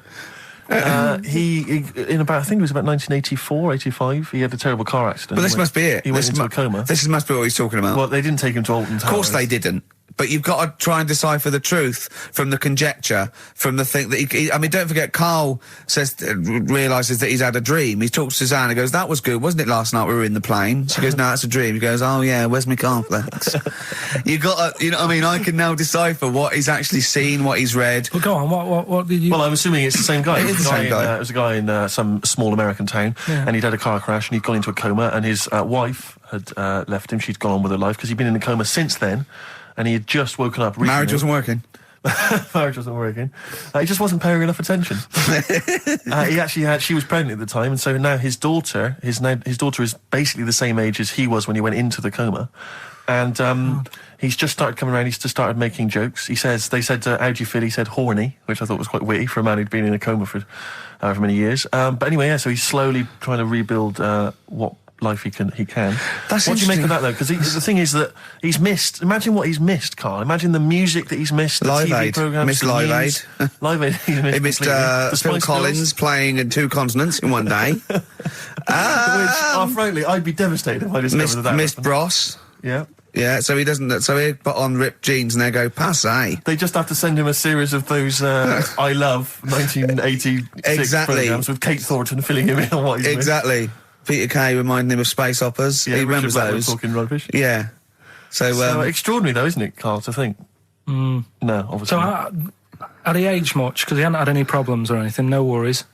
Well, he probably wouldn't have, physiologically, he probably wouldn't have the wear and tear of a 43-year-old man. Because he wouldn't have had sun, he wouldn't have had sort of nicotine, beer. Unless they were just feeding that to him. Anyway, still. Yeah. Yeah. So you'd feel groggy though, wouldn't you? Yeah, you might feel a bit groggy, yeah. Well, he's not fully back to normal. I mean, there's some kind of residual brain damage. Yeah. But nevertheless, he can form sentences. He's got no real memory, so he can't remember a lot of things. It was just when I saw Carl, have you been in an accident? XFM 104.9, we're not here. This next clip is one of my favourite clips.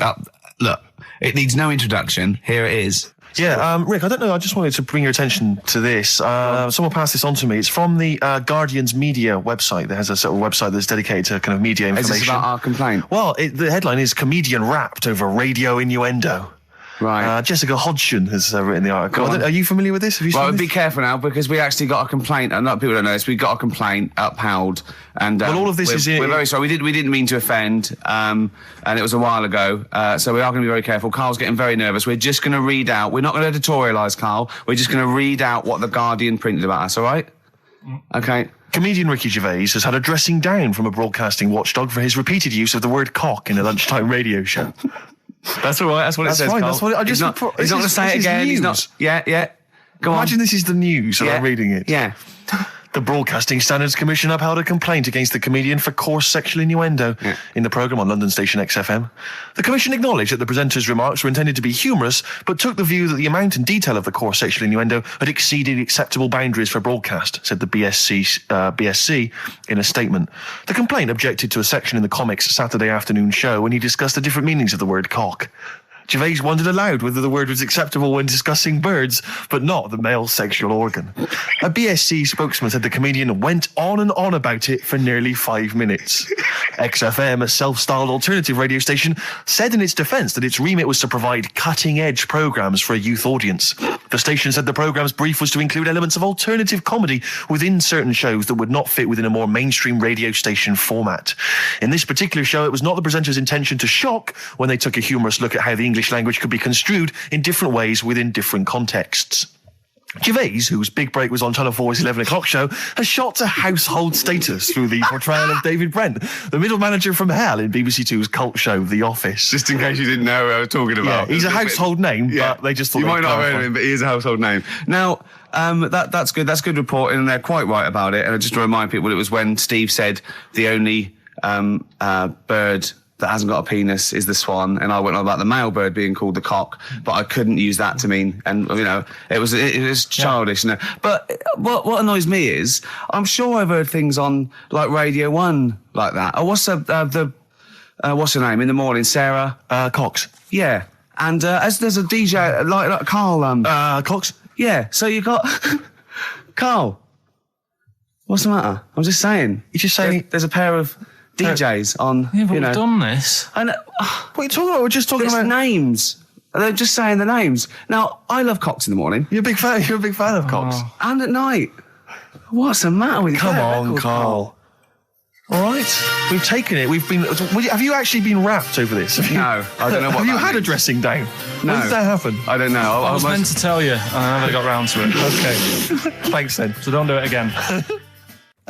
We went. It was a great day, wasn't it? Brilliant round of golf, absolutely brilliant. Such a beautiful place in Stoke Poges, like a really posh place. And are you a good golf player? Well, we'll get to that. Oh, okay. Wow, he bought the shoes especially for it. Oh, I'd love to have seen him in those little shoes. I know, and they were no good because they were metal spikes. We had to change them. He was annoyed straight away. He spent over £22 on these golf shoes. We hired a buggy that was brilliant fun. I was bombing along, wasn't I? I don't drive, but it was great on that buggy. Well, you've been on a buggy with me, and you were a bit scared. Yeah. What? I nearly killed us once. I was just taking banks and things, but you don't see sort of bunkers, and he'd scream and go, "Stop!" And he'd put his foot down the brake, and then I reversed. At one point, he sort of did a handbrake turn next to the lake, and then we had to reverse, right? And you just flick a switch and put your foot down. He did that without looking. I looked behind, there's a big oak tree there. He screams, "Watch the tree!" Right? So Dukes of Hazzard. I kept jumping in and leaving him behind because I had to go to my ball. Because anyway, so the first shot, I got on the driver. I honestly did one of the best shots I've ever done. It went straight down. It was great. I thought, phew, got away with that because it's always the first one because it's a clubhouse and you want to look good. Yeah. So He tees up, and I've been saying, buy some balls. He just got 6 balls. I was going, what if you lose me? I won't lose 6 balls, right? He tees up, right? Whacks it. It goes miles, like right angles, straight into the woods, right? He turns around, he goes, go and buy some more balls. So I'm laughing, because it's like impolite to laugh, but he broke the ice for me, and I was falling around, and then his second shot, I go, you know you're off a 3 now. If you take another shot, he went, oh, right. So it's his third shot, he puts the ball down. He hits the ground before it and misses the ball altogether. And I was on my back, wasn't I? Unbelievable. Actually rolling about on his back. And we were terrible. I went round 107. He went round in like 119 or something. Sure. It was just rubbish. How long did it take? 5 hours. Of course. And there was no one around, luckily. Yeah. But it was fantastic. So then we go and have our meal. What annoys me, I said, right, I'll go for a run. He went, I'll have a bath. I said, I'll see you at 7:45. At 7:55, I have to call him. He's not ready, so he's let me down there. I can't stand lateness or laziness. You hate lateness. Yeah, and he's let me down. Do you know his excuse? He fell asleep in the bath because there was no light bulb. There's no light bulb in the bathroom. So instantly he fell asleep, and he was late. No, do you know what I mean though, Steve? If you're sort of like nice and warm and what have you, I was tired anyway. I've been stressed out for 4.5 hours, right? My life flashed in front of me a few times in that buggy. So it's all sort of wears you down a bit. I thought, right, I've got a headache. You're going for your run. I'm going to have a bath. I walk in, put the light on. For some reason it didn't come on, but I thought, it's all right. I'll just, doesn't matter. You can have a bath in the It's summer, so it's light anyway. Well, there's no windows in the bathroom, so... Yeah. So you were in the darkness? So I'm in the darkness. I nod off because I'm shattered. He calls up, hassling me. So I said, well, it doesn't normally take that long for me because, I haven't got, like, long hair. I've got a dryer and so I can sort of one wipe. Yeah, he's already 10 minutes late, though, when I called. Well, 10 minutes. 10 wow, minutes. This is late, next. Doesn't matter. Dinner wasn't until 7:15, so we had, like, another 20 minutes anyway, so it doesn't really matter. Yeah, but we said 7:45. So he's calling up, hurry up. So I said, yeah, all right. So I get out and dry and like my tackle and what have you. Calls back again 30 seconds later. No, I don't, I don't like that. You're not going to do that, no. Give it a wipe. 30 seconds later, come on. So I end up going downstairs to the meal area. Naked. With a wet shirt on and wet socks. I've got headache as it is. Meant to be a relaxing weekend. But anyway, so we have our meal, which is really nice. And then we're sitting in the bar. I'm having a cigar by the fire. Yeah. Like, we're having a rather nice Pinot Grigio. Yeah. He's there going, I've got headache. Is this 1955 that you live in? I know, yeah. It's so right. We are knackered because he's not used to work. I've seen him moaning, falling asleep. He's not used to it at all. And you've been on your feet for over half an hour. Yeah, right. So we didn't even walk around the golf course. We had a buggy. Yeah. It wasn't even exercise. Lloyd Cole, she's a girl and I'm a man. Good, that, isn't it? On XFM 104.9, Ricky Gervais, Steve Merchant, Karl Pilkington. As ever, Rick, there's always someone who steps in to defend Karl. Okay, what is the defence? What is the defence? Here's an email from Scott Coomer. He says, Karl is actually right. I've got an A-level in statistics and probability. It doesn't matter how long they have and how many monkeys you have. You cannot guarantee they would type the complete works of Shakespeare. Infinity makes it probable they would get it right, but not definite. Yeah. Well, yeah. Yeah. That's what I was saying. No, you weren't saying, Karl. You don't understand it. Infinity sort of sorts it out. That if they do anything, they nearly do everything, won't they? No, I mean they'll give it a good shot. No, that's not the point. But the I'd point be is surprised if they did one page right. Right, listen. It's not to do with consciousness. It's not to do with them aiming. They are just bashing away at the keyboard. It's like they're used to show that there isn't consciousness. They chose the chimpanzee because it can type, presumably, hit the keyboard. It's because they hadn't come across you at the time.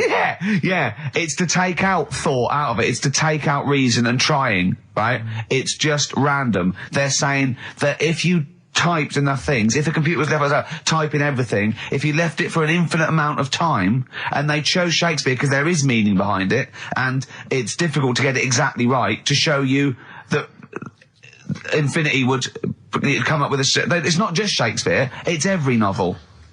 It's everything. Fairly eloquent there from Gervais. A quick riposte, please, from Karl Pilkington. No, I'm just saying, what I don't understand, if it hasn't read it, then how does it know where it's going?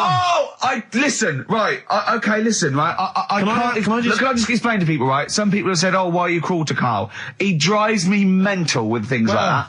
What do you mean, wow? Can I just go? Let me just You do my just editing. take a breather for a How do moment. I do your editing?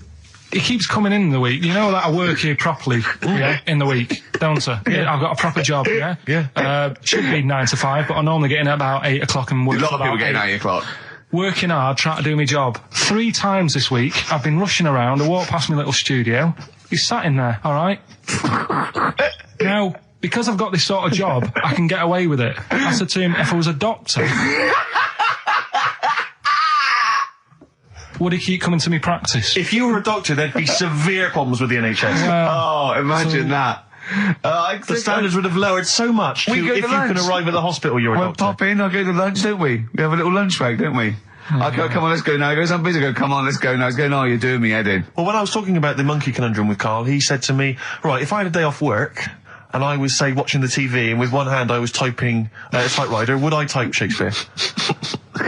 I mean... Yeah, but you see, there's certain things. We were talking a little bit about this stuff the other week, weren't we? When we said you were going on about Einstein, and I said he's not that good. You know, E equals MC squared. You know, it sounds good, but I've never used it. And that. I've never used it. You haven't used 2 and 2 equals 4, Karl. The fella with an apple fell on his head. You know, it could have been anyone sat under that tree. Do you know what I mean? It's just annoying. Lucky. And It just happened to be a genius. Newton gets all the credit do you know for what his I mean? laws of the universe. Well, other people were working whilst he was having a lunch break under the tree. Okay. So in a way, it's like he didn't deserve to have that success story. Again, forget the apple and the tree and whether he was sitting down having a lunch break. It's totally irrelevant. Yeah, but what I'm saying is there's certain things that will just happen. You know, it's like, I think we were talking, when we were out eating the other week, we were talking about Noel Gallagher. Well, this is the reason the monkey discussion came up, right? We would Noel Gallagher. I don't know what to say. I don't know what to say. Rick, I don't want to misquote I'll Noel. be like Herbert Lom in Clouseau. I'm going to get a twitch whenever he opens his mouth. I don't know where to start with some of his statements. Well, as I say, this discussion began because we were talking about a quote that Noel Gallagher supposedly gave. Now, I don't want to misquote Gallagher, but the gist of it was that he said, had I written Wonderwall or whatever, instead of the Beatles writing Strawberry Fields or whatever, I'd be the one that was considered the great songwriter and it wouldn't be the Beatles. You know, it's just the fact that they came first that meant that they get all the credit as being the greatest band I in the don't know world. where to start with that statement either. I mean, that's Gallagher's thing, and he's, you know, well, whatever. We know what we think of that. What was your point, Karl? You agreed with him, didn't you? Yeah, I reckon, right? Do you know we've talked about putting a baby in a room before and it'll know what colour it is and stuff? If you've got a room that's painted red, right? But forget that, because that's going to confuse Hear him out. Listen to me. Say if they did some new TV show, right? Like, what's that film with Jim Carrey in where The Truman Show. The Truman Show, right? So they make up a little room and some woman has some kids and you say, right, let's put the kids in this room, and they don't know what's going on outside. They don't know anything about, like, EastEnders and that. It's like their little world, right? They don't know anything that's gone on. How could a child survive without EastEnders? Right, listen. So he's sat in the room, right? And then when they're all asleep, Wait for this bit. someone Have you heard this? Yeah, bit? wait for this bit. They're all in a room. Yeah. They're asleep. Yeah. someone pops in, puts a guitar next to the bed, right? Nips off out again. They wake up in the morning, and one of them goes, "What's this?" They don't even know it's a guitar because they've never seen one, right? They're talking English though. Yeah, We just left guitar out of the vocabulary. right. So There's plenty more to come. one of them will pick it up and they'll go, "I don't know what it is," and they'll start strumming. They'll go, "That sounds good, doesn't it?" Give them a few weeks, they could come up with "Hey Jude," whereas typing Shakespeare, a monkey that can't even spell, I see that. Listen, can't answer it. Can't I answer might it. come with you, Rick, if that's all right. Because that's we've got to sort out that Christmas special as well. Yeah, no, sure. Alright, I'll see you later. I'm shooting off then as well. Darkness growing on me. Love that, love the darkness. This is the Best Of Show on XFM 104.9. I'm Ricky Gervais, with me Stephen Merchant. Yes. I hope you're enjoying the Best Of. Depeche Mode there, and I Feel Loved. Who'd have thought Depeche Mode would have been that huge? I think I'm seeing little lads from Basildon with little plinky plonky sound. I thought that'd be it. They'd be like Visage or something. That'd be it. And now they're stadium rock fillers. They're huge. They conquered America. He went through some hard times. He came out the other way, and well done. But see, I think what you just said there is a very good example of why they are and why certain other bands aren't. Because if you think about it, for me, you see, whenever I think of a band name, if I see a new band's come along or whatever, I always use a very simple test, which is, can you imagine that you're the announcer at a huge event? Maybe it's like broadcasting around the world, like Live Aid or Nelson something. Mandela or it's a concert. Nelson Mandela Freedom concert. Yeah. And you can imagine someone He's there. Nelson's there. Yeah, Everyone's with the there. Spice Girls. Oh, they're all there. But you can imagine someone saying, ladies and gentlemen, please welcome to the stage, Depeche Mode. Yeah. Rolling Stones, The Who. Exactly. But you can't imagine someone saying, ladies and gentlemen, please welcome to the stage, Visage. Ladies and gentlemen, will you please welcome our headline act? Welcome Idlewild! Exactly. Ladies and gentlemen, please welcome to the stage, Ned's Atomic Dustbin. It doesn't... Do you know what I mean? You just know. The Levelers! Some bands aren't going to make it. Ladies and gentlemen, please welcome to the stage, Mega City 4. You know what I mean? It's Just a simple test. We'd like you to do that at If home. you're thinking of starting a band, or you've just named your band, you're just beginning, just phone in, tell us, or email in, tell us what your band name is, and we will use that simple test. And we will do the test. Ladies and gentlemen, will you please welcome to the stage the Franken Walters. Jimmy Eat World. Ladies and gentlemen, please welcome to the stage, Cooper Temple Claws. I don't think it's going to happen for those lads. Here's a good It's one. a simple test anyway, but 100 email. reasons, please welcome to the stage. 100 reasons. 100 reasons I think would work quite well. I'm just going to give the email address, ricky.gervais@xfm.co.uk. But if you want, I'll pay for you to take history again. Carl, we'd love to see you get a C or above. And Well, we're I'll willing pay to... for you, and I'll get you some books. Right, now listen. We can, let's get, I reckon, when are the exams? June? Something like that, yeah. We'll try and register next week, and I reckon you can get an A or B. In history. I'm In busy. history. No, don't worry about it, it's just easy. I get you Brody's notes. If Heat magazine, they love you, Carl. They could probably sort something out. They could probably pay for a tutor. They got a lot of money, they sell a lot of magazines. I mean, it is always, almost always, and you found that out, I discovered this, it's always the Tudors and Stuarts. There's no fear for them not coming up. Now, what do you already know about them? You must already know stuff about Henry VIII and Elizabeth. No, because it's too long ago to even get interested in. Do you know what I mean? You can't. Is that why you relate to didn't- it. Okay. The Anderson thing, it was like, God, I bet my mum and dad were in an Anderson shelter. This is interesting. What, when they- Oh, my granddad would have, had something to do with this. But the Tudors, it's like, I don't know even if they had a family back then. Play record. We come back. Hang on, to hang this. on. Steve, because I need to introduce my the new feature. Yeah. For the I record. don't know if I had a family back then. Carl, listen, let me just Carl. ask you now, right? If you can finish this sentence, we've got a chance. Divorce beheaded, died. Divorce beheaded. Died. What is it? We just need to do a little bit of work, but otherwise I think you're going to be fine. It's how you remember what happened to Henry VIII's wives. They're little. Divorce beheaded, died. Divorce beheaded. It's like spam. Support. What's it? Support, protection, anchorage, movement. That's how You're going what- to. That's nothing to do with the Tudors No, and nothing to Stuarts. do with the skeleton. Yeah. See, no, we're not doing biology. Mnemonics and acronyms. What happened to Henry VIII's last wife? Did she die or did she not die? Divorce beheaded, died. Divorce beheaded. Do you know that the only king that has got a moustache is... No. The only king that hasn't got a moustache is the King of Hearts on the playing cards. Carl is genuinely. I don't know if he's actually upset or embarrassed, but it doesn't matter. Why does it matter? You were 15 and didn't go to school. If you were my friends, I think you would have just said, "Oh, we can't find them." Why? But you doesn't matter What's though. to do with that? Well, what do you mean? What do you mean? It's ridiculous. Do it again because you want to learn. Because there's great things in the world to learn about. Don't worry. Look, GCSE is vocational. Is vocationally for a 15, 16-year-old to go on to do A levels or whatever, or to get results. But you don't need that because you've done very well. You don't care about the Tudors and the Stuarts. I mean, I mean, I've had a couple of jobs, not this one, because you don't need qualifications to get a job. obviously. In the radio. It's obviously a You're job. absolutely right. But Yeah. the ones that I have got in the past, I did, because I didn't collect them, I had to lie. And I didn't go mad. I didn't say I had A's and stuff. But I didn't put history down because I didn't even know I did it. So it's a bonus. I kind of treated myself to a D and a couple of C's and that. So it's like, well, he's not I love the fact that Carl even then was honourable. It's like, I'll at least put down the ones I think I took and lie, but the ones I didn't take, I won't lie about. Yeah, and don't give yourself a B. Exactly. If they're going to find out you lied, give yourself a B next time, It could Carl. backfire, couldn't it? I mean, my brother's a bit mental, and he used to do things like go for jobs and say, oh yeah, I've done this before. Like being a mechanic, and he's never even picked up a spanner. And yet, he'd have the confidence to go and try and fix cars. Well, I'm not that daft, but God, and he. Who do you blame for this? That's just an easy way out. I have to blame myself. No? Yeah. What was the teacher like? Well, there's loads of different ones. I didn't like... I mean, the history teacher, it is my own fault, because with her, she's a bit mental. And I used to kind of stop the lesson by saying, oh, miss, tell us about your fireplace you've got that is made from a gravestone. Because that's what That would stop any English teacher in their tracks. And she loved telling you about it. Yeah. It was like, oh, I learned brilliant. that from a teacher. So that's why I didn't know about divorce, head loss, and all that. Yeah.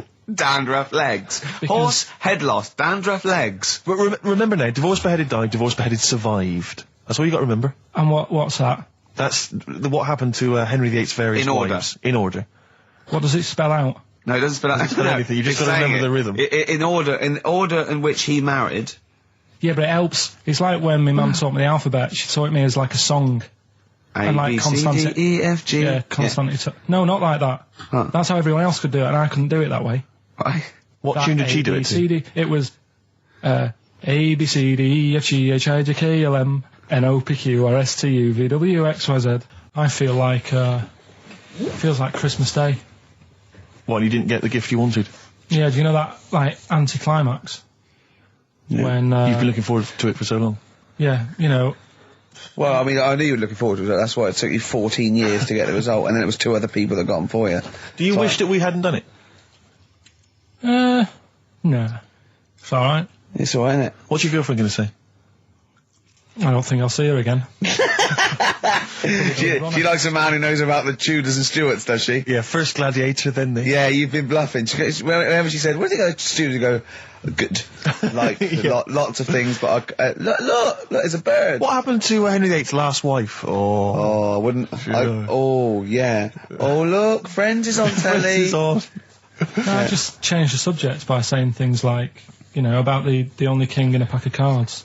That threw off the scent. That threw us off the scent. That wouldn't fool an invigilator, would it? That's the thing. You can't use that one with an exam board. I've said in the past to you, Rick, that my grandparents, so I love them dearly, but it's like for the last 30 years they've been waiting to die. I know. It's like they just sort of, it's like, you know, the novelty wore off of like... Life in the 50s. Yeah, they got kind of bored of it. Like, yeah, in the 40s it was brilliant. All sat around the old Joannas, the bombs fell, singing. They loved that. The 50s, you know, that was great as well, because that was the post-war years. It was, you know, it was a bit tight in the pocket, but it was all right. Everyone pulled together. And then the 60s came along, all the crazy music, the funny hair. Let's stay in bed. Exactly. They basically stayed in bed.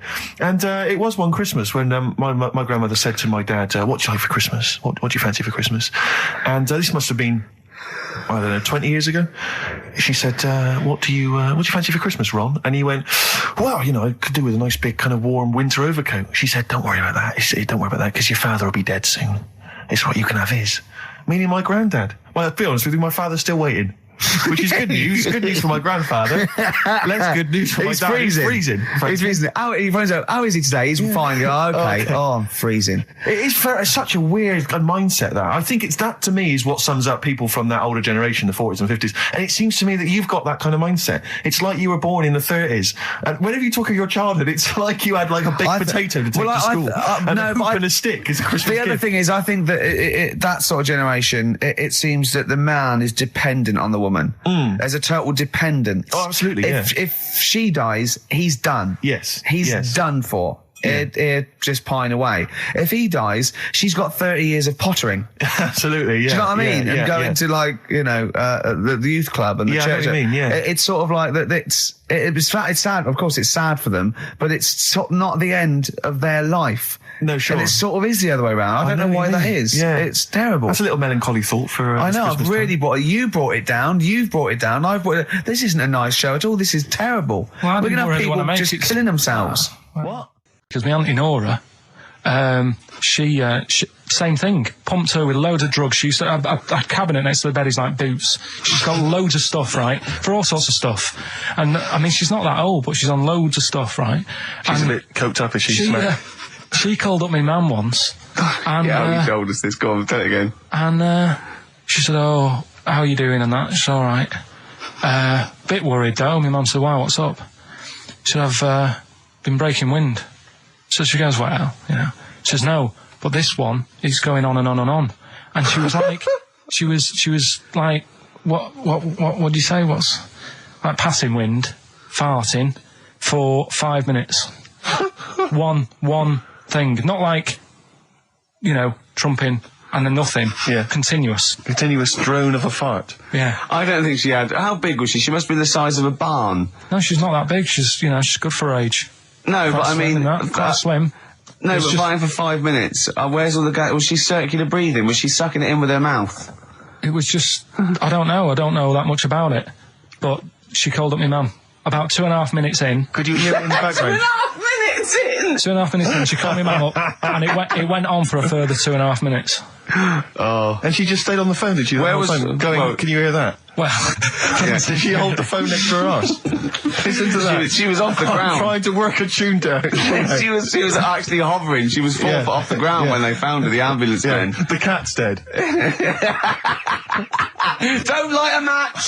Don't light that cigarette!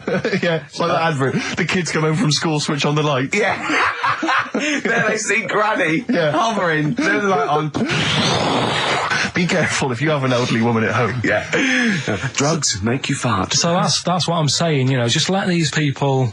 What are you saying? No, wait a minute, what are you saying? I'm saying let people enjoy the life they've got left. No, you're not. You're saying don't put them in hospital, leave them at home to die. No, I'm not. Give them a Rubik's Cube and let them die. I'll tell That's what you you're some- saying. Yeah, I'll tell you something now, right? Steve, I'll tell you something. I didn't want to do it because it brings the show down, but she did die. Who, the blue-handed lady? Yeah. How do you know? Because I said to my dad, how's the woman next door? Next She said, party. oh, she went last night. They've got an old fella in there now. God. So, there you go. So, wouldn't it have been better to leave her at home where her friends and family can call and speak to her, even nip that round if they want, you know, with a cat, I imagine. No, it's definitely a cat now. What was that cat's called, that you imagine? Probably, I'm seeing like a big ginger one, so I don't know, something like, I don't know, maybe ginger or whatever. Maybe I had a budgie. But that's what I'm saying, just let them enjoy this life, because dying in hospital, I wouldn't like to do it. If I went to the doctors and they said, you haven't got long life left, I'd say, well, I'll stay at home. Yeah. And that's the point I'm getting at. Yeah. Right? If you can't do anything for them, let them enjoy their life. Yeah, a Rubik's Cube. Right, well, XFM 104.9, we're not here. Oh, it is a bit like being Dennis Norden, playing some great moments from the show. I just imagine Dennis Norden one day, sort of just like waking up out of his stupor, he's doing this, and he'd go into the producer and go, I've just seen a couple of my programmes. I just saw It'll Be Right on the Night 18. It's It is terrible. Why didn't someone tell me? Well, we didn't want to upset you because, you know. But I've been doing it way too long. Well, you could just let me go on forever. Well, until you died, yeah. Well, why can't my son take over? Well, he's 80, Dennis. And the jokes I'm doing, they're awful. They're just, why have I got that clipboard? I've written these jokes, they're not funny. There's an audience, they're laughing. What are they laughing They're not at? laughing. They're not laughing. That's canned laughter. Who are those audience? Who goes to an audience for It'll Be Right on the Night? A lot of them are older than you. It can't be right. Do you know we have 15% fatality in one of your audiences? But I went home at Christmas. I watched one of the episodes. Yeah. I was with my family and friends. I said, watch this, you'll love it. Stony face. No one laughed. They all thought it was Well, it is. Well, why didn't you tell me earlier? We didn't want to hurt your feelings. You're an old man. You may be upward of 102. I didn't realise. Yeah. I think that my new TV is too big, Rick. I said that I know, when he I don't know bought what it. I was thinking. But I can't believe it. He talked about this buying it. He's got a bit of cash now, of course. And what is it? 42 inches? 42-inch plasma screen. What did it cost you? $3,000 or Oh, something? don't tell me. That's Wow, huge. it's 3.5 ridiculous. grand. $3,500, big spender. Of course it's too big. Well, I can't get far enough back in my room, in my living room for it. You know, you're meant to be, I think, 4 times the screen size away from it. Really? to get out from the air. So that's 4 times 42 inches you're meant to be sitting away from it, which is impossible. Yeah.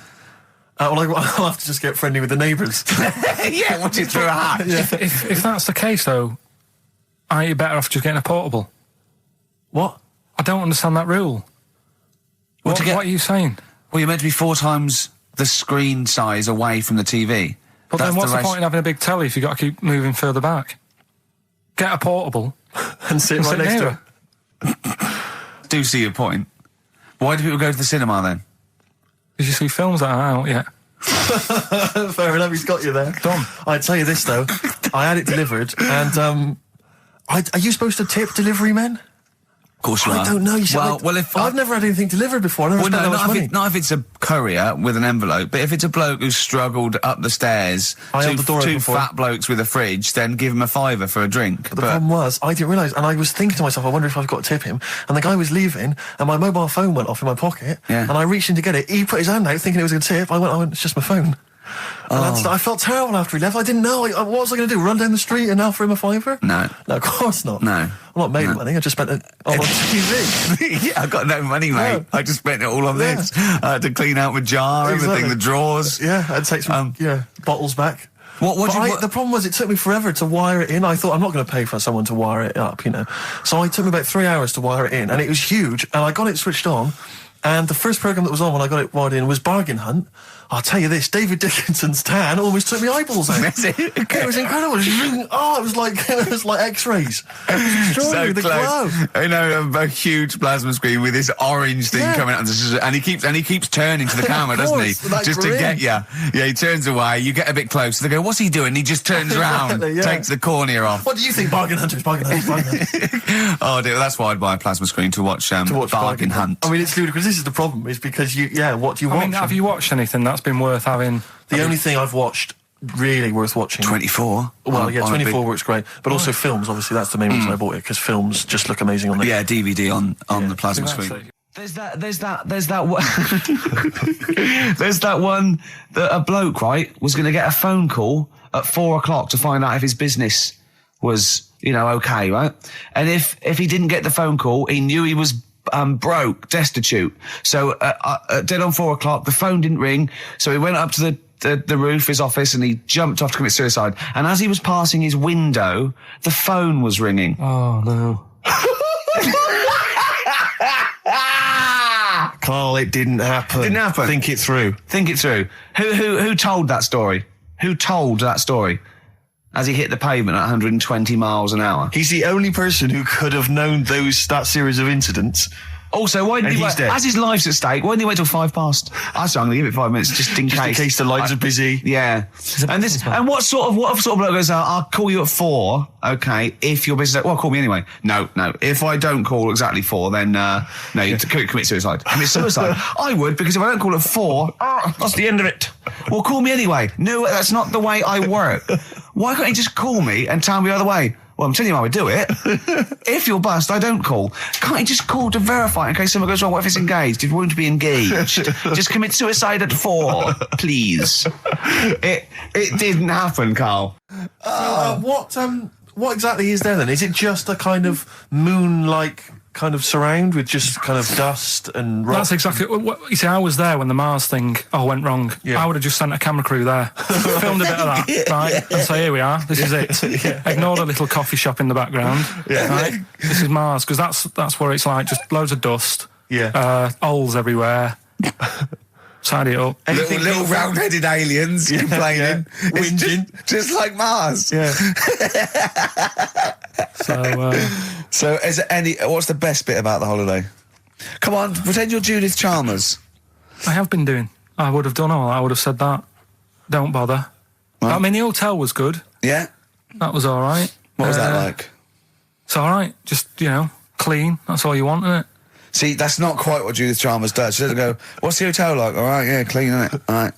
What was it like? What was it? 3-star, 4-star? Did it have a swimming pool? What was the room like? I had a swimming pool and that. Yeah? Yeah, it's good. I think it was one of the better ones on the island. Okay. Nightlife? Wasn't really. And there was a bar, there was some bands playing. Yeah. Not very good. Food got a bit boring. Yeah. It was always the same food every night, but they sort of themed it and made out as if it was different. So, like, on Mexican night, it'd be chicken with a nacho on it. Right. And Chinese night, sort of chicken with a little prawn cracker on it and stuff. Sure. But that got a bit boring. That's me just turning on my phone, because I want to read to you a text that I got from Karl. I think you sort of sum up the holiday in this text, don't you? Do you remember it? Can't remember. Let's have a look. Let's have a little look. Let's go Instantly, to what did Suzanne, your girlfriend, make of it? Similar view to you, that they should fill in the holes? Yeah, it's just that thing. You see, I went on a coach trip, right? And you go and see the volcanoes. Like I say, there's 36 of them. Yeah. Which, how many do you need? And when we're on the coach going round all these volcanoes, the fella on the front's going and look out your left window at the moment, and there's a volcano. And if you quickly look out of the right-hand side there's another one. Right. And on the left, he's just like, all right, we've seen it. Sure. Do you know what I mean? Yeah. And that trip, we'll talk about that trip in a bit. Right, this is the text I got from Karl, right? All right. Been up to a volcano. Been in some dead artist's house who built his house in the lava. They said they would show me science with volcanoes, but all they did was chuck some water in a hole and it shot up in the air. No dwarves in the canteen, no scousers here, but there is a Swede woman with a big head. She looks effing gormless with a cap on. All right? So a little reference there to... A Swede woman? What's that mean? Do you mean Swedish? Yeah. Or she looked like a vegetable? No, a Swedish woman. But they've all got sort of quite big bill, aren't they? And I sent him a text. Oh, well, it's just good to a beer holiday because, I'm working. He sent back, so am I. Just been watching Sky News. There is a school for monkeys who want to get a band together. Is that monkey news for later?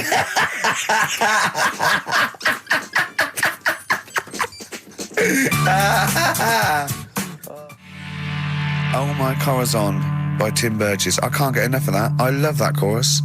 On XFM 104.9. Ricky Gervais, Steve Merchant and little Karl Pilkington. But it was a nice holiday. Yeah, it's all right. It's just, I went there to relax and that. Exactly. Did a little bit of that. Trying to think of some new, features and stuff. Sure, always working. 3 holidays a year, Jesus. Oh, not really 3. Two. It's all one big sort of like work thing to me and Steve. 2 holidays, isn't it? Work hard, you need the holidays. So, yeah, the things that annoyed me was like, you get bored sat around the pool after a couple of days. I'd read my book. Yeah. There wasn't much going on the Not even any crabs to throw sand at, was there? No crabs or anything. They wouldn't bother with Lanzarote, right?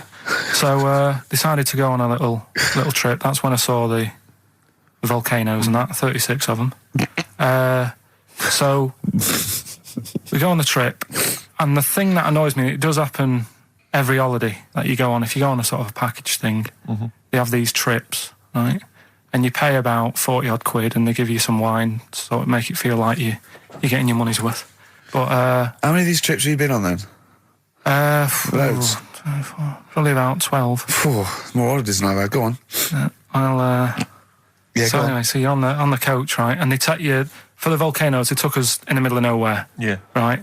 There's nothing else round there. Sure. It's like I say, it's like Mars, but with holes in the ground. Yeah. Right. And they sort of drop you off, and they go, right, everybody, see you back here in an hour. There's loads of volcanoes for you to look at, and a coffee shop over there. And for a fact, right, you don't need an hour there. You could just say, well, just keep the engine running because I'll have a look in this hole, we'll get back on, give us 5 minutes. Don't need an hour. Absolutely. But that they've got something going. It's a backhander, definitely. What, with the coffee shop? Definitely, yeah. They go there.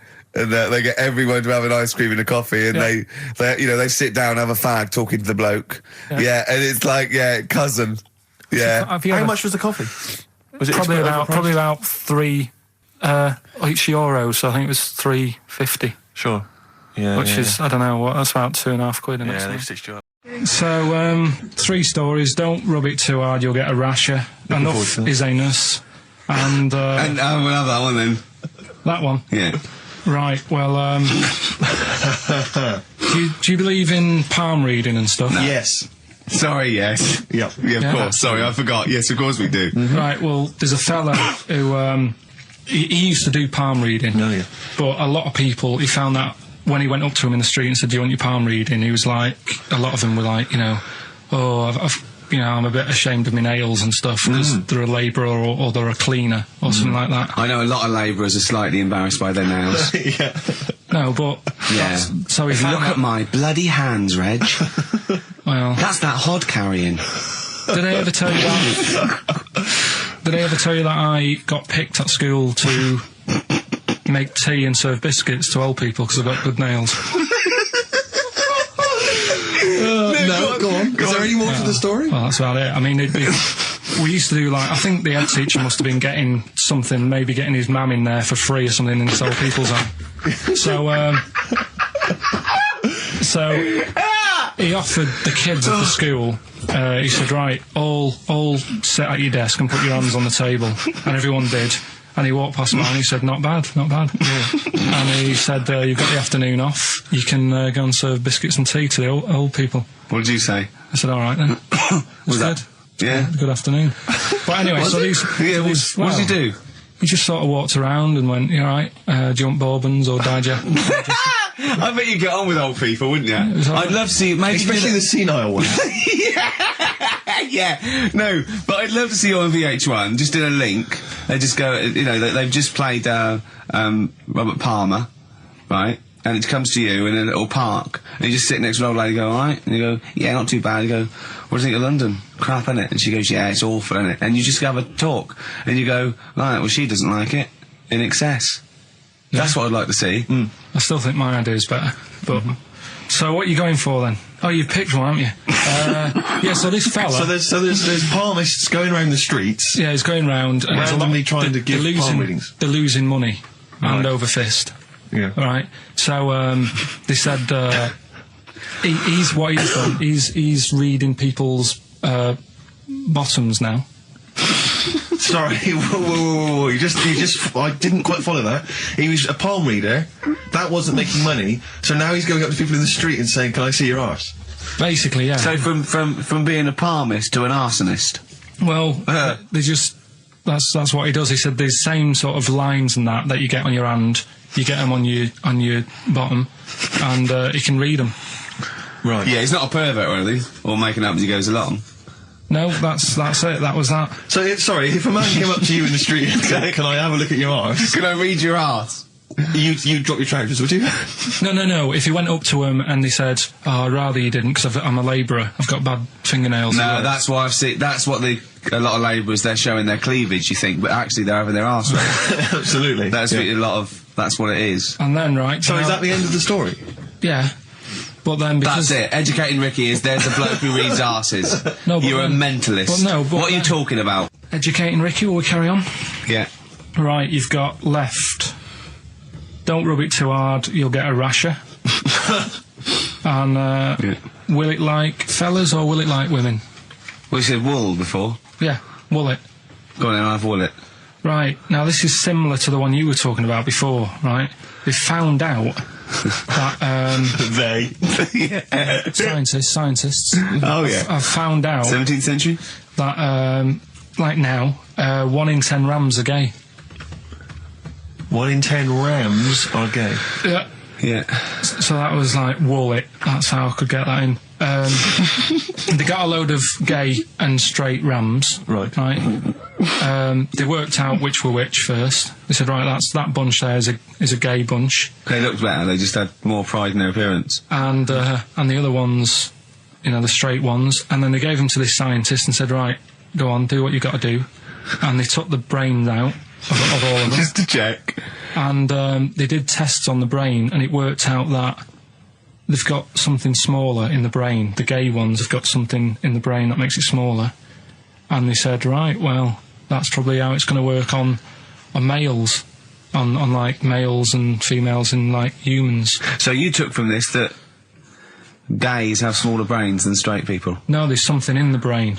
Right, go on. So if someone's saying, oh, I'm a gay, or they're not sure or whatever, they will now be able to find out. So you can go to the doctor and to find out if you're straight or gay. Is there any gay in my brain? Let's have a look. Do. You've got a little bit of a gay in you, yes. A little bit of gay in there. Yes, you've got the, you've got a little bent cell there. Well, that's why they did it, anyway. I don't understand how they could differentiate which was straight and which were gay to begin with, before they then gave it to the scientist. Wasn't that what the scientists figured out? How could they tell? There's one theory that it's genetically determined. There is one. There is a theory that's genetically determined, but I don't think it's as easy as pulling a sheep's brain apart and finding a little pink sort of like blob in there and going, right, we've taken the guy out and now he's going to go and shag some ewes. I don't think it's that straightforward. Although homosexuality does occur at a similar sort of rate in animals, I think. Yeah. Yeah. So you do that, didn't you? So that's that one. I mean, I just like the idea of the farmer figuring out which is straight and gay. Well, that one's wearing quite a camp-looking neckerchief. So I'm thinking maybe he's gay. Is that? Yeah. I love the fact they can. That one's a big fan of Sophie Ellis-Bextor. Yeah. They would. They put on ABBA and see which ones dance. Exactly. That's how they. Which one? Yeah. Put on like Barbara Streisand and see which ones sing along. It is rubbish. What did I find out? Did you just say that is rubbish? No. Then here's a good one. Go on then. Right, in Dubai, this woman went to Dubai for her holiday, and she was over there, and apparently in the markets Bit by spider? they sell lizards. Oh, go on. Right, just like for people to buy. So she buys one, not knowing that you're not really meant to take him out of the country. Sure. Puts it in a bag. Yeah. As you do. What have you? And then she gets to the airport when she's going home. She's thinking, I can't really leave it in my bag. Yeah. So she puts it on her head. On her head? Wears it as a hat. She wore the lizard as a hat? Yeah. People on the plane were just like, yeah, everything's fine. You know, they're doing the cross checks and that. Yeah. Have you got your seatbelt on? Yeah. There's a woman there with a lizard hat. Everything's going well. She gets off the plane at Manchester Airport. Lizard sticks its tongue out. Yeah. The air hostess says, what are you doing with that? She goes, I've had it. Lizard said, I just found her in Dubai. They said, I've had this with me all journey. And they said, well, you shouldn't have done. And they took it off her. Yeah, I think that is true, actually. Yeah. Yeah. So what about that? Yeah, good, yeah. Yeah. That educated me. Right, what, any more? Well, what's that taught you? That's taught you, be careful when smuggling lizards back as some kind of hat. Yeah, don't just say, lizard, keep your tongue in, you twat. Not at the customs officer. Yeah. Last one. Yeah. Don't rub it too hard, you'll get a rash out. It's been a mess today, hasn't it? What do you mean it's been a mess? It's been a mess. What has? This. What? The show? Yeah. How has it been any worse? It's just all over the place. There's no sort of, it's not tight like it normally is. And she'll be going away with this, thinking that's what the show would be like. She listens to the show. She knows it's a shambles every week. Go on. Well, don't rub it too hard, you'll get a rasher. Yeah. Do you know the saying, ham it up? Yeah, go on, yeah. Right, well, do you know what it means? Well, it means to overact. Right. Well, years ago, with actors in musicals and stuff, the actors used to look pretty ill on the stage because they didn't have proper makeup and that. Right. Right. So what they used to do to make themselves look rub their face in pigs. Well, they got bacon, rubbed it on the face, and it made the face a bit sticky because of all the the pig fat and bit of lard and stuff like that. And then they'd go and get some bricks. Bricks? Yeah, house bricks. Rub them together, make some sort of red dust from the brick, and then put the dust on the face. And the fat and the lard and that would make the dust stick to the face. And they'd look well under the lights. And that's where they're saying... They'd smell great as well. Yeah, well... They're lovely. Everyone likes the smell of bacon. No, but... So that's the old ham it up. That's where that comes from. If it's true, I've no reason to think that it's not. So that's your third educating Ricky today. So what have you learned? Nothing. Absolutely sod all. You've got your hamming it up. Yeah. Rams are gay. They know which ones are gay now. Now. And at last, thank God. The fella who can hand read an arse. If you miss the rest of the show, what are you going to make of that? If you've just tuned in, you are a maniac, Carl. So- And you've had your screen test. I reckon we'll be seeing you on MTV or VH1 in the near future. Which one are we No, doing? do the Bughead one. Right, well, the bughead one. Well, we've talked a lot about animals and that, haven't we, without heads. Surprisingly, we have. I think a disproportionate amount on it. If you're a new listener and this is the first time you've listened, you'd be surprised. Yeah, we've done all that. We've covered worms, the way if you cut their head off, it grows back if you don't cut too high above its neck.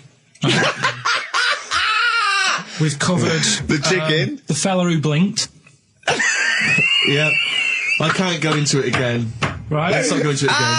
We've had the chicken with no head that lived for 8 months. Yeah. And we've had And we've had the cockroaches. cockroaches living for a week without an egg. Right, okay. Well, it's a bit more on the cockroach front, really. Right.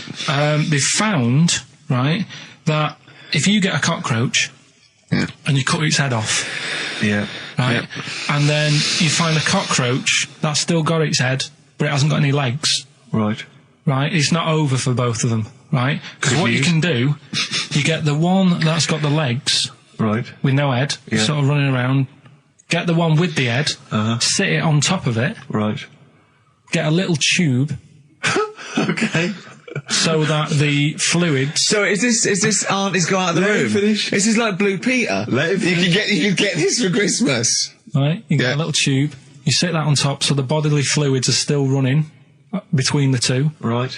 The head of the one on the top will control the feet of the one on the bottom. Okay. What about Good. And will it continue to live? that? Yeah.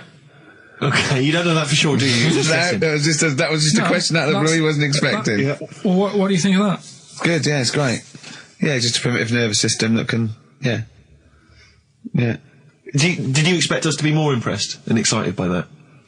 Did you fall off your chair when you read that? Did you literally topple off? Going, Did you "Whoa, like a cartoon." think you were going to be the Frankenstein of the insect world? Yeah. No, I just was thinking if they can do that, you know, With them, can they do it with humans? Because I also did a bit of research course on. you did. Did you come to the sort of conclusion that apart from the moral aspect of it, that the human was probably more complicated than?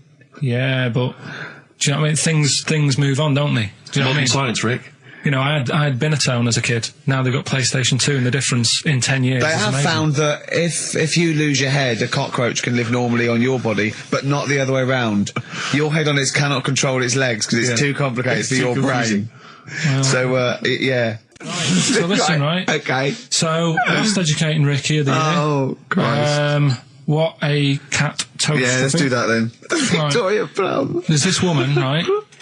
Yeah. This woman, she's reading Guinness Book of Records. Yeah. And she's flicking through. Yeah. And she notices that there's a world record for a cat, right, with 27 toes, right? So she reads it and she thinks, well, that's not right, because her cat's got 28. What do you mean a cat's got 28? Her cat's got 28 toes. So she was like, well, hang on a minute, mine should be in there. So there was I like, missed the very beginning of this. she was Just looking through the Guinness Book of Records. Oh, Sees the woman. record. A woman was looking through the Guinness Book of The Records. woman with the cat with 28 toes looking Right. through, and it said the record for the cat's toes was 27. She thought, hold on a minute, Ross McWhirter. My cat's got one more than that cat, so go on. Anyway, so she said, you know, the person doing the interview with her said, you know, is it happy?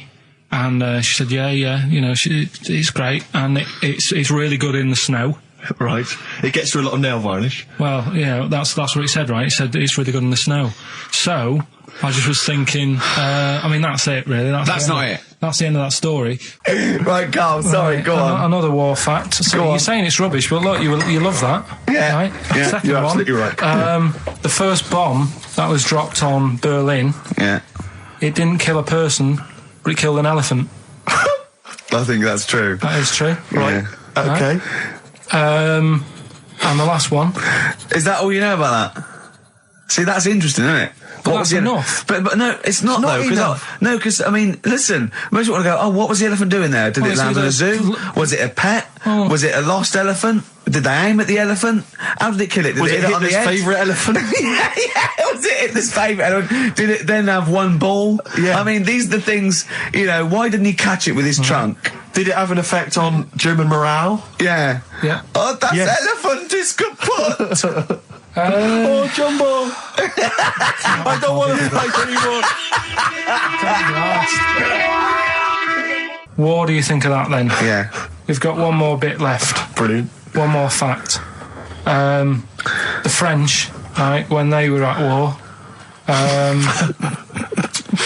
David Sharma, I just imagine him just introduced. It's amazing. Which war was this? it was still the World War... One or two. World War Go II. on, it's 50-50, go on. yeah. Right, World War II, what the French did, everyone needs a code. Everyone needs a code. Yep. A code when you're in the army. This is a and Disney song. that, right? And you know, to sort of give the go ahead if you want to go into battle and stuff. Okay. Right? So, Everyone needs a code. but the weird thing Game is, show. right? The weird thing is, do you know what theirs was? Go on. Do you? Yeah, I know what it is. It's So what a bit was weird. the French code? For what? To sort of say, right, yeah, go on But they had more than one. on this day. But I don't know what day it is. On All this right. day. And what, it's like saying, what am I thinking of? What was the battle? What was the... Okay, so all right. What? Look at him, look, he's genuinely confused that I've asked this question. Right. It was No. If you ask me a question, ask me the question correctly. What was the code for battle during what battle? World War II. No, that's not a battle. That's a war. Yeah, it was in a war. Yeah. I don't know what to do. He confuses people. All right. Okay. What was it, Carl? What was the? Yeah. code? What was are the you French thinking code? of? Right. John's got a moustache. What are you talking My about? lungs are gonna burst. That was a code that the French used. You know, like, I mean, I just think it's a bit daft, right? Because you could come up with that by mistake. yeah. Two French blokes talking in the trenches, and they see a major walk past, and they go, "Oh, look, John's got a moustache," and they all go and go, "No, I was just talking. What are you talking about?" Well, the way I don't think that's a good code. I'm not. I you don't know, believe it is the code. No, it is seriously. And what? And It's would just it, like would it what have we been? talked Would it have about been it. said in French? Yeah. Okay. Yeah. But the weird, Guess in. Yeah. No, but What? you see, I can't even be bothered What are you saying, Carl? because it's not a very good code. Do you know, like we've talked in the past about, you know, things you don't see, and I said an old man eating a Twix. Yeah. If they use that's safe. Because no one is ever going to see a man having an old man having a Twix. What do you mean? Well, use that as a code. Don't use a saying, John's got a moustache, that could crop up. And it's like the war's kicked off. How did that happen? Well, I said John had a moustache. Oh.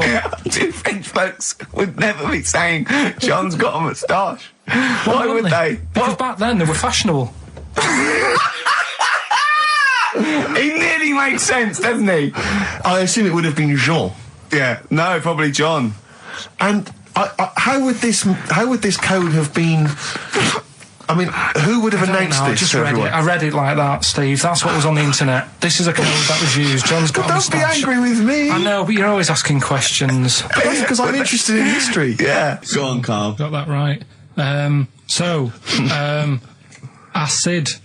I would sort you out with some science. Brilliant. I forgot the puns in mine, didn't I? I forgot the puns.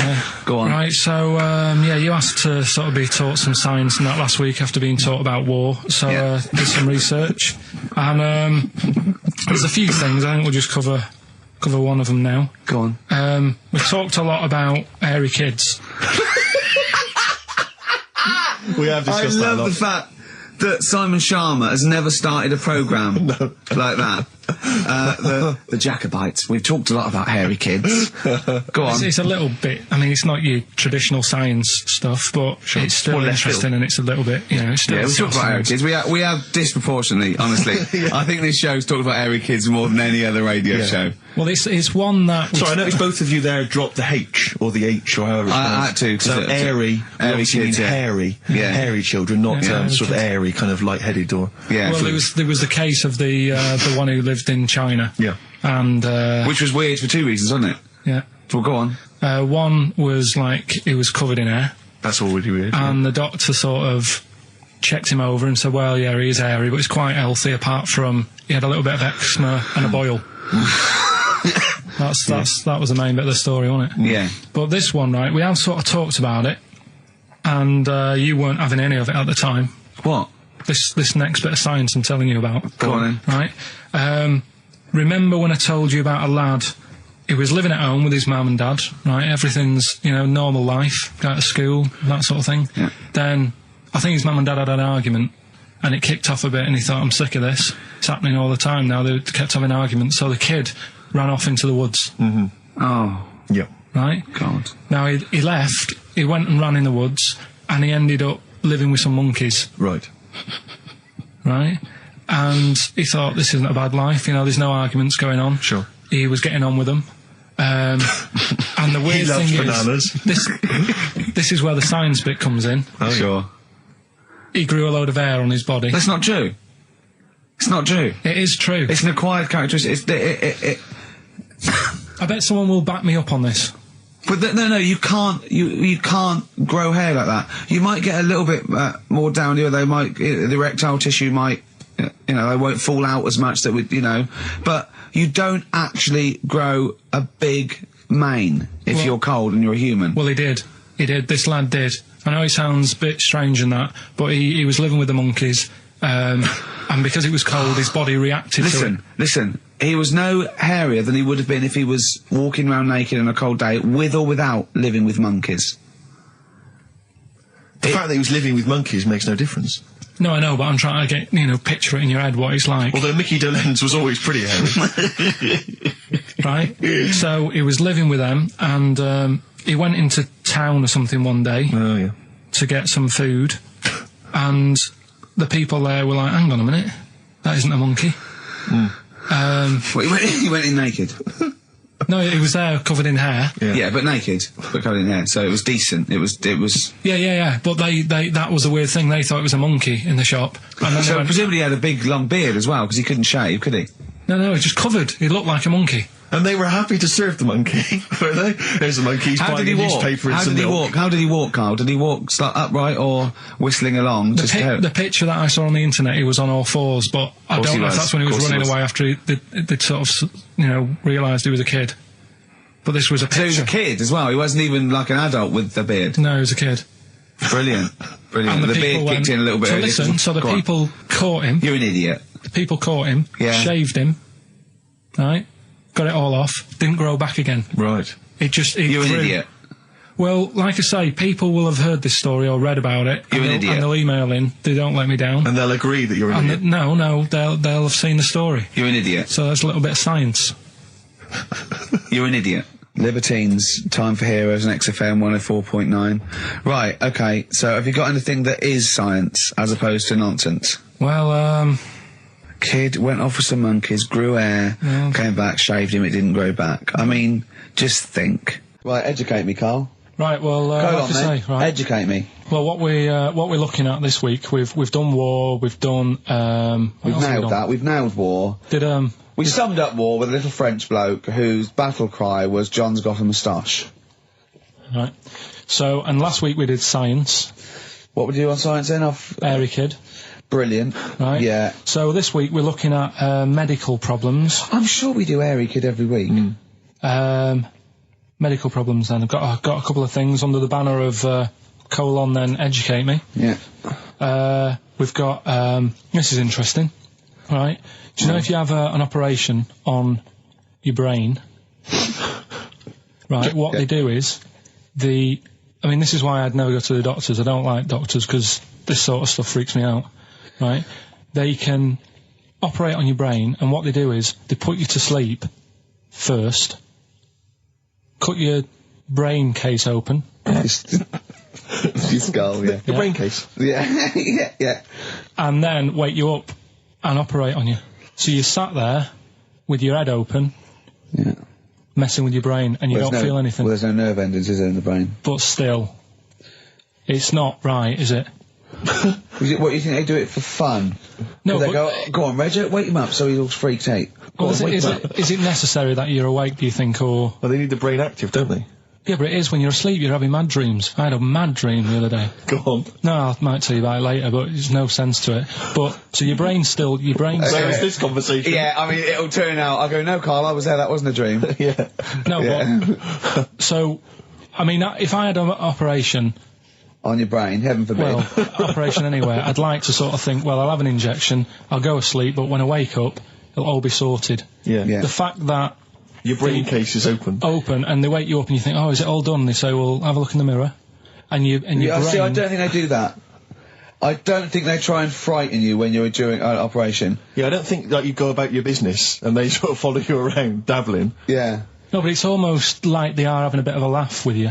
Right, well, I'd just like to say now that they don't. Anyone who's going in for an operation on their head, do not ever listen to anything Carl says. Why have you got to be awake? Because you'll be bored anyway, you'll be sat there.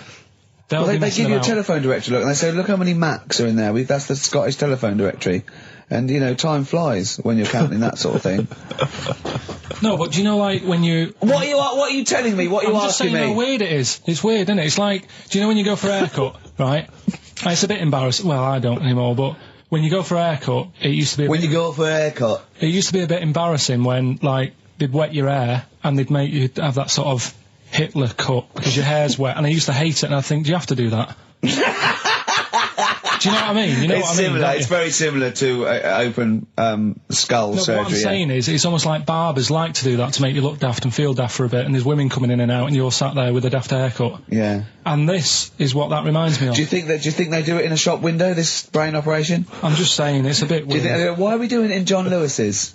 Just so more people I love the idea that that's what doctors are doing. Let's make this guy look a bit stupid. Yeah. Open his brain Look case. at the twatty look for this brain out of his head. Take a Polaroid, Reg. Take a Polaroid. Look at him. Look at his face. Right, clock his face when I give him the mirror. Get this on camera. Put this fake nose and glasses Sorry, on. did you teach me something then? Was that educational? I thought you that your brain case can be open with your awake, and you just sat there sort of letting them get on with it. Brilliant. I've learned that. I'll never forget that. Right, go on. Anything else? You'll love... Let's play a song, because the next one is amazing. What, even more amazing than that? Yeah. Play a song? Yeah, bit of Bowie? No email still, by the way. No, I don't think it's working. It's not working today. Lady Stardust. We'll have to do a phone-in for Rockbusters. Off the Ziggy Stardust album. Right. So, we'll move on to this next one, right, which is brilliant. Dead short story, so... Right, old woman, about 70 years old. Yeah. She's normally fit and healthy and stuff, nothing wrong with her, she's having a good life.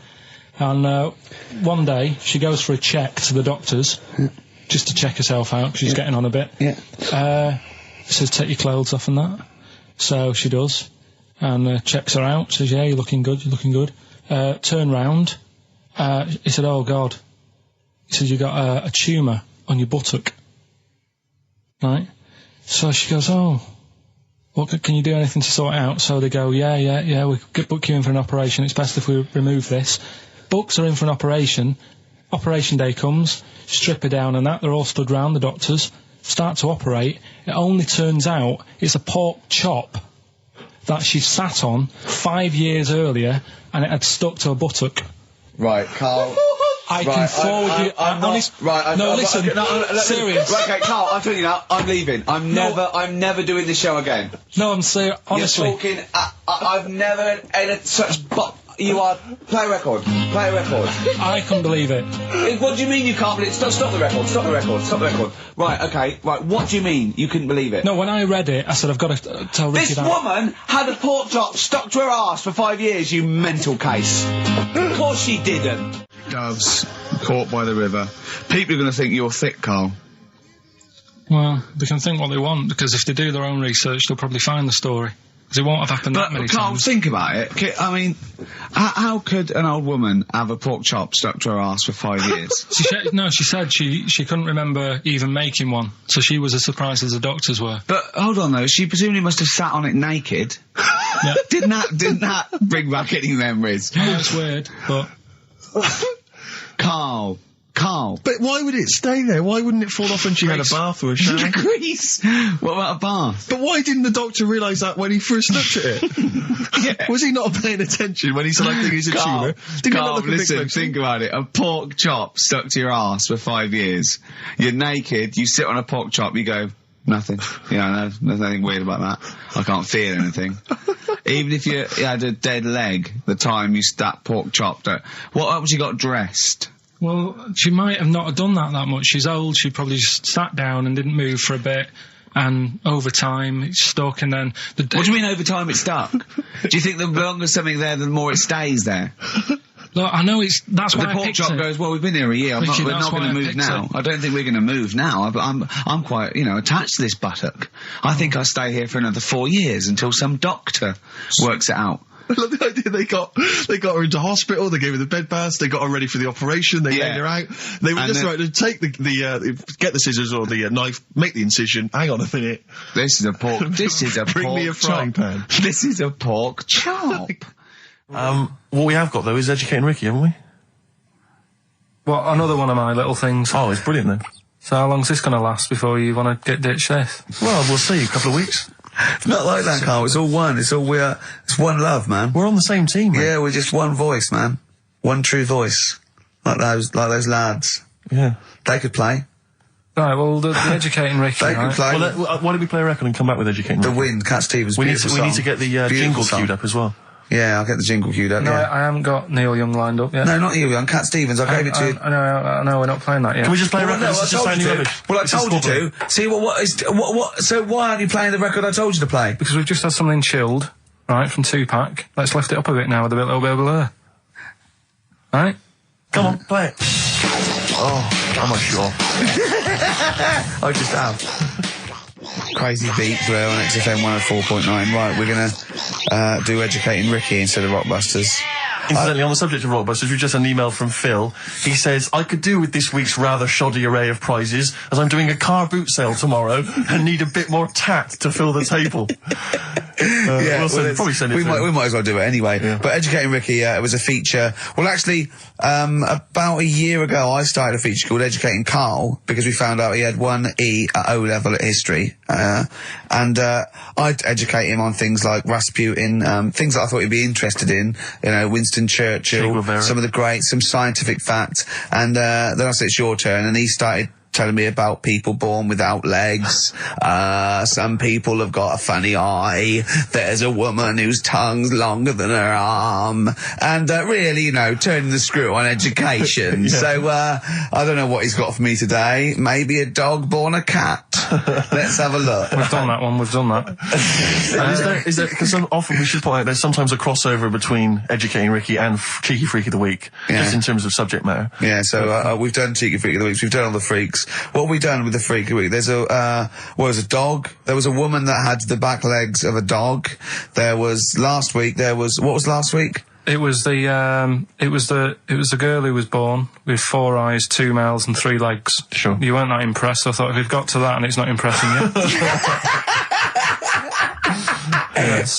We are a tough audience, I admit. Let's move on. Is there a jingle for Educating Ricky? Educating Ricky. Oh God. You've told me Educating Ricky. Very similar to some of the other jingles I've done. Well, they're made by the same people. Yeah. Right, okay, well, it's just, Educating Ricky is just stuff that I learn in the week, and I think that's interesting. I keep it up here, and then I share it with you, right? And some interesting stuff. One of them, right? Mount Everest. Go on. I need more. Right, well, there's a problem. Yeah. Because people are leaving rubbish up there and that. And, whoever owns it is saying, Whoever owns it? He's saying, forget this. They're leaving a mess and all that. But do you know why it's called Mount Everest? What was that? That's one, is it? That's one. There's rubbish on Mount Everest. No, How many people go up there? Are we talking about people dumping old tellies and washing machines? Who's fed up? The Yeti? What are you talking about? No, that isn't what I'm educating you. I'm just telling, this is part of the story. I'm just telling you. It's just a bit of context for you. They're leaving loads of rubbish up there. Well, they're not leaving loads of rubbish up there, are they? No, they are. They're apparently not like prams and washing machines and seagulls flying everywhere. I don't know. Anyway. But anyway, do you know why it's called that? You know why it's called Mount Everest? Why it's called Mount Everest? I know the mount bit. It's because it's a large mount, and if you climb it, by the time you get to the top, you need to have a rest. And that isn't the educating bit. I'm just telling you. It's not true. Well, we'll leave that. Well, right? no, Carl. In the name of everything holy, do you think that anyone named it because you have to have a rest when you've climbed it? Well, we'll see. We'll see what people say on email. But Well, it's definitely not. But anyway, that's one thing that I kind of thought, that's interesting. I'll remember that. I'll teach Ricky that, so you've learnt that. Right, now, are you familiar with this thing that they can do if you're dead, right? No, not if you're dead. It's like if you're ill and you know you're going to die, right? I don't know what this is anymore. Extraordinary. Have a rest. Extraordinary. Himalaya. What? Listen, this is an interesting fact. Come on. If you're ill but you know you're going to die. Yeah, you can have this thing done in Detroit where you get put in a fridge. Right. And if they work out, what's wrong with you in 20 years' time, they go, right, that fella is in the fridge. He had that. We can sort it. Let's get him out. And they sort you out. Yeah. Is this the first time you've come across this idea? Yeah, I read it the other day. I didn't know You've about never it. heard of this before? It's called Cryogenically cryogenics. preserved. Good, innit? They put you at sort of like sub-zero temperatures, so stop all cellular activity. So do you stop aging at that point? Yeah, it's suspended animation. So, well, what's the law on it, right? Because say if I had something, right? Yeah. And I said, put me in a fridge, and when you've got the cure and that, wheel me out, sort me out. Say if they did that, Yeah. and it was like 40 years, Yeah. and in 40 years' time they get a cure for me. Yeah. Would I have to stay with Suzanne? Because she'd be 70. Do you mean what are the rules? Should you be allowed to date a younger woman? Well, it's not fair, is it? It's like good news, we sorted you out, but... I don't think she'd mind. I reckon she'd she'd have the best 40 years of her life. Yeah. And plus, they're never going to find a cure for what ails you. That is genius. That is brilliant. You come out, you're cured, and you go, oh no. I love the fact that's what he'd be lying there. If you could think while he was in that state, you'd be thinking, oh God. She's losing her looks. Yeah. Just, oh dear. But everything else as well, like, my job wouldn't be here. No. No. Although the figures would have gone up a little bit. Flat's probably gone or knocked down or whatever. Sure. Yeah. Most of my family would be dead. Yep. So what's the point? What? How do you know about it? Who's done it? Well, famously Walt Disney, apparently. I mean, Walt Disney actually did die, but had his body preserved so that should they one day be able to bring back people from the dead, they need Walt Disney. they'd think, hang on, who do we have? But with him, nothing is going to change because when he comes out, Mickey Mouse will still look the same. Sure. Plug and all that. Play a record. I don't know where your mind is. Play a record. It's brilliant. You just say words. It's the have a rest. Yeah. They've cloned a man moth. No, but that's the sort of thing I think we need now, right? We've covered a lot of stuff. What, education? Teaching, yeah. Well, okay. What do you want to know? Don't know. Have you got something? Can you educate us on anything? I've been reading bits So and could we bobs. bring back just for one night only, educating Ricky? Oh, I'm excited. Yeah. Do you think it warrants that? I don't know enough about it. You know what I mean? About what? It sounds perfect. Play the jingle. Educating Ricky's getting smarter. A couple of things happened in the week that I read about. Okay. Keeping up on what's going on in that. Sure. Yeah. One was about that Galileo fella. Okay. Was it about 1636? Was it?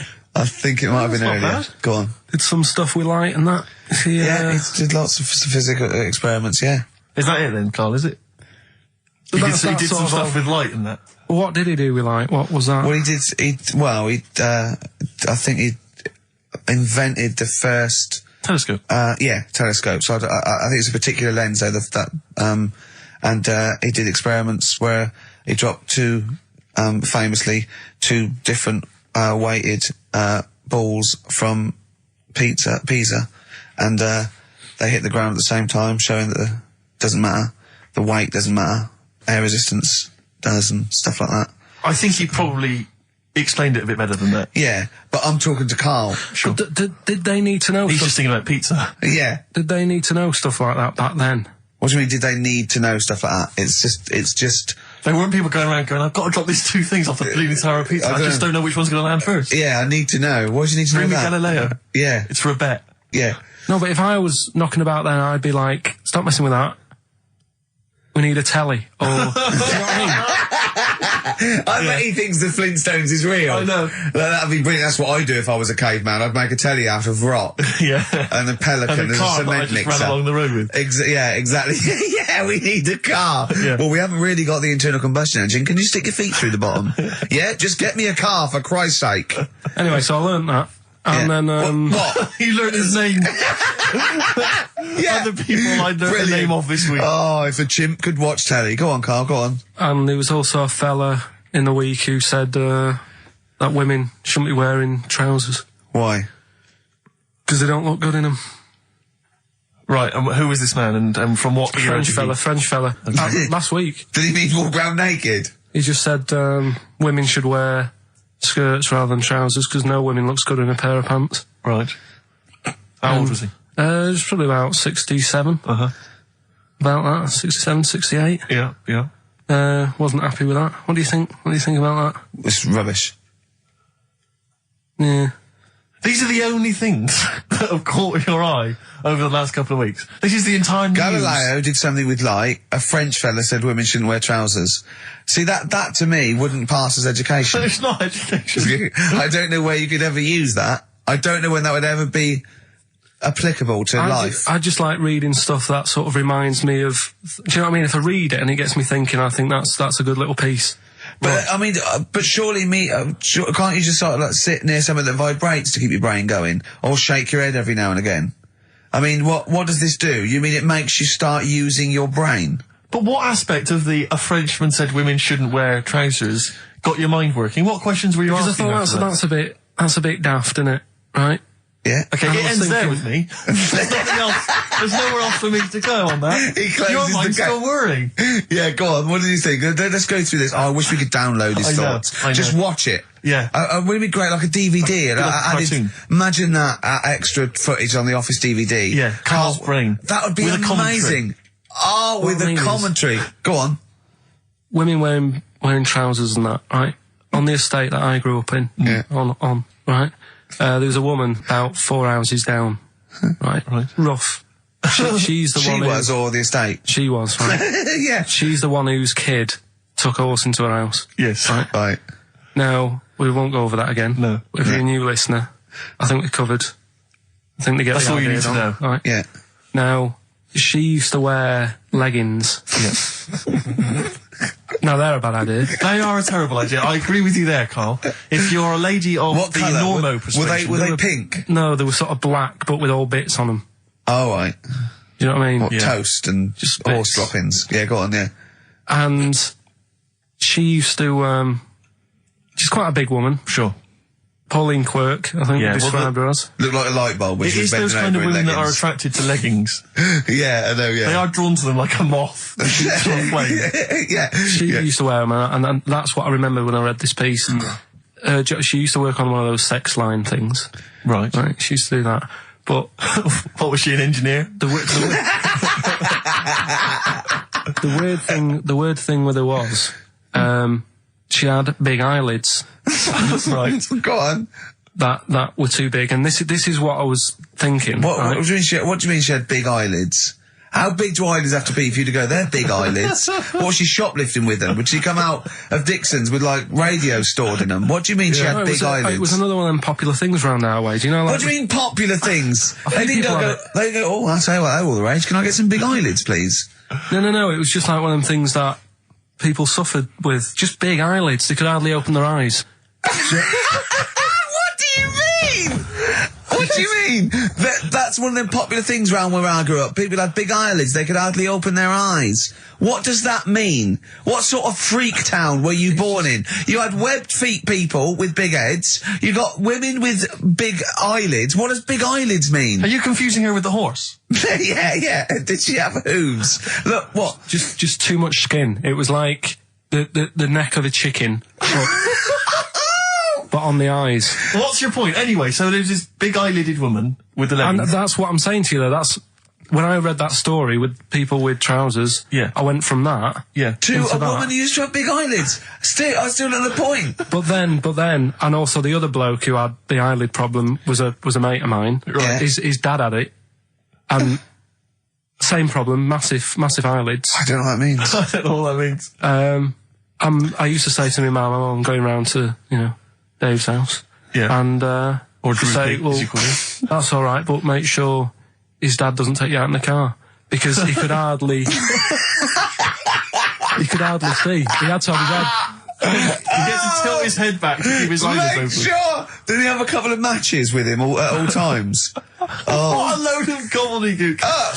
But this began as educating Ricky. I know, So it's what, like he was people thinking, with eyelids. But it's like you're supposed to make that leap as well. Yeah. If I mentioned the trousers, Ricky will probably be thinking about people with big eyelids and women wearing leggings. Play a record, Carl. Got nonsense. Adverts. No. Alright. Before we move on, was the Sharks article interesting? Did you learn anything? It's pretty good. Was it? Go on, Yeah, what I'll was teach it? you something about that later. Oh, okay. Is this educating Ricky? It wasn't, but I can teach you a bit. Yeah? All right. That's good. Play some ads and that. Play some ads on a tune, and then have we got maybe a competition? Yeah. All What have we got? We're all looking forward to that. All right. Fortune Faded, Red Hot Chili Peppers on XFM 104.9. I'm Ricky Gervais, with me Steve Merchant and Karl Pilkington.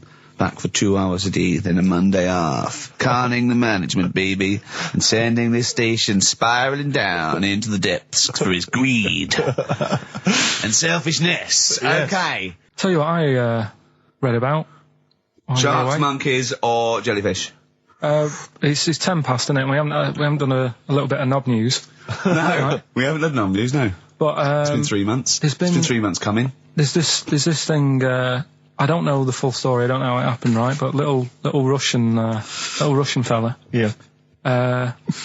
He was sort of having sort of emptying his bladder, right? And Yeah. somehow electrocuted himself. Right. And sort of did a bit of damage. How's he? What, is he smashed I don't onto know. some I don't live know. wires or something? Something like that. So Did anyway, it damage to himself or to an electric fire or something? no, to himself. To himself. Yeah. And so the doctor. Didn't slip and curling tongs went up his arse when he was pissed, because that's happened a lot in Yeah, we've all been hospitals. We've all shoved the old curling tongs up the arse when having a piss. Right. So I can't even be bothered. No, go on, no, we're interested. We're interested. Come on, we're interested. Don't You give can't up. be bothered. You get Mondays off. Do some work. All right. So anyway, so the doctor says, "Oh, it's not looking good. We'll have to take that off." What? I was like, Novectomy. Yeah. Really? But the funny thing is, right? Nothing funny about that. They've done. You're doing me head in. You're doing Just me head tell in the today. story. Just doing me head in. Oh, you can chill out on Monday. I've only got 15 minutes, but I'm going to talk to you every Saturday. I'm going to get the money's worth out of this, because you get Mondays off, and I can't bear the fact that someone's getting away with something like that, because it's terrible. So you're going to stick this out, or you're going to have to work Mondays. So take it on the chin, right? Okay. Just finish the story. Yes. I command you. Just do it. Anyway, so they said, he said, will you be able to sort me a little knob out? A prosthetic Now, cock, yeah. Yeah. But they put him out Yeah. for the operation. Yeah. He woke up, Yeah. right, and he's thinking, oh, thank God that's over and done with. Yeah. They've only grown it on his arm. What are you talking about?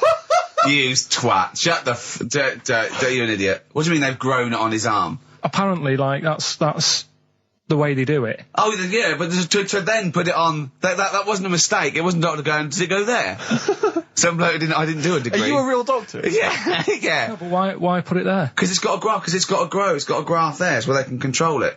To skin tissue. But on your arm. Well, But they're going to your remove it back from or- the arm itself. What do you mean on the back? on your back. Somewhere, well, we can't wear a t-shirt. Yeah, but you could have a ridiculous. He's in hospital. But this way you can still have a little tug, can't he? But they'll leave it there for quite a bit. It's not, do you know what I mean? It's not going to be like, oh, it's just there for a few days. Yeah. It's there for a bit. That's not good, is it? So he's got a cock on his arm. Yeah, what's up with that? What do you mean, what's up with that? Well, I mean, you could say it's a thumb or something, couldn't he? Yeah. But they remove it. Be good And for attach hitching. it down wouldn't it? below later. If you had a knob instead of a thumb and you went hitchhiking, just tickle it, and they can see it like a mile down the road, couldn't they? Boasting. Yeah, if I'd lost my knob, I'd go, I'm not going to have all that stuff. Just whack a pair of tits on me. Do you know what I mean? I think, just forget it. But why not just put it where it should be straight away instead of messing about? Where should it be straight away? You know. On the forehead. Listen, are we doing a competition? Let's play a tune. Come on, Carl, you can't be bothered. Right, okay, we're going to scrap this and you're going to work Mondays again. Well, let's see if this is enough. Let's see if Trevor McDonald just read this on the news at 10, it'd be shorter and you get back to the football or whatever. Yeah, here we go. And here is the news at 2:15 with Karl Pilkington. Bong. Man who walks backwards around lake falls in. Bong. Chinese woman eats dirt. Bong. Man lives in rubbish dump for 10 years. Brilliant. Bong. Czech family says they've got a rabbit with 3 knobs. Right. Done. Sorry, could you just read a little bit more of the Czech family with 3 knobs?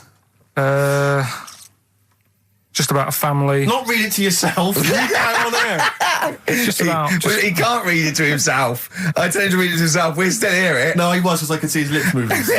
Go on. Just this fella who had 3 rabbits. Right, just think of this is Trevor McDonald. Yeah. Okay, carry on, Carl. Okay, oh, here's the news. Right, good, brilliant. Go on. There's a fella. He's got 3 rabbits and that, and then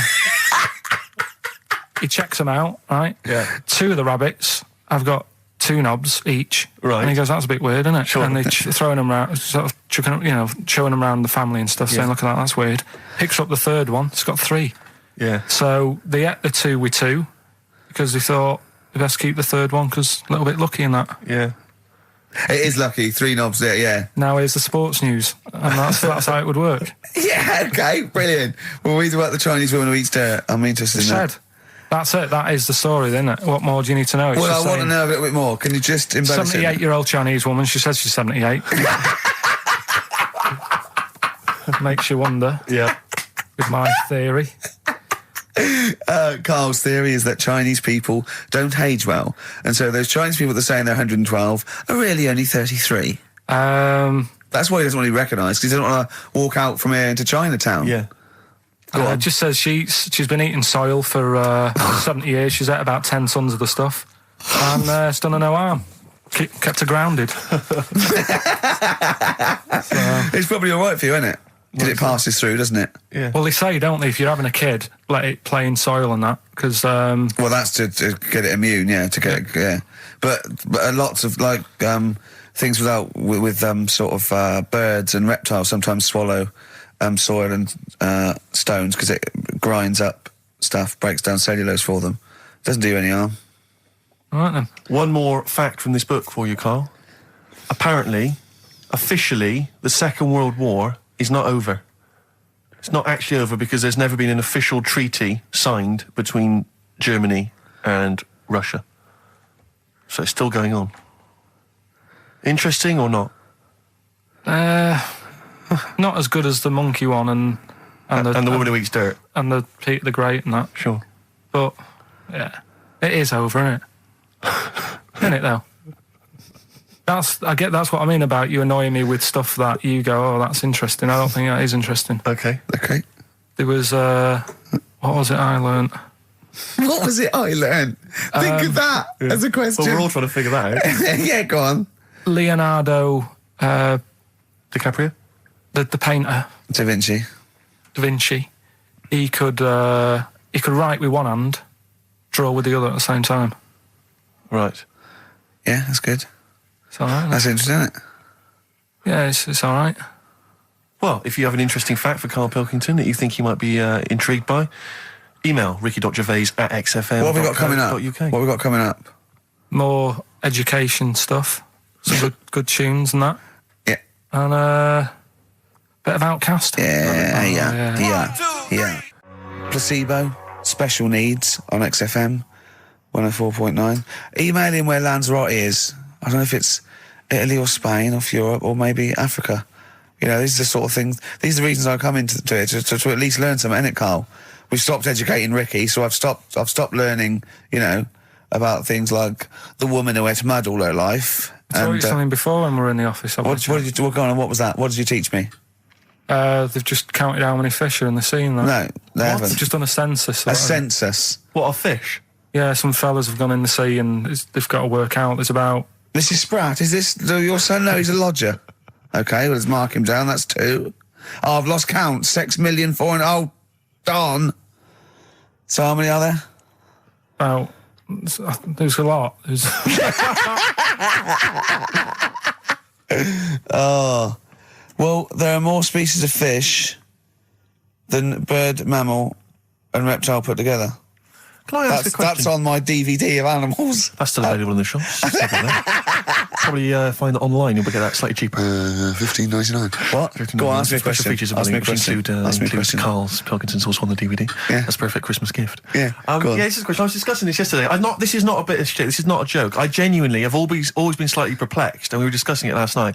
The notion of the birds and the bees. Yeah. Now, I don't mean, the birds and the bees. I understand how, Why they use the birds and the bees? Yeah, because, well, you see, I always, as a child, I assumed the bees were having some kind of relations with the birds. No. So what is there anything to do with the birds and the bees, or is it literally, just like a euphemism? It's just, the birds and the bees. No, but they... Do the birds do anything with the bees? No, not at all. It was where they just take them out? It was where parents used to sidestep the issue by saying things like, when a lady blackbird and a man blackbird, they meet, right? They make a little nest. And then because they're in love, they have an egg. Yeah. And that was it. I understand that. That makes sense. But why the bees? Why the birds and the bees? Well, probably... I don't know. I don't know. You see, within nature, forgive my ignorance, within nature there is no relationship between bees and birds, is there? No, not at all. No, not at all. Nothing's going on. But probably what it was, if the parent found it hard to say, daddy puts his penis at mummy's vagina, it was much easier to say, like in the insect world, billions of them queue up and just fill the queen with spunk for about a day. Sure. Thus avoiding the embarrassing intercourse. Exactly. That's what I think, Karl. What do you think? Were you talking about the birds and the bees? Did anyone bring that up with you? No, it was just in that class, wasn't it? When they put a video on. That's what we had. No, we had a film. And they just said, I watched that. And then... what film, though? Basic Instinct? It was just like, two people. And all sat round the telly and watched it. One girl fainted. And they said, right, that's that. Next week, prisms or whatever. And did it teach you everything you needed to know? Well, how much do you need to know? Yeah, true. No, true. Except one kid in my class still thought a baby came out of an arse. Afterwards, he didn't understand. I think what they should have shown on those videos is technique as much as anything. Yeah, I suppose so. Because it was largely just instructional. Wooing. Wooing. What it didn't tell you was how to get into a position where this might be of some interest. That should have been the first 4 weeks of the course. Yeah, well, obviously that baby who had the kid who had a baby. What was going on there, Karl? That was weird. Did you see that? Yeah, that was going to be your favourite programme, wasn't it? Yeah, it wasn't that good in the end. Why? You told us about this story ages ago, didn't you? Ages ago. I told you about a year ago about a baby that had a baby. Yeah, a bit different, the baby that had a baby, isn't it? Whereas a Siamese twin with a breech actually just, developed inside him for, it wasn't even developing. It was a twin stillborn that just was inside, enveloped in the other one's body. So it's a little bit different to a baby what had a baby, isn't it? Yeah. Actually disappointed he was. Do you know what he said to me? He went, well, I thought it was going to come out. And go, oh, bloody hell, I'm 7. What a waste of my life. Like he'd been in there going, oh, hello? Hello? 7? Idiot. Yeah. Yeah, a bit disappointing. But there was a programme on after that, right? At 10 o'clock on Discovery, and I haven't got Discovery. Oh, right. It was about... Good? Oh, I didn't see it. This is it. Yeah. I was going to say to people, if they've got a copy of it on tape, if they can send it in. What was it? About a baby with 4 legs. Right. That was on at 10 on... It wasn't a puppy? No.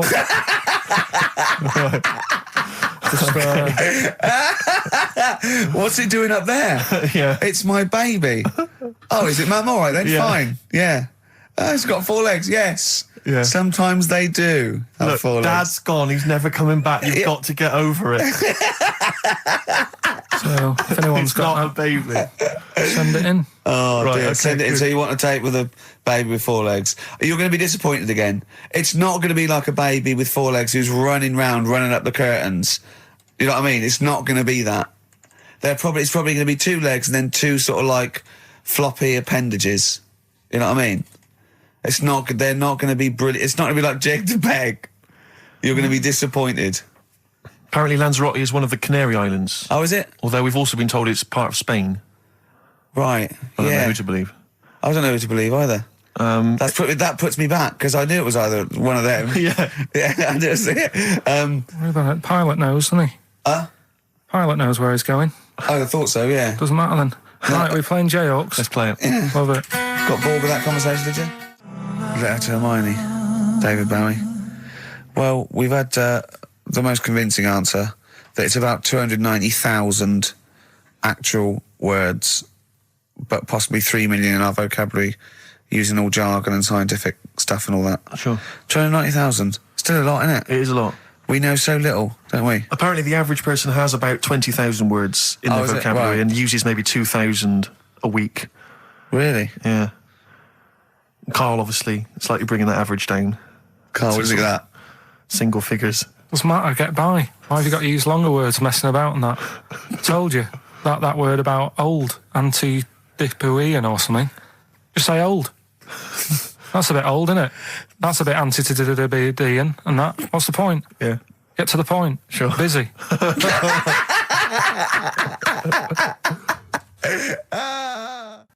And things that, I mean, there's certain things that people get excited about that I think, well, what are you getting excited for? Like what?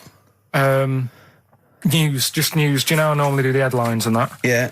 Have we got any headlines? Not really, because there isn't that much going on. Isn't there? This is what annoyed me, though. There was something about a woman who's going up Everest on a bike. Do you know what I mean? And they were like, oh, brilliant. But I don't think that's that good. When someone's done it walking... Carl, you're going to do some news What do stories, you I want? think. Well, like I said, there hasn't been that much going on. There's a story about a fella who hasn't eaten for 70 years. Right. He hasn't eaten. Is that all that's all the information you're going to give us? Yeah, hasn't eaten for 70 years. Hasn't had a drink, but he's all right. That's rubbish then. Next. It's not rubbish. Yeah, it is, yeah. Next. Well, what is it? How is that? How is a man not eaten or drunk for 70 years? It's that thing, isn't it? Your belly gets used to it or something. Steve, has he misinterpreted it or is it rubbish? Well, it does, to be honest with you, it doesn't actually offer any explanation. It just says that that's what happened. Right, so that's rubbish. It doesn't go on to Next. anything else. A woman's had 6 organs transplanted. Woman needed a new kidney, a new heart, a new stomach, a new liver, new kidney, intestine. Does that mean that she's the same woman? I know. You'd Yeah. just say forget it, wouldn't you? Yeah. Wouldn't you though? Well, not really. You know, the organ is just a lump of tissue. If you're that knackered, call it a day. And don't waste time with that. Yeah, And good there's advice. There's a woman who hasn't slept for 8 years as well. Well, that's impossible. Again, you want to see that, Steve? Yeah. That's the news for the week. Yeah, all rubbish. Turn off now. Next. Do you want to apologise once more for anyone you might have offended over the year? Yeah, like I say, I never want to upset anyone. We're just chatting about stuff. It's just chatting. It's from the heart. You see something, you say, "Oh, it looks a bit like so and so," or "Isn't it a bit?" You're not really, you don't really try and hurt anyone's feelings, do you? But I think most people know that. And I've got to apologise for laughing at anything you say. I actually can't help it.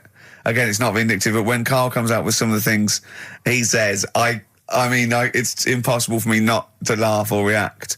So have a Merry Christmas, everyone. Well, before that, Rick, is there some final for the year monkey news? Tell you what, let's play a good song.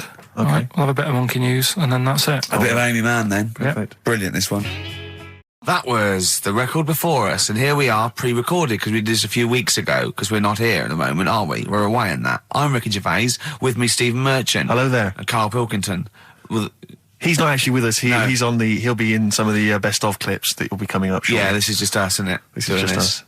We did this. When did we do this, Rick? A couple of weeks back. Hold on, what is it? What It's the day? 27th today. Yeah, well, I enjoyed Christmas. I loved Christmas. I loved Christmas. I had a loved great Christmas. time. What do you get? Loads of presents. So did and I. I'm glad they made it to number one. I'm really glad. Stroke, he, she. Yeah, I'm really glad that the pop idols, Cliff Richard, Westlife, made it to number one. Bo Selector. Bo Selector. Yeah, just delete that. As, Yeah.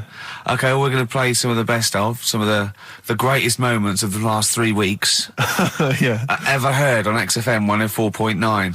What about this? Do you remember this one? Oh, which one is it? I'm Ricky Gervais, with me Steve Merchant. Over there, Karl Pilkington, the man who believes anything. I think it might be a condition due to his little round head.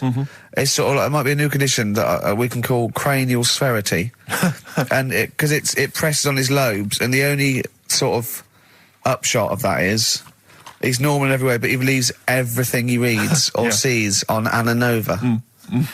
All right. Talking of which, Rick, I don't really follow the news. No. It's mainly boring, isn't it? Wars and stuff. Yeah.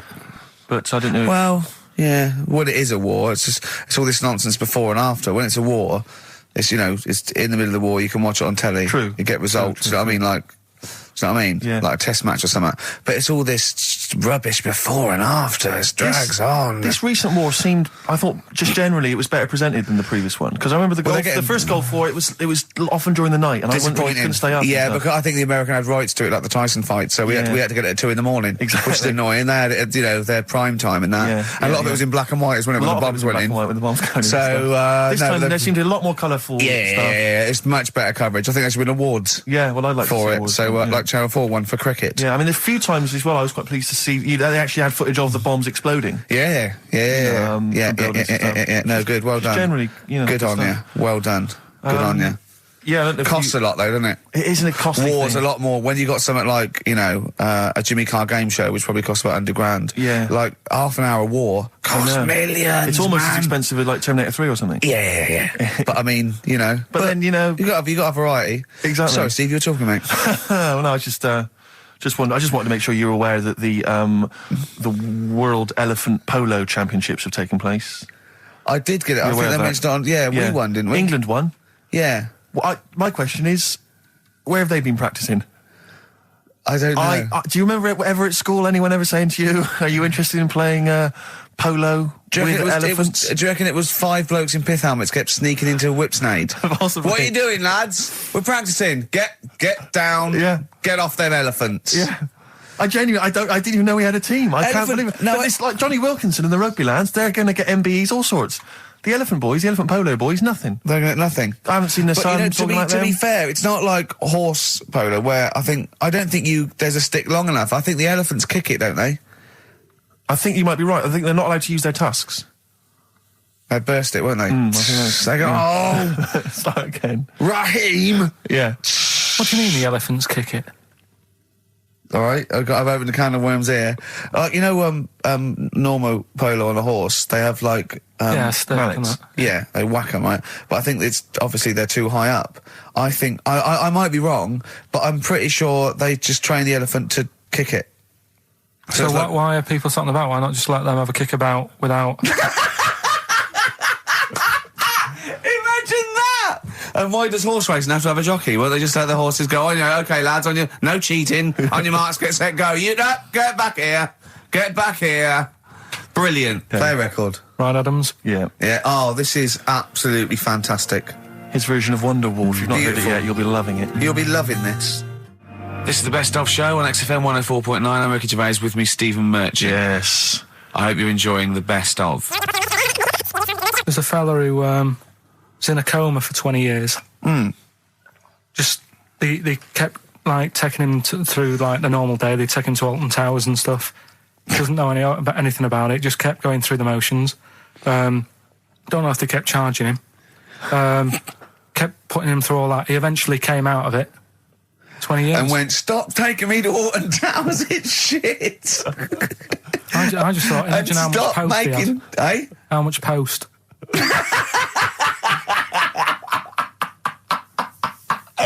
Oh, Did you God. read about that guy in the paper, Carl? He, sorry, on the internet. he in about, I think it was about 1984, 85, he had a terrible car accident. But this must be it. He went This into a coma. This must be what he's talking about. Well, they didn't take him to Alton Towers. Of course they didn't.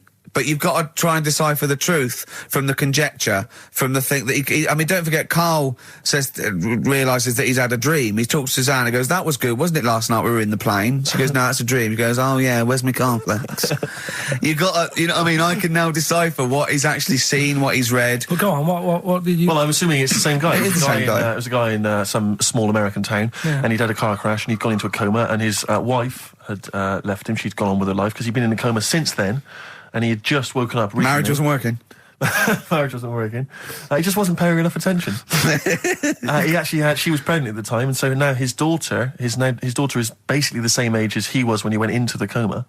And he's just started coming around. He's just started making jokes. They said, how do you feel? He said horny, which I thought was quite witty for a man who'd been in a coma for however many years. But anyway, yeah, so he's slowly trying to rebuild what life he can. That's what do you make of that, though? Because the thing is that he's missed. Imagine what he's missed, Karl. Imagine the music that he's missed. The Live TV Aid. programs, Missed the Live news. Aid. Live Aid.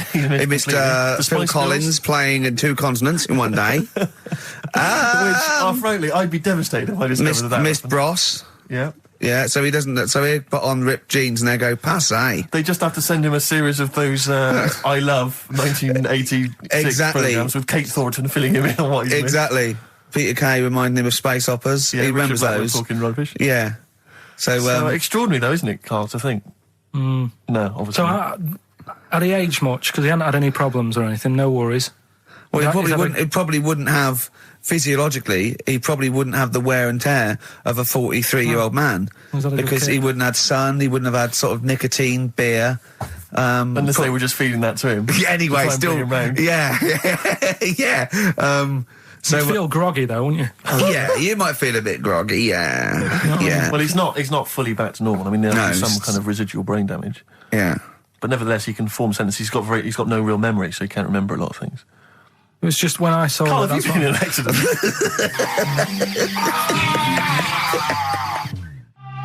The brilliant Blur, Out of Time on XFM 104.9. One of my post-Christmas. favourite singles of the year, and that's another thing. We'll be playing our favourite singles of the year, as well as our favourite clips of our own show. Rick, I imagine if people have got a bit of Christmas money, they're wondering what they can spend it on. Office DVD. Well, other than that, these guys have got some ideas. What, adverts? Brilliant. Placebo, Bitter End on XFM 104.9. This is pre-recorded. We recorded this a couple of weeks ago, before Christmas. I hope you had a great Christmas. If you didn't, not our fault, really, is it? Nothing to do with us. Wouldn't have thought we'd have. We're well over time because we've got plenty of cash now, thanks to a lot of you who probably bought the Office DVD. Yeah. Probably got And that if you in haven't stock. yet, and you've maybe got vouchers or money, still available. Still there in the shops. Still available. You can still make it the best-selling DVD of all time. Please. Please do. Yeah. Please do. I'll tell you what you want to hear, though, before you make your mind up. I'll tell you what, if you like this next clip, go and buy the Office DVD. I think you will. It's a brilliant clip. It's the one where we talk about, well, it is self-explanatory. Yeah. What's the best job you've ever had still, Karl? Talk like about it. Is still Paper round. Is it still the paper round? Yeah. That's ridiculous. No, it was good, though. If you look at it, like, you know, what I liked about it, you're your own boss. No, you're not. You're not your own boss. No, The guy who runs news the agent agent. is your boss. All right. But then once you get out and you've got your papers and that, you sort of, you're on your Do own. what you want can as long think as you about deliver the stuff. papers exactly to the places he said you are in the time he said. Yeah. It's And I did. freedom, isn't it? Any jobs you wouldn't do? Go I've just thought of one that you wouldn't do on. with your sort of mild homophobia. Well, I'm not. Proctologist. What's that? Basically sticking your finger at other people's arses. Right, well, no, I wouldn't do that, no. Why have you got to do that? What do you mean, why have you got to do Well, why that? does anyone need that doing? Because they got to look if they've got an arseache or something. Which trainee doctor makes that their speciality? Do you know what I mean? That must be, right, we got a place for proctologists, and it's you, Meadows. You Yeah. came last. Oh, seriously, what? I'm not the arse doctor, am I? Yeah, you came last. Oh, I'm a bum GP. I can't yeah, believe it. yeah. You got to, oh, I can't believe this. Yeah. Tell you a job I don't like. What? I wouldn't want to be doing. The woman, there's a little woman who sits in the little snack stall on Finchley Road station. Yeah. And I don't know how to describe it, really. She is surrounded by snacks.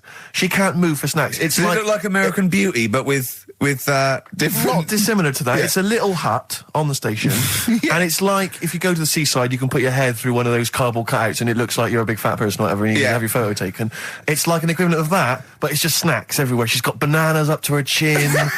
She's got chocolate coming down to her eyes, crisps either side of her. She can't move. She can't do 360 degrees. She's like packed in there. I don't know how she gets in there. I think they put her in there first, and pour in the bananas. Yeah. Then they go pour in the nuts. She has 2 hours of makeup before they open, dressing her in there. Because I'll ask for something from the fridge, and she cannot turn her head to see. She has to go by feel alone, just to feel the fridge and get stuff out and pass it. And often I'll say, that's not what I wanted, but she can't. You've got to let her off. It's extraordinary. Dear. But there's no music playing. Does she have nothing. to sell her way out of it? Exactly. If it's a slow day, she's stuck there till the next day. Yeah, it's like a world-breaking attempt. Yeah. Carl, what job wouldn't you want to do? Well, any job. You're a lazy... You're joking, aren't you? I've done loads of stuff. I'm quite happy now doing what I'm doing. Yeah? You look happy. Trying to think. You sound happy. Yeah, I mean, calm down. You on drugs? I'm all right. Are you on happy E? Before England have won and that. I'm happy for them. Yeah, go on, happy for them. I'm happy in that. Yeah, what do you mean happy for them? We are England. Happy for us. Yeah. I mean, we didn't play. I did very little towards it. No. It was mainly Johnny Wilkinson. Yeah, I barely contributed. Switching on the TV was about as much as I did. Exactly. And shouting, come on! Yeah. Talking about jobs and that, though, I was reading the other day about, rubbish jobs that people have had and stuff. I haven't got time when I'm at work, man. I just get on with it. I'm not squiddly diddly. Fingers in pies, different jobs. Go on. Do you know Ivor the Terrible? Ivan. He, his Russian. Yeah, that was the Welsh fella. Who was bloody awful, but not as bad as his Russian cousin, Ivan. Yeah. Go on. He had a fella doing some work for him. Right, this fella built his house. Yeah. After it was done, right, the terrible fella was like, fella Ivan. He was going, "Oh, it's brilliant. You've done a good job there. Yeah. I don't want you to build another one like that." Took his eyes out. Just stopped him making an house like that. One. Blimey. That's bad, isn't it? Why didn't he take away his trowel? Then he could have seen that he couldn't have built a house without a trowel. You can't build a house without a trowel. Yeah. I suppose he probably later thought that once he'd been nicknamed Ivan the Terrible. Yeah. He thought, why? Because you gouge people's eyes out. Yeah, but I didn't want to build another house. I know, but take his trowel away. What would I have been then? Ivan the crafty at most. Exactly, yeah. Ivan the jealous, Ivan the spoilt brat. But gouge someone's eyes. That is bloody terrible. I'm surprised you're not called Ivan the... Do you know what I mean? You're going to get down in history like with Vlad the Impaler. Yeah. He's mainly remembered for impaling people. Yeah. He did a lot of other stuff. Did a load of great charity work he did. The impaling is the thing that's really gone down in history. When were you reading about Ivan the Terrible? No, it's just or Ivor the Terrible is the thing you remembered from this informative article? No, it was just little bits like that. Talking about him, there was a thing about someone who worked for that fella who painted the ceiling. Sistine Chapel? Yeah. There was a thing, a woman who worked for him in his house. And I love how you assimilate information when it's just bordering on the academic or just the interesting and true. It's wonderful. Ivor the Terrible gouged someone's eyes out because built him an house. That fella who painted that ceiling had a woman work for him. Imagine if you wrote that down in an essay. Imagine if you wrote that in a school essay. Well, you'd probably end up with not getting a grade or thinking you turned up to more than you had. Exactly. Anyway, the woman who lived with... Yeah, the woman who lived in a shoe. Go on. Yeah, there was this woman who lived with him and she used to go out and do all this shopping and that. Yeah. But because she couldn't read or write, he used to have to draw everything that he wanted. Why couldn't he just tell her? I don't know. No, wait. That's an excellent point. Could she talk? Yeah, but if it's a big list and that, loads of different coloured paints. But why couldn't she draw on a piece of paper? Why did he have to do it? Because he's a better drawer, isn't he? That's the point. That's it. We were just looking for the logic of the story. You found it. You've done it. Play a record. He's a better drawer.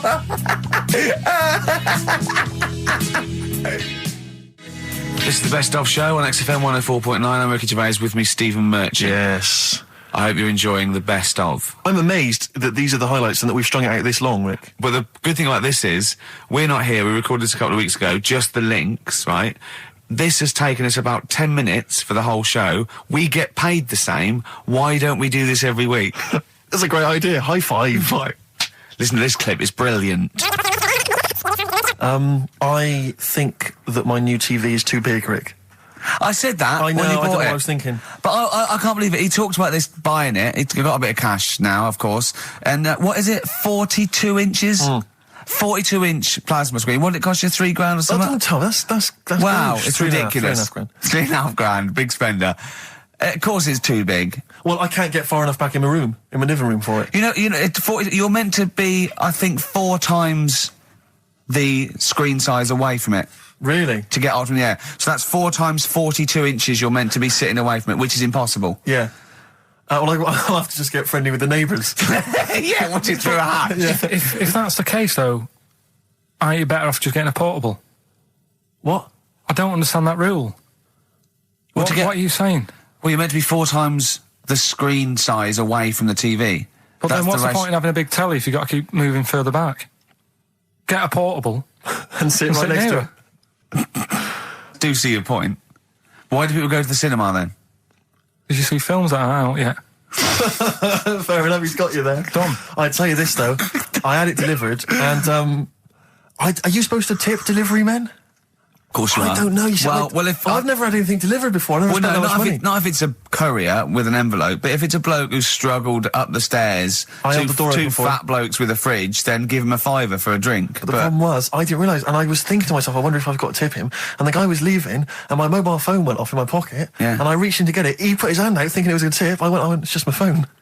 And I felt terrible after he left. I didn't know. What was I going to do? Run down the street and offer him a £5? No, of course not. No. I'm not made money. I just spent it on TV. Yeah, I've got no money, mate. No. I just spent it all on this. I had to clean out my jar, everything, the drawers. Yeah, I'd take some bottles back. The problem was it took me forever to wire it in. I thought I'm not going to pay for someone to wire it up, you know.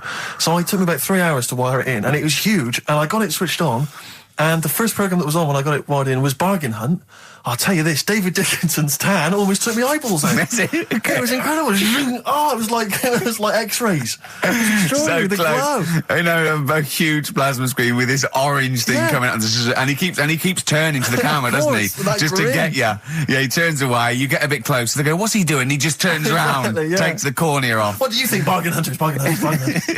Oh dear, that's why I'd buy a plasma screen to watch Bargain Hunt. I mean, it's ludicrous. This is the problem. Is because what do you watch? I mean, have you watched anything that's been worth having? The only thing I've watched really worth watching. 24. Well, 24 works great, but also films. Obviously, that's the main reason I bought it, because films just look amazing on there. Yeah, DVD on the plasma screen. If you're into films and that, it's just that I only, I've just got the 5 channels and flicking about, and I'm not impressed. I mean, I can understand why more people listen to radio and stuff. Yeah. Well, not this one, but go on. Well, when was it? When was the last time I sort of sat down and had time, because I'm always busy doing stuff and that. Sure. Moaning takes up about 3 hours a day. When did Wimbledon finish? A couple of weeks ago. Right. Found myself sat there, right? I'm not having a go. I know we stopped Cheeky Freak of the Week and all that, right? So I'm not going to be having a go. Christ, I sat there. I'm scared. No, I'm not having a go. You've always got to remember that. Go on, just get on with it. Get on with it. I'll apologise after. I'm just saying, watching Wimbledon, it wasn't, one of the major games. It was little fellas in a wheelchair having a game. Little fellas in a wheelchair. Right. But for me, I mean, great. They're doing a sport and everything. Don't put it on the telly. What was up with it? There wasn't like a rally going on. No, do you know what I mean? Do you know normally, Christ. like with the well, not to Enman, but with some of the other with some of the other players and that, they're playing for ages, aren't they? It's like, who's going to win this and that? Yeah. None of that. It was just like, hit it, net. Oh, Christ! Oh, God! I don't know what to do! And people were like sat there watching it as well when they've got other games going on in there. That's what I couldn't understand. If you've paid your money to get in, I mean, like I say, good on them. If they, do you know what I mean? But it would have been. And they all start first in the marathon. I just thought it would have, give them a game of swing ball or something. Yeah. You know what I mean? No, yeah, I understand. Oh, God. There's never anything XFM in the community. Let's play a tune. Ricky Don Gervais. Don't put my name to this last link. Don't put my name to this last link. Ricky.Gervais, xfm.co.uk. Oh. Magic, Virgin, if you're listening, we are available probably sooner than we thought. That was Radiohead and They're There. We're Not Here, alright? Pre-recorded. Coming up is one of Karl's little film things where he puts himself into a film. It's his favourite film. It's Kes. Enjoy it. I love the fact that in pole position, in positions 1 and 2 of his favourite films of all time, it's The Elephant Man and Kes. Yeah. That's brilliant. Yeah. Go on. All right. Am I leaving the mics open a bit when this is going out? or what? Yeah, let's have a listen. Yeah. All right. So don't talk then, right? Just put that hot dog down, Rick. And this is the bit in Kes where it's the teacher and he gets up and he has to Glover. talk. What's his name? Is it Brian Glover? No, it's What's the other teacher. The other one. Anyway. All right, go on. All right. So here we go. Things that had actually happened. I've got another one. What about you, Casper? Casper! All right. All right? All right. You haven't been listening to a word I've said, have you? Yeah, I heard some of it. Yeah, you Some of it? just... Stand up. Always somebody, isn't there, eh? Right, now you're going to tell us a story about yourself. What sort of story? I want you to think of an incident that happened to you sometime in the past that is true and that you think will interest the rest of the class. All right? All right. What about... I work on a radio show at the weekend. Well, are you going to tell us about it? I'll just do... It's 2 hours, and it's with Ricky Gervais and Stephen Merchant, and just sort of play music and, tell stories and stuff. What kind of stories? Well, whatever. Like last week it was science. We were talking about this lad who was growing a knob on his arm, so it's weird. It's tricky, sir, because like with Ricky, he gets bored quick and he won't listen to the stories and he'll start squeezing my head. All right. I'm not interested in what he does. But that isn't normal, is it, sir? That, I mean, it sure is a bit gay. Is he? Just messes about, though. Do you know what I mean? I try and like come up with good stuff, like monkey news and like quizzes and stuff. But then he'll just, Ricky will just mess about. I mean, on Saturday he did it again. He squoze my head. How do you spell that? Squoze. S-Q. Oh, you're going to show it off the wall? This is a new word to me. Squoze is S-Q-U-O-Z-E. Right, now tell us what it is. It's when he gets me head and he puts one hand on the back of it, right? And he puts the other hand on the front of it and he just sort of swivels it. Swivel, right down the front. Oh, swivel's not it's spelled S-W-I-D. How many times a day? How many times a day does he swells it? It depends what time he gets in. If he gets in about 12:30, he could get a good 3 in. But I think, I don't really want to talk about. You've done enough, don't you? Well done, Billy. Big round of applause. That is the effort. Yeah. Wow. That's the best thing you've ever done, Karl. Darkness growing on me. Love that. Love the darkness. This is the Best Of Show on XFM 104.9. I'm Ricky Gervais, with me Stephen Merchant. Yes. I hope you're enjoying the Best Of. Now, Rick, you may remember that last week we opened with some quality knob news. Knob news, yeah. It was Hitler's knob. Hitler's knob was one of them. That just sparked off into a whole bunch of other kind of knob-related discussions. Yeah. And I'm pleased so far to see that we're almost at the halfway mark for this first hour. And so far we've only talked about nudity and/or todgers. Yeah. So excellent work from us. Well done, lads. Yeah. I'm looking forward to Dr. Fox and the rest of the Sony award committee listening to this one. Yeah. But more knob news. I don't know if there's a jingle for that, maybe. You nearly had the eye out. Knob news. Knob news, excellent. This is an extraordinary story. A woman tried to sue her bosses for £210,000 after finding a cooked penis in a canteen stew. Hospital cleaner Sophie, can't quite pronounce that name, was eating goulash for lunch and could not cut one of the lumps of meat. You can see where it's going. I've got so many questions already. I know. She picked it up and tried to chew it, but it was too tough. Then she inspected it with workmates, who all agreed it was a penis. Imagine that discussion. Yeah. Miss McLarter said she vomited for the rest of the day, instantly became a vegetarian, and had to have psychiatric help. It's not known whether the organ was from a human. The case continues. Well, it can be found out, so that's one thing. Obviously, the doctors aren't confused. They're not going, I don't know, I've never seen one like it. Yeah. Also, why is she eating goulash? I know. I mean, that's my first question. Why? Yeah. You got lunch. Oh, what do you want? I don't know, I fancy some goulash. Yeah. Oh, some gooly lash. Goulash, Thanks very like much it. indeed. Lancashire cockpot Oh, is on the menu. Brilliant. Only £5.50. Wangers and mash. I'd love some wangers and mash, please. Cock o' van. Cock o' van. It's already done for There's you. some. There's wangers and mash, cock o' van, Lancashire cockpot.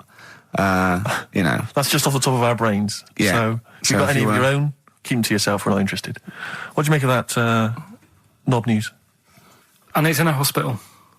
Oh, yes, it was. No, hospital cleaner. You're right. Hospital Oh, cleaner. God. I know how your mind's thinking already. There's been a mix-up.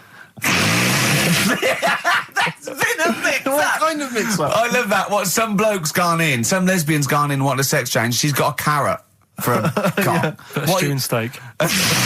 Stewing steak.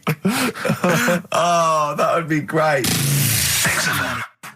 50 Cent in Da Club on XFM 104.9. We're playing our favourite singles of the year. Yep. And we're looking back over some of our favourite clips of the year. I'm Ricky Gervais, Steve Merchant, and Karl Pilkington. Not done a lot. Maybe you should earn your money as you get to Mondays off for this 2 hours of nonsense. What are you on about? I've done loads of stuff. Yeah. Well, same old. Yeah. Let's have something new, something Come on. fresh. Well, I've been looking around, right, on the internet for stuff. On the internet. Yeah. Your Bible, where you get all your information about the world and the universe and morality from. And you know, like, how I always say to you, I don't really read that much of it. I just read the headline, Perfect. right? Yeah. Anna Nova have sort of nicked that idea to grab you. Nicked what idea? Well, to sort of get to the meat straight away at the top. Do you know what I mean? The headline to the story and everything. What? Right, these are But stories. the headlines already existed. That was why you thought that was a good not idea? like this, though. All right. Headline. Well, these are all headlines, right? Vibrating shoes could stop elderly falling. Do you know what I mean? Oh, God. You don't need... Vibrating shoes could stop elderly falling. Yeah, that's the story. You don't need to read on. That's what I'm saying. Well, Right, could you because read on anyway? Can't be bothered. Read on anyway. Well, Read- you have a look at that in a bit, right? All right, So, okay, it's so what interesting. This is frustrating radio if you're sitting at home. No, well, but it's not on. They've turned it off. If you want to know more, you know where to go. That's what I'm saying. That's what they should do in the news. Get the news done in Bong. a minute. There's a good story about Iraq. Right. Bong. Look it up. Look it up on the internet. Right. Anna Nova. Give us another bong. Bong. Family sick of living on Butthole Road. Oh, brilliant. Bong. Man wears same shoes for 60 years. Oh, bong. This isn't that good. Some fella pulls a train with his teeth. And in lighter news. I love that. Joe McDonald, this one isn't very good. And the last one, man fails to break clothes pegs on face record. She's always good. Well, that's the one I did read on about. I love that out of all those. That's the one he went on about. Go on then. Just Why is that news? He fails to make a record. So did I today. I know, yeah. I failed the long jump record today. Yeah. Didn't even take part. No, I was rubbish. But what are the rules on world records and that? I don't know if there are rules. There are certain things you can't. I mean, it's the Guinness Book of Records, isn't it? Really, that's the arbiter, isn't it? Yeah, but is there anything, if you said you wanted to do it, would they say, well, you can't do that? Yeah, they've stopped some gluttony records. Obviously, things that are in danger. It's anything that's illegal. Yeah, anything that's immoral. Yeah, like that American serial killer that just got discovered. Yeah. Having killed 47 women. I don't think he can make that into the Guinness Book of Records. No, because people would be trying to beat it, won't they? But there was some other story about a fella eating watches and that. That can't be good for you. So why don't they say, look, don't do that, do something else? He wanted to stay regular. Do you know what I mean? Though? I just wondered. What do you mean he was any... eating watches? He just said he was eating watches. He ate about 3 in about a minute. How did he time it? Do you know what I mean, though? And then the other thing is, The one that I was reading, the world record with the fellow who's pulling a train with his teeth. Does that make any difference that he's done it with his teeth? What do you mean? Well, what difference does it make? Well, isn't it? It's quite hard to pull a train with your teeth, I imagine. Well, it's pretty hard to pull a train. All I'm saying is it because he couldn't beat the fella who's pulling it with his hands? Well, this is my point. I think there was one bloke with a record for the running backwards 100 metres was sort of like 11 and a half seconds. And I was thinking, turn around, you'd probably have a really good go at that. Do you know what I mean? Yeah. It's sort of like doing a marathon with a milk bottle on your head. Take the milk bottle off and see how fast you can go, you twat. But you can just tweak it, like the fella who has done the pegs on the face, right? Yeah. His name's Gary Stretch Turner, right? Right. So he's sort of cheating already if he's got a stretchy head, right? but you are, right, you are one of the most stupid humans I've ever met. Well, get me in the book. Yeah. Right? Well, listen. So Gary Stretch Turner, right? His record is 153 pegs. Yeah. He did it again, and he only got 150 on. So he hasn't broke his own record. Right. But what I'm saying is, if he tweaked it a bit more, would that make a new record? What? Well, if he said, I've got 150 pegs on, but at the same time as eating a burger. I see what you mean, yeah. He'd be the world record breaker for pegs and eating burgers at the same time. Yeah, just change it a bit. If you know you're not going to make it, just do something else. I'm assuming the rules are set at the beginning, Carl. That's it. That's where they say, right, you're just going to do the pegs thing. You're not going to introduce burgers halfway through, are you? Definitely not. And then they have a go. I was on one leg, not interested. How many pegs? 150. Can I just ask very briefly, I was quite interested by the family had to move because they lived on Butthole Road. Yeah, I quite like that one. I don't know if I've told you before, Rick, where I used to live. I'm not going to tell you the name of the street that I used to live on, not on air, because my parents still live there and I don't want, But I'm going to write it for you now. This is the genuine name of the street I used to live on. Just imagine when you're at school. Yeah. And like in class, for instance, in French, you've got to say, you've got to answer where you live. Yeah. J'habite, wherever. Yeah. That's the name. This is actually the name of the street we lived on. No, it's not. I swear to God. That is... Absolute right. I could phone my father now and he could confirm that for you. No, I swear because he doesn't want to God. And I'll tell you that... But listen, do you know what worries me? It's the apostrophe S. I know. Because that's blatant. Yes. Amazing, isn't it? That is incredible. But imagine how embarrassing that was. So if I look that up in the Bristol... You'll find that in the Bristol A to Z. I swear to God. That is really... Why have you never told me that before? I can't believe I haven't. That's I'm incredible. still embarrassed now. Do you know, whenever I have to phone up, if I have to give that address, I always spell it instantly. Really? Like, somehow that'll hide it, that'll disguise the name. But I can't get over that. Anyway, if you perhaps live in Tits Avenue, yeah, or... Wankling Drive. Wankling Drive, just get in touch. Let us know, we're not really interested. This is the Best Of Show on XFM 104.9. I'm Ricky Gervais, with me Stephen Merchant. Yes. I hope you're enjoying the Best Of. I know what you're thinking. If this is the best, my Christ... What was the rest like?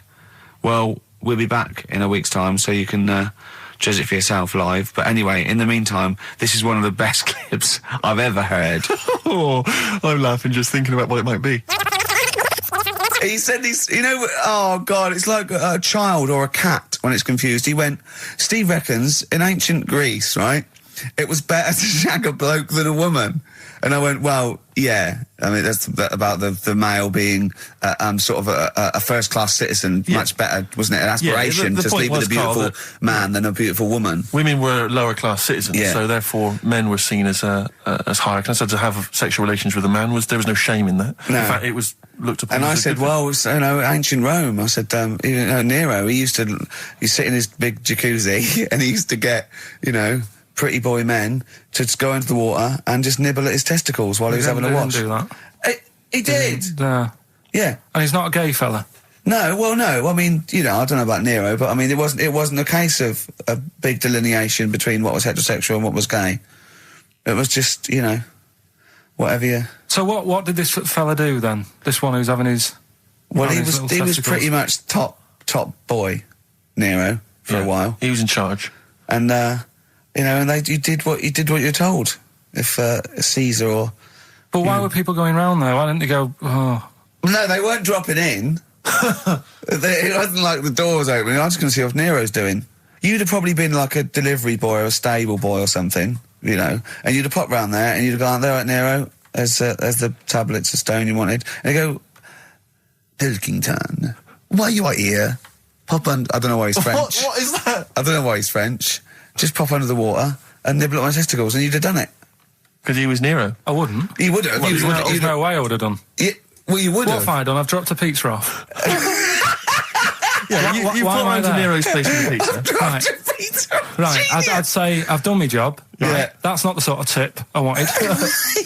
No, he'd have said, get the little baldy chap to nibble at my testicles, and you'd have been under the water. I wouldn't have done it. No, I don't you want to put my head on the You wall. haven't Nero. done it, right. No, I wouldn't have done it. Can I just say this, Steve? Not only would you be nibbling his testicles, you'd have been going mad. You'd have been noshing him just for extra. You'd have been doing everything he wanted. You'd have been going, he'd have gone, I didn't ask you to do that. You'd have been going mental. They'd have been chewing, slurping, smacking, poking. You'd have chopped, you'd have gnawed his packet off. You'd think you're eating Walker's crisps. There'd be bubbles, there'd be flood. Oh, it would be horrible. That was Bowie and Waterloo Sunset. Love that. Love the original. Love Bowie. Bowie was my gig of the year. These are my singles of the year. These are our clips of the year. I'm Ricky Gervais with me, Stephen Merchant. We're just picking some lovely little bits and pieces. Do you remember when we talked about this? That's the sort of thing I think we need now, right? We've covered a lot of stuff. What, education? Teaching, yeah. Well, okay, what do you want to know? Don't know. Have you got something? Can you educate us on anything? I've been reading bits So could we bring back just for one night only, educating Ricky? Oh, I'm excited. Yeah? Do you think it warrants that? I don't know enough about it. You know what I mean? About what? It sounds perfect. Play the jingle. Oh, educating Ricky. He's getting smarter. A couple of things happened in the week that I read about. Okay. Keeping up on what's going on and that. Sure. Yeah. One was about that Galileo fella. Okay. Was it about 1636? Was it? I think it might have been not earlier. bad. Go on. Did some stuff with light and that. Yeah, he did lots of physical experiments, yeah. Is that it then, Carl, is it? He did some stuff with light and that. What did he do with light? What was that? Well, I think he invented the first... Telescope? Telescope. So I think it's a particular lens, though, and he did experiments where he dropped famously two different weighted balls from Pisa, and they hit the ground at the same time, showing that it doesn't matter, the weight doesn't matter, but air resistance does and stuff like that. I think he probably explained it a bit better than that. Yeah, but I'm talking to Carl. Sure. Did they need to know He's stuff? just thinking about pizza. Yeah. Did they need to know stuff like that back then? What do you mean, did they need to know stuff like that? It's just... There weren't people going around going, I've got to drop these two things off the Leaning Tower of Pizza. I just don't know which one's going to land first. Yeah, I need to know. Why do you need to Bring know me that? Galileo. Yeah. It's for a bet. Yeah. No, but if I was knocking about then, I'd be like, stop messing with that. We need a telly. Or, do you know what I mean?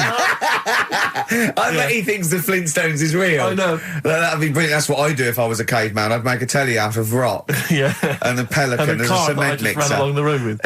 Yeah, exactly. Yeah, we need a car. Yeah. Well, we haven't really got the internal combustion engine. Can you stick your feet through the bottom? Yeah, just get me a car, for Christ's sake. Anyway, so I learned that. And then... What? You learned his name. Yeah. Other people I learned the name of this week. Oh, if a chimp could watch telly. Go on, Carl, go on. And there was also a fella in the week who said that women shouldn't be wearing trousers Why? because they don't look good in them. What do you think? What do you think about that? It's rubbish. Yeah. These are the only things that have caught your eye over the last couple of weeks. This is the entire news. Galileo did something with light. A French fella said women shouldn't wear trousers. See, that to me wouldn't pass as education. It's not education. I don't know where you could ever use that. I don't know when that would ever be applicable to life. I just like reading stuff that sort of reminds me of... Do you know what I mean? If I read it and it gets me thinking, I think that's a good little piece. But I mean, but surely can't you just sort of like sit near something that vibrates to keep your brain going, or shake your head every now and again? I mean, what does this do? You mean it makes you start using your brain? But what aspect of a Frenchman said women shouldn't wear trousers got your mind working? What questions were you Because I asking? thought that's a bit daft, isn't it? right? Yeah. Okay, And I it was ends there thinking- with me. There's nothing else. There's nowhere else for me to go on that. He closes Your the mind's gate. still worrying. Yeah, go on. What do you think? Let's go through this. Oh, I wish we could download his I know, thoughts. I know. Just watch it. Yeah. Wouldn't it be great, like a DVD? And Like a added- cartoon. imagine that extra footage on the Office DVD. Yeah, Carl's brain. That would be With a commentary. amazing. Oh, with What I the mean is- commentary. Go on. Women wearing trousers and that, right? On the estate that I grew up in, on right? There was a woman about 4 houses down, right?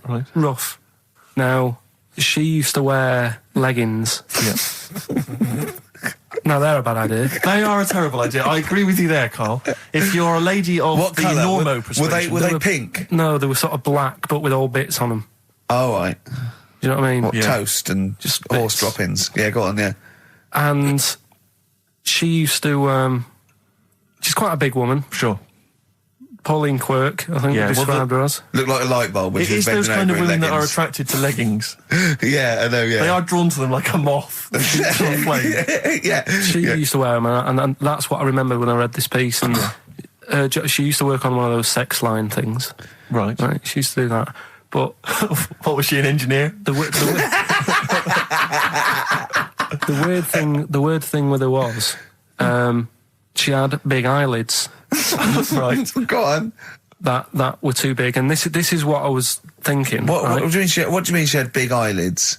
How big do eyelids have to be for you to go, they're big eyelids? What was she shoplifting with them? Would she come out of Dixon's with, like, radio stored in them? What do you mean she had No, big eyelids? It was another one of them popular things around our way. Do you know? Like, What do you mean popular things? They think didn't people go, have they go, oh, I'll tell you what, they're all the rage. Can I get some big eyelids, please?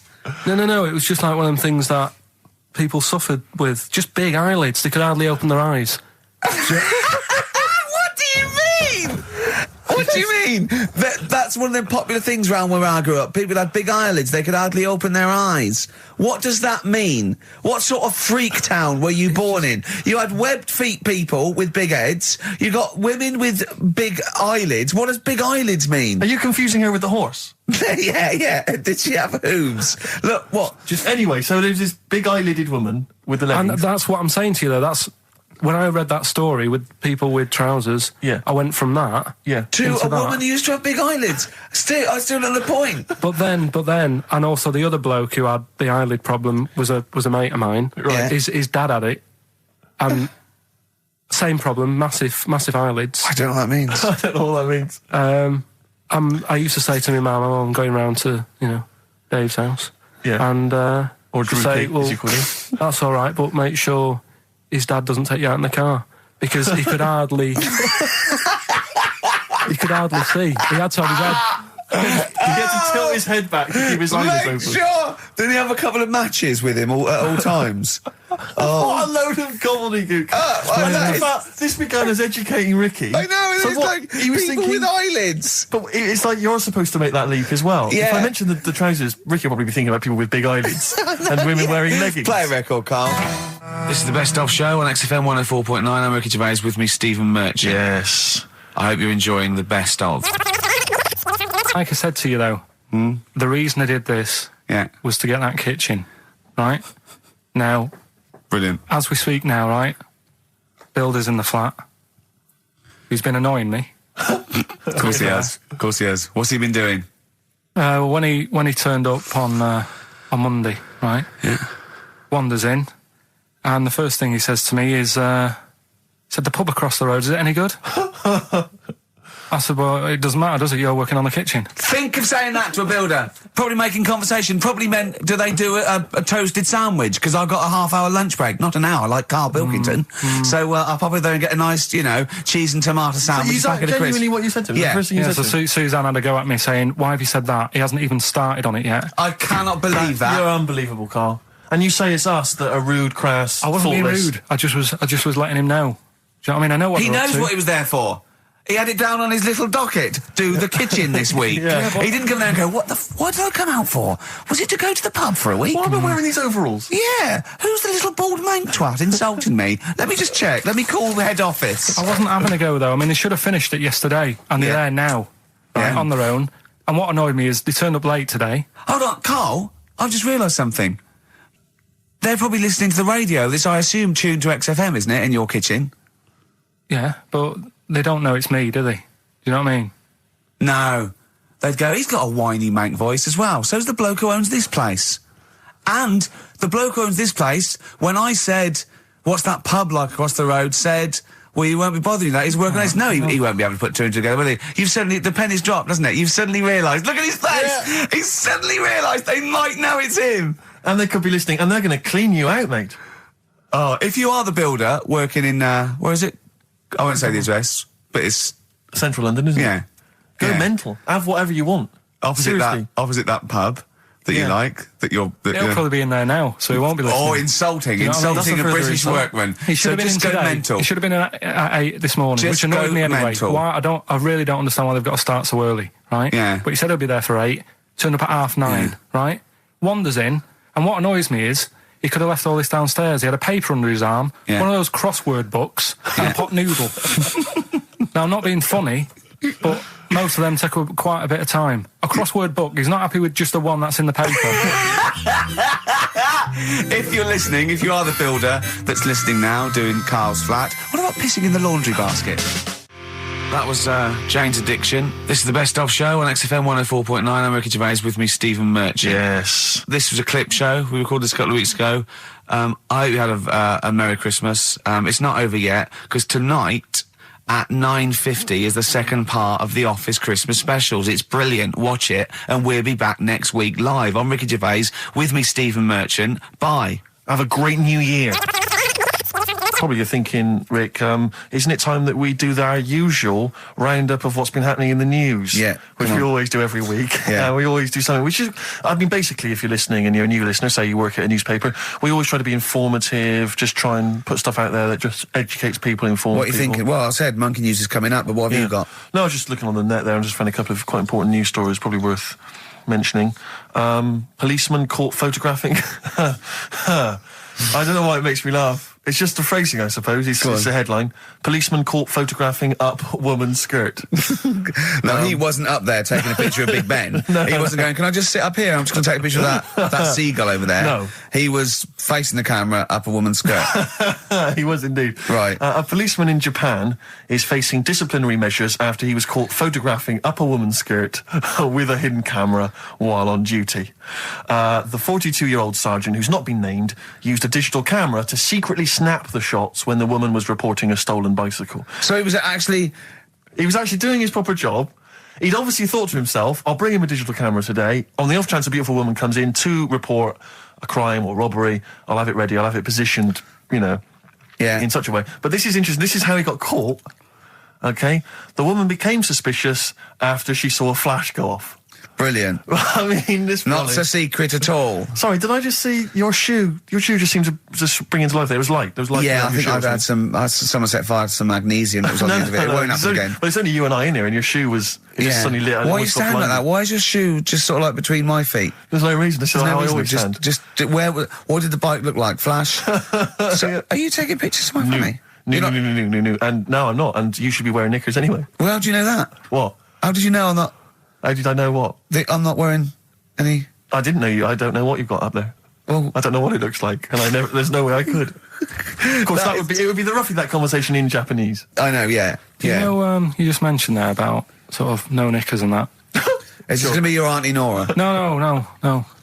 It's just, the last flat that I lived in, I always had a good view across the road, and I could see, it was the hairy... There was the hairy Chinese kid. Not the hairy Chinese kid. He was just a Chinese kid, actually. Yeah. Because that's rare, isn't it? Hairy Chinese kids are very rare, isn't it? Yeah. There's only one official sighting, isn't there? In one of those shit little magazines that you buy. And there was the old woman who didn't move. She was just sat there reading a book all the time. Who we think possibly died and no one came round for weeks, But now I've moved, right? And it was quiet for a bit. I always look at what view I'm getting, right?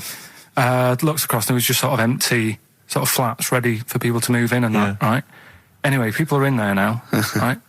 And they've put all the furniture in, but I haven't put any curtains up. Oh. Right. So anyway, I'm sort of washing up, just having a look out the window. Yeah. Right.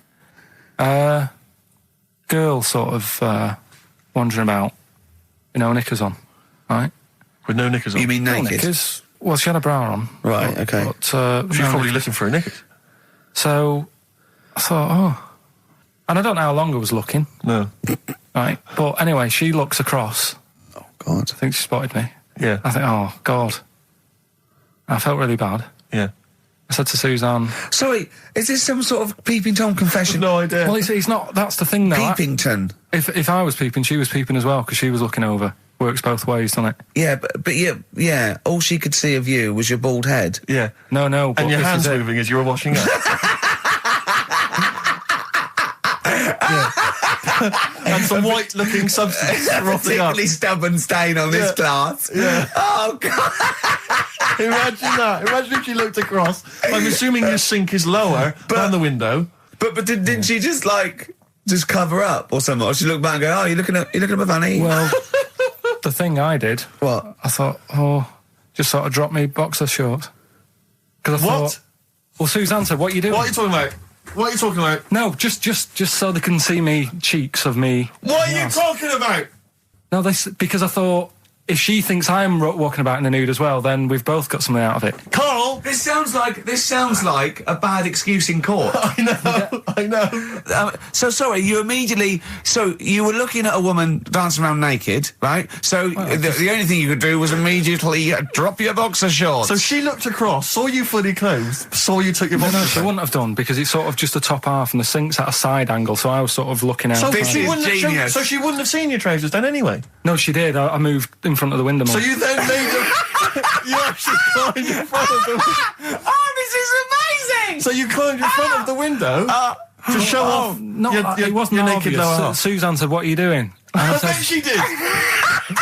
What are you looking at? I sent you in here to clean What up. are you doing? I'm just taking my trousers down, stand over the window. Why? Because there's a naked woman across the road. What do you think I'm doing, Suzanne? I'm exposing myself while looking at some free fanny. leave it. What's up with you, Suzanne? Anyway, Wait a minute, can I just check? A final question. What did the woman across the way... What happened? What was her I reaction? didn't look again. I just thought, you've seen a bit of action as well. We're both happy. Let's leave it.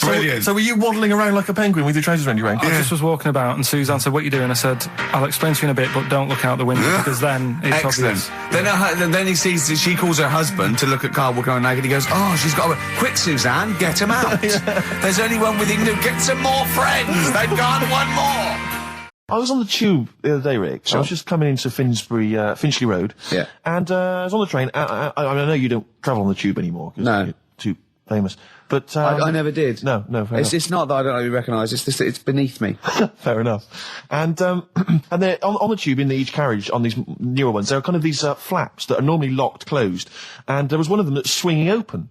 And inside there were various buttons like on, off, self-destruct, whatever. Yeah, but yeah. seriously, like doors operating. Train quicker. Exactly. And you were thinking, like, you don't want some, kind of oik, sort of fiddling around pressing buttons and stuff. It could be quite dangerous. Yeah. So I got off of Finchley Road and I thought, I'll be a good commuter. I'll mention this to the staff. And they'll probably, they'll thank me for it. And if it's an attractive young staff member, they never are on the tube. Have you ever seen an attractive member of staff at a tube station? Oh, come on, steady They on. are such freaks. No, I know that's the pot, kettle black. They're thing, all but from Devon, apparently. they're grotesque people, really. All right, steady on. And so anyway, I went up to this guy. I thought, The uniforms don't out, though, do they? They don't. It's pretty grim. And so I went up to this guy. I said to him, excuse me, I was just on a train there.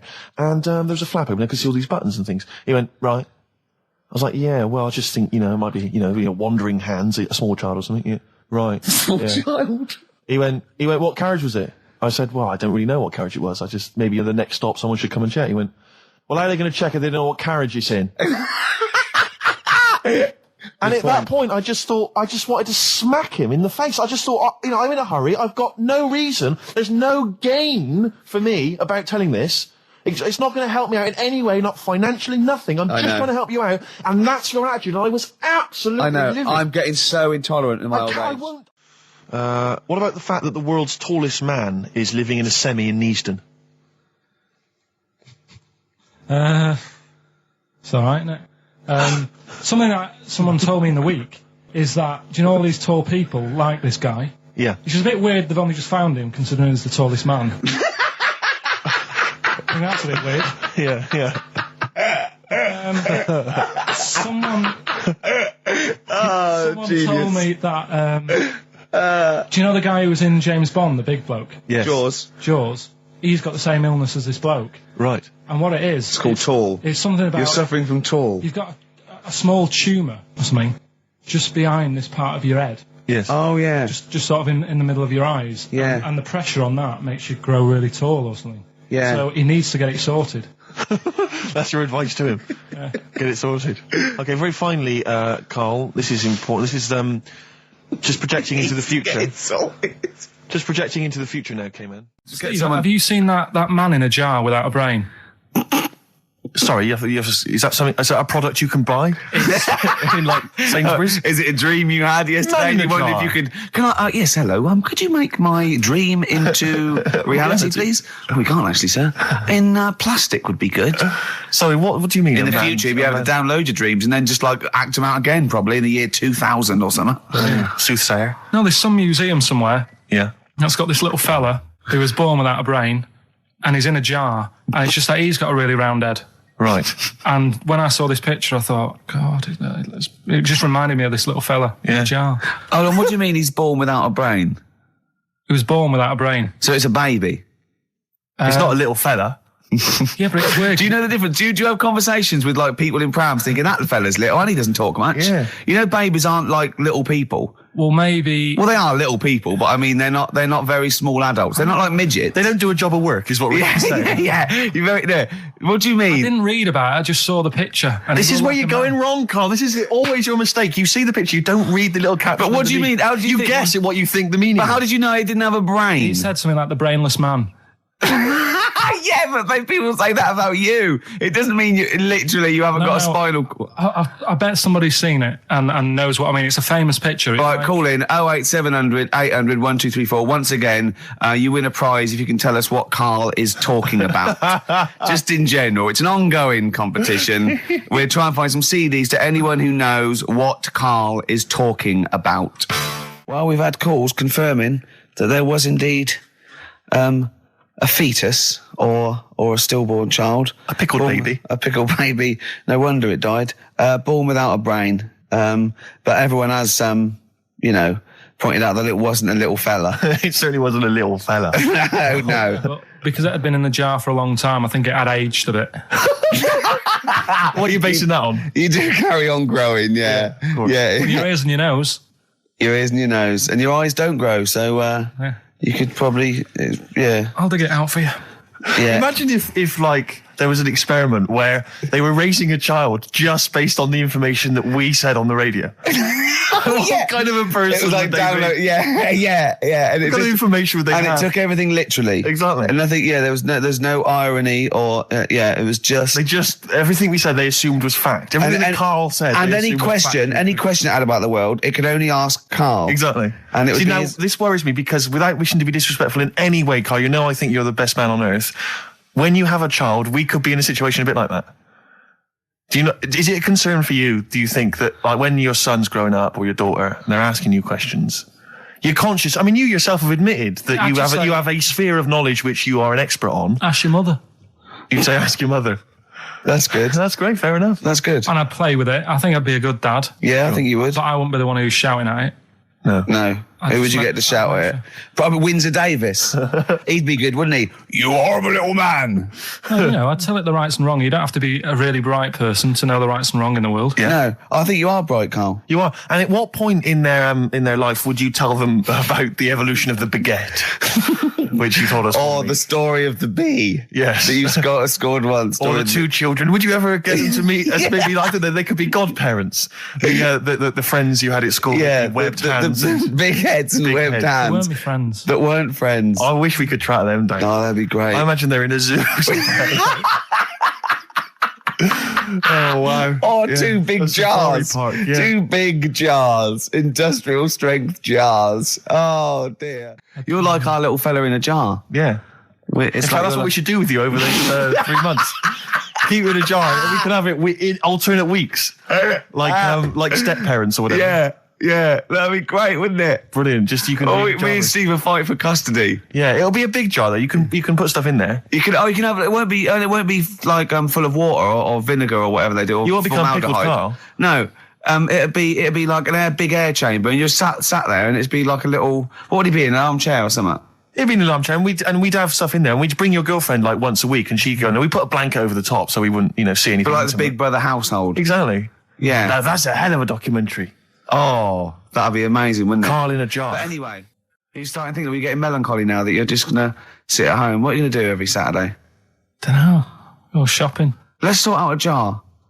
We've got to do the balloons before then as well. You've got to send you up in a balloon. Maybe we can send you up in a balloon and you come straight down into a big jar. Yeah. And they put a giant cork in straight away. yeah, and there's a big cheer. I'll tell you what we could do. We could set you adrift like Robinson Crusoe set the ball and see where you end up. If you find me, yeah. Oh, you might go to an uninhabited island or something. People are phoning in about anything space. now, Rick. Yeah. We asked them to phone in about the jar thing. Switchboard lit up. It's crazy.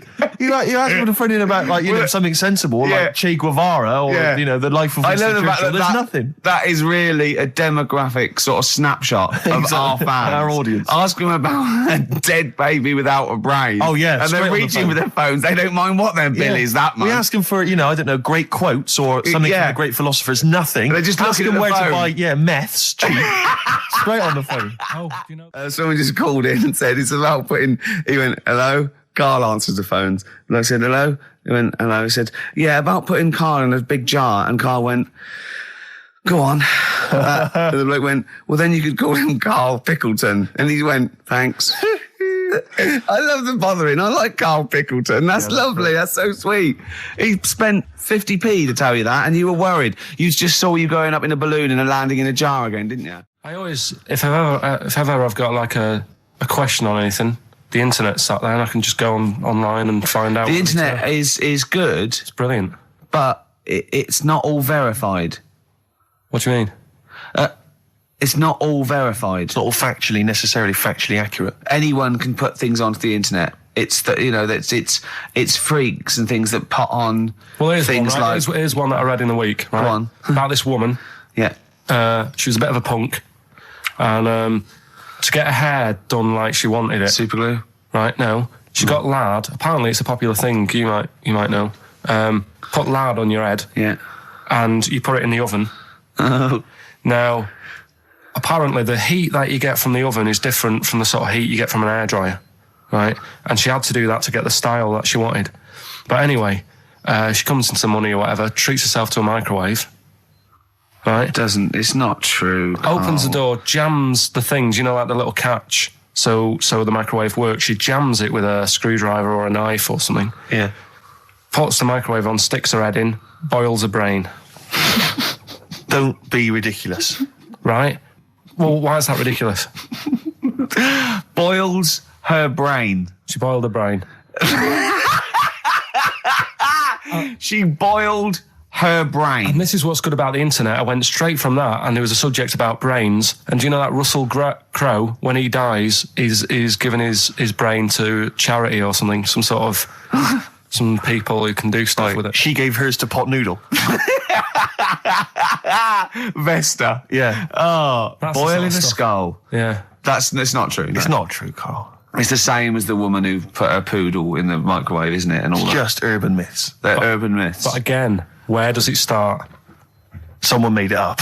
Yeah. For a laugh. They're just too convenient urban myths. Everyone said you can tell an urban myth's not true because it's always this happened to a mate of mine, and when you say what happened then, they go, don't know, that was it. Was it?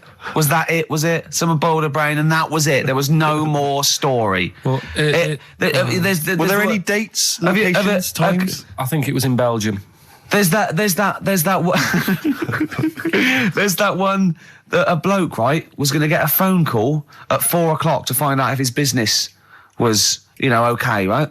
And if he didn't get the phone call, he knew he was broke, destitute. So dead on 4:00, the phone didn't ring. So he went up to the roof, his office, and he jumped off to commit suicide. And as he was passing his window, the phone was ringing. Oh no. Carl, it didn't happen. Didn't happen. Think it through. Think it through. Who told that story? Who told that story? As he hit the pavement at 120 miles an hour. He's the only person who could have known that series of incidents. Also, why didn't he wait? Dead. As his life's at stake, why didn't he wait till 5:00? I'm going to give it 5 minutes just in case. In case the lines are busy. Yeah. And what sort of bloke goes out? I'll call you at 4. Okay, if your business. Well, call me anyway. No. If I don't call exactly 4, then you commit suicide. Commit suicide. I would, because if I don't call at 4, that's the end of it.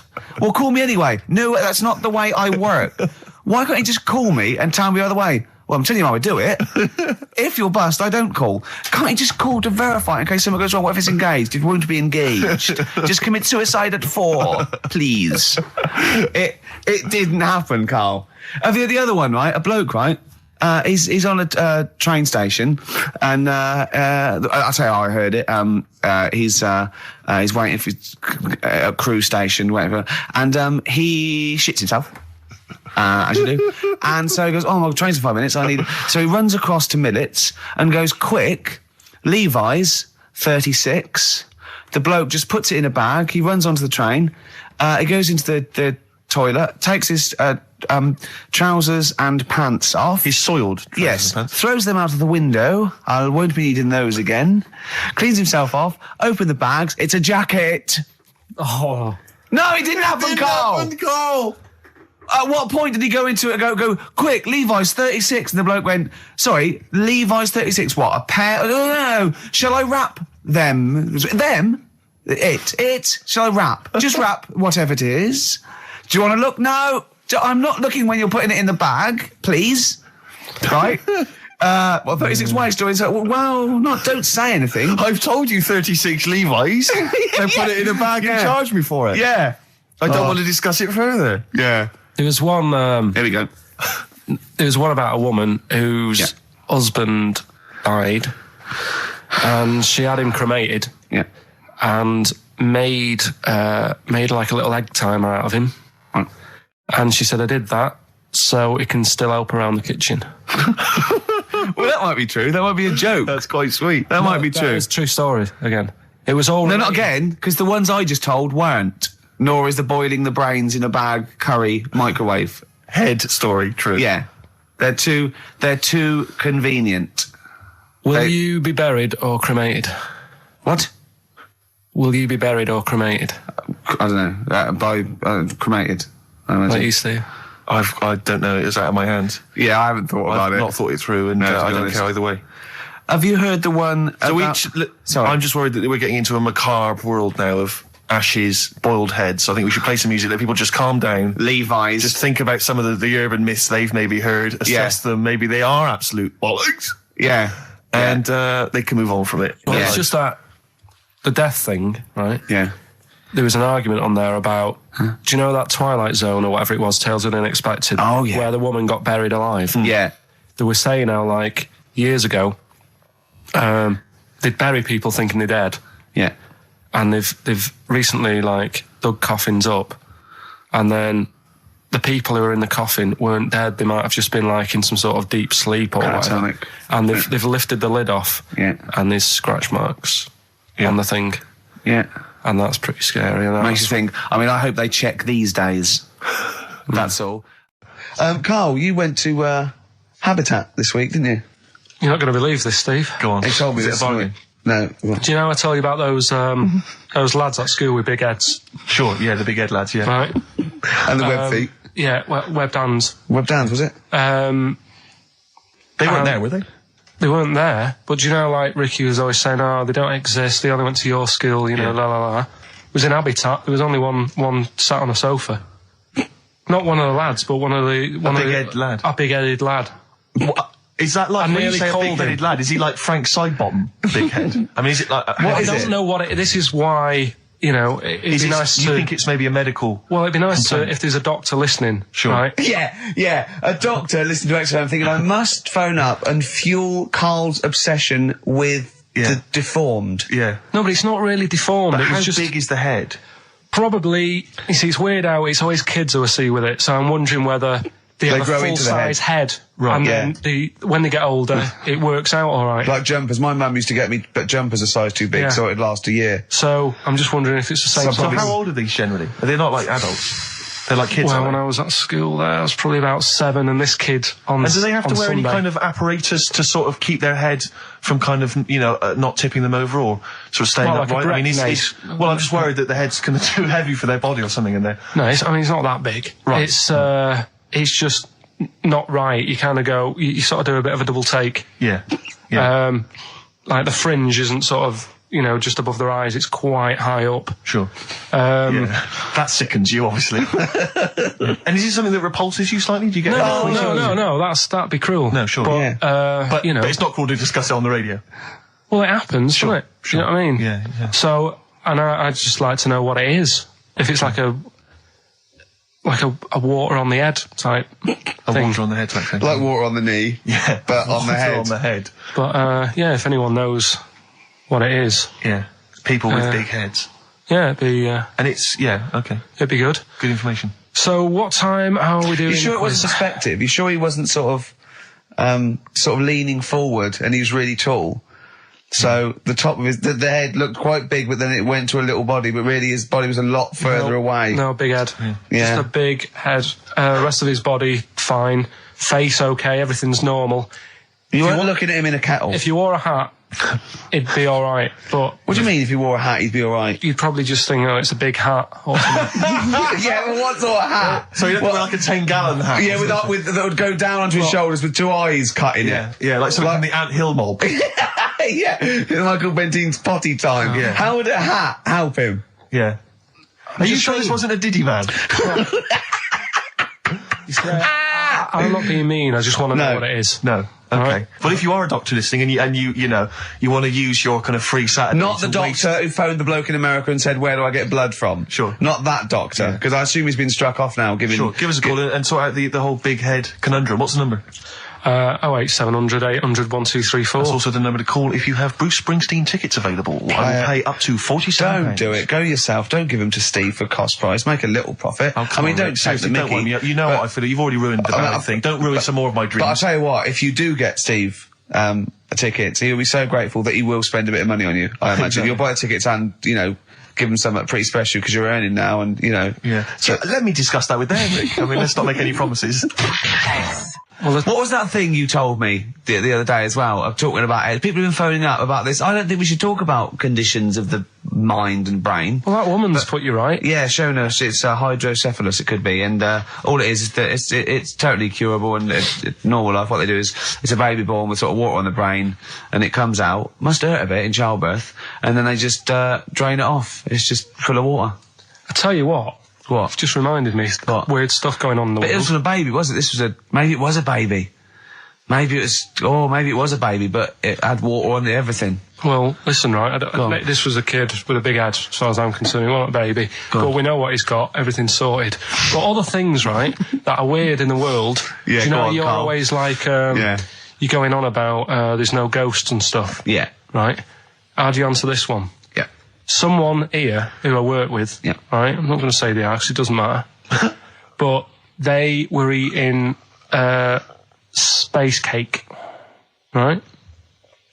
What do you mean by that, Carl? Explain. What's a space cake? For people who... It's some sort of druggy cake, isn't it? Yeah. Right? A dope brownie or whatever, yeah. Right. So with cannabis in it, is that what you're saying? I think it's something stronger than that, isn't it? I don't know. But anyway, he was having this space cake.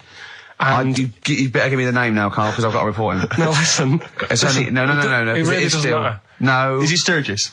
Was it Claire Sturgis? Yeah, she wouldn't bother. She's gone on the hardest. She doesn't bother with those. He doesn't do anything to her now. To the vein, yeah. So listen, right? So he's at a party, right, with his mates, and they're listening to the Star Sailor album, right? Right.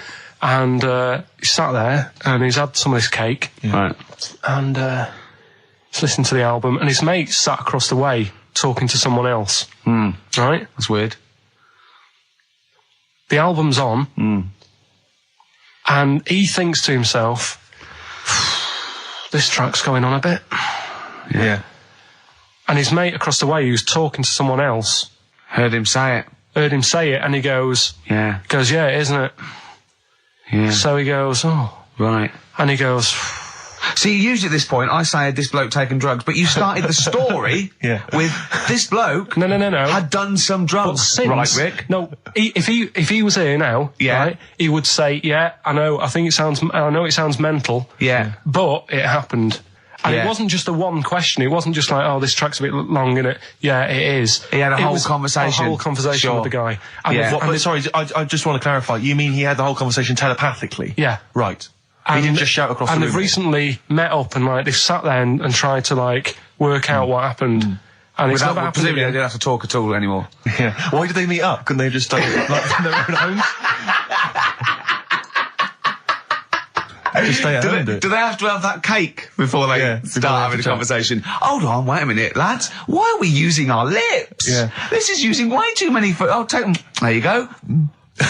My only question with that is, being skeptics like Ricky and I, whenever we hear a story like that about the paranormal, the first thing we always look for is maybe some other explanation. Yeah. Maybe one vague idea. Lying. Could be lying. Chinese whisper. As I think you pointed out, there are drugs. It's often Drugs. an issue as well. Madness. Yeah. Fear. Delusion. Sleep. Yeah. You know, there are so many things you go through. I'm going to go with the drugs before your dead grandmother exactly. pops into the equation. I'm going to go with the acid. Right, tell the other story that you totally believe this as a true story, don't you? The fella with the being killed. Right, do you know how the other week we were talking about some fella who had his head cut off, and he said, when my head goes into the basket, I'm going to blink a lot, see how many times I can blink. But if you remember, when Carl first told me that, it was, I think it was Simon or Nick that pointed out. He goes, no, that's not quite right, Carl. Carl told me that he had his head cut off, and when his head was in the basket, it looked up and said, count how many times I blinked. Yeah, but sure. he believed that as well. So he was happy. He was happy with that. Sure. Do you know what I mean? So yeah, a couple of weeks ago there was a guy, he had his head cut off, and before he had it cut off, he'd said, I'm going to blink to show that there's life after death. And he he did 32 blinks, Yeah, right? sure. So you two were sort of putting that down the other Yeah, week. we were sceptical of that. So I looked again On the internet? at some other website. Yeah. And there's a guy... Sorry, it's the website, just to clarify, the website is the place where you bought that property on the moon, didn't you? Because it was a bargain. Right. So, this guy... Finger zumped. Look, we'll see who's been gazumped when this world ends. I've got somewhere to go, right? And I know you'll be calling me up, saying, "Oh, can I come with you?" Haven't you got like 'cause it 2 doesn't square exist, does it? foot? No, I've got acres. You're going to have to stand deadly still on the moon in your 2 square foot. I've got about 20 There's no place for acres. Suzanne, it'll just be you. 12 off, love. It's all those people with big heads and web feet that've been buying it all these years. Well, listen, right? Go on. Anyway, Play a record, tell us the story after it. We've been chatting for Sorry, far too long Carl. No, there's no here. Play a record. tune, we'll come back with What this. do you wanna What's play? this, another ghost story? Let's play one of my favourite songs of all time, because I'm going on holiday and getting into a lovely serene mood. Sorrento is probably from that. It's Neil Young, After the Gold Rush. Beautiful. Still to come, that competition as well. I look forward to that. Carl's quiz. Yeah. What an amazing track that is. Beautiful tune, yeah. Neil Young, Dynamite. After the Gold Rush. So go on, Carl. Sorry. Go on, Carl. So let's take us back a few steps, Carl. What's the story? right, so I did some research, right? Let's just recap again. There was a guy you read about who had his head chopped off. He was guillotined. Yeah. He had said to the people around him, Count my I am going blinks. to blink once I've had my head cut off to So show the brain that life, can still... or the brain Yeah. can continue to work after Yeah. death. Okay, so yeah, we queried that. So you weren't having any of it? Well, no, possibly for a few seconds till the oxygen stops being fed to the cells because the blood has drained away. But, you know, nothing spectacular. So Right, go on. well, along the similar sort of lines, right? This is quite a few years ago. This fella sort of upset the royal family doing something, right? So they said that this isn't good. Wasn't Ben Outman at that Jubilee thing, was it? I can't remember what it was, and they said, right, That was terrible. we're gonna cut your head off. You know, you gotta show people that you can't be doing what you've been doing. What was this, the 1970s? What you said a couple of years ago, you mean maybe sort of... Was it the olden days when the Ages phones ago. weren't very good? Ages ago. Yeah. Ages ago, sure. So yeah, fair enough. Yeah. So Very philosophical. Yeah, imagine that when you watching the history. Cut your head off. This was literally ages ago. Yeah, exactly. Yeah, go Simon on. Sharma's History of Britain. Yeah. Oh, So- and even before that, which is yonks before, when it was all mental and different. Sorry, Carl, go on. So he's having his head cut off, and he's resigned to it. it's a day before. He's kind of got it into his head now that I'm not going to have my head much longer. Sure. So he said, let's make use of this. Yeah. He said, I wonder how long like the body can stay alive without my head on it, right? So they were like, I don't know. So Hoover. so The jailers? whoever he was asking. These jailers with one eye. Yeah. Get up, punk. So he said, No, wait a minute, I've got an interesting scientific experiment, jailer. Well, Yeah. fair enough. What is it? So he said, what I want to do, right? He said, surely it's my last right. You know, I'm gonna be dead tomorrow. Sure. So let's He do a didn't test. draw it out this long, did he? Yeah, he said, let's test this out. You know, he said, do us a favour. He said, it's my last day. What I want you to do is, you're going to cut my head off. Let's put a white line on the floor Right. and see if you know, because there's no point asking how far he can sort of walk without an head if there isn't a line, because you don't know what to count. Do you know what I mean? If he loses his head and he's running around all over the place, you can't really count That's that. not impressive enough. Yeah. So they said, let's make a white line. Sure. Yeah. Who said this? He did or they did? I think they started to join in with him and saying, well, let's make this a... Sure. You get it. Go on. So... they got Norris McWhirr down. The Guinness people. Oh. Yeah. So they said, let's get this white line. Yeah. And Dedication's all you need. we'll do this tomorrow. And he said, all right, then I'll see you in the morning. So we go, I'll see you in the morning. Night, sleep tight. Bye. I love the fact that Carl knows exactly what was said. Yeah. Oh, that's beautiful. Yeah. He doesn't know the story or what order it is in or when but it he knows was. exactly what or was who said. said what, but he knows the intricacies. All right then, see you in the morning. Bye. Oh, kissy. Oh, I'm not like that. Oh, you joker. Don't let the bed bugs bite. Yeah. Anyway. so he gets up. Do you want a paper tomorrow? No, I'm all right. Go on. He gets up and they say, right, you know, today's the day and that. And he said, well, you know, I've got used to the idea. So here's a white line for you. Got used to the idea. Go on. So they go, right, you ready then? And he said, I go on. And they cut his head off. And the body walked 32 steps without a head. Wow. 32 steps. Incredible. And that's the lesson, really. Did it get as far as it walked along the white line, did it? Yeah, it stayed along the white line, did 32 steps, and then started to stumble a bit, and it just fell over. Yeah. But, you know, it was a test that your body can still keep alive for a little bit. Yeah. When you've lost your head. Absolute twaddle. Absolute twaddle. What do you reckon you can do then without an head? How many steps? There'd be muscular spasm, right? Yeah. It would twitch a bit. It would, yeah. You could not distinctly take 32 steps. The body well, don't... Yeah. Is the doctor still on the line? Yeah. The fella that bought 6 parrots. Yeah. And, you know, you could Incredible. have got 32 steps. Right, so you don't beheaded believe man that. doing a bit of line dancing. Right, you don't believe that, but something that you do believe that a cockroach can live a week without an head. It can. Slightly different kettle of fish there. Why? Wow, insect to human is what I'm thinking. Yeah, that well, difference. There's not that much difference in Well, of some course there insects. is. Do you know that a snake has a heart and lungs and kidneys and stuff? Go on. No, well, I'm just saying. So? You're making out as if like they're a totally different like being. Species. I am making that up. I mean, call me old-fashioned. Do you know what you're talking about? I don't want you embarrassing yourself, Rick. Yeah, I am suggesting they're totally different beings. Yeah, that is. Yeah. Now, Carl, the cockroach is a very different thing. The interesting there is that it lives without its head, because a lot of it's on. There's some of them are phototropic, chemotropic. Some of them just literally have irritation and muscle memory. I mean, they do have a central nervous system, but it's very different. So if you lose the head, it bypasses a lot of that anyway. All this is running around. The reason it dies is because it can't take on water. But it's very different to a man, right, having consciousness and then losing that, and the body still going, no, I think I remember what I was going to do here. Yeah, so I'm going to walking carefully along the walk white line. 32 steps along this white line. Imagine you just looking down going, oh, missed a bit. Yeah. Maybe the head was in the corner going, left, left, left. Oh, he's now, Well, let's just put it out. I mean, if anyone listening has maybe had a relative beheaded, maybe in a horrendous car accident, but they got up, maybe they went for a walk, they had a little chat before they passed on. Carl. Get in touch. Carl, you are my favourite being. You are my favourite species. Now, you, Carl, may not be particularly different genetically from a cockroach. You are, Why can generally cockroaches speaking. do that? Why whoever made them went? Let's play a record. Do you know what? When I told him this fact, I send him little facts on text messages just to inflame his, interest. I just sent him a cockroach can live 9 days without its head. He texted back, "What's the point of that? Yeah. What's the point of They're that?" not doing experiments, these cockroaches. He's a boring last week to have. And he went, and on top of all that, you're thirsty. So it's the worst week of your life, isn't it? That week without your head. Play a record. Play a record, Carl. Competition time next. Listen, Carl, look at his little face. Look at his little You've not heard face. Carl's competition. Oh, he could do without an head. Right, okay, educating Ricky. What have we got? Airy Chinese kid, go on. Right, yeah. This is the. I didn't want to do this, What do you mean you want to do it? Well, I wanted to give you 3, and I gave you one. It was like the alien man gets a beard or whatever. Yeah, And- which was total rubbish, so this one should be better, maybe. Hairy Chinese kid. Right, well, we've talked about hairy people in the past.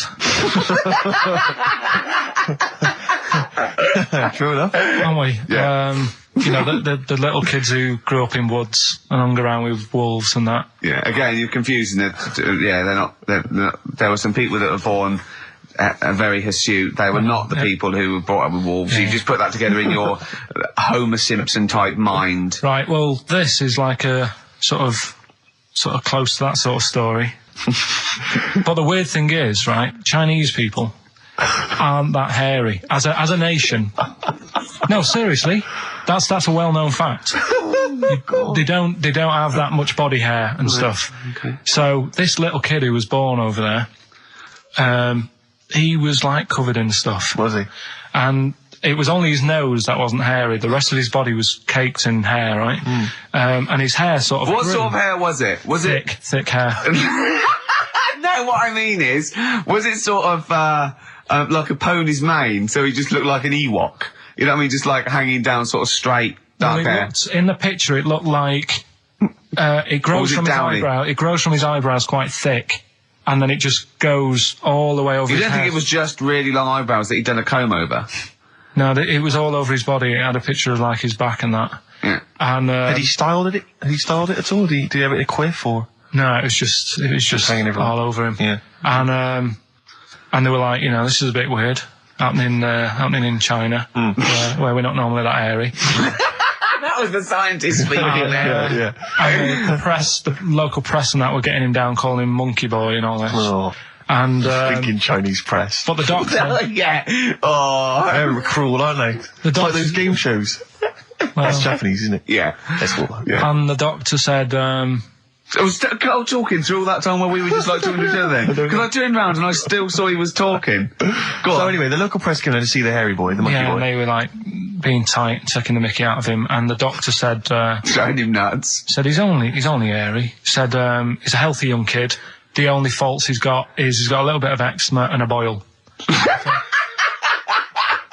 And he said everybody should just treat him the same. And I think he grew up a healthy kid.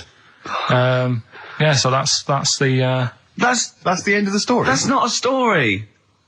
why. But I've got nothing. I don't know what to say to that. So someone in China was born slightly hairier than the rest, and he was normal apart from eczema and a boil. That to me isn't a story.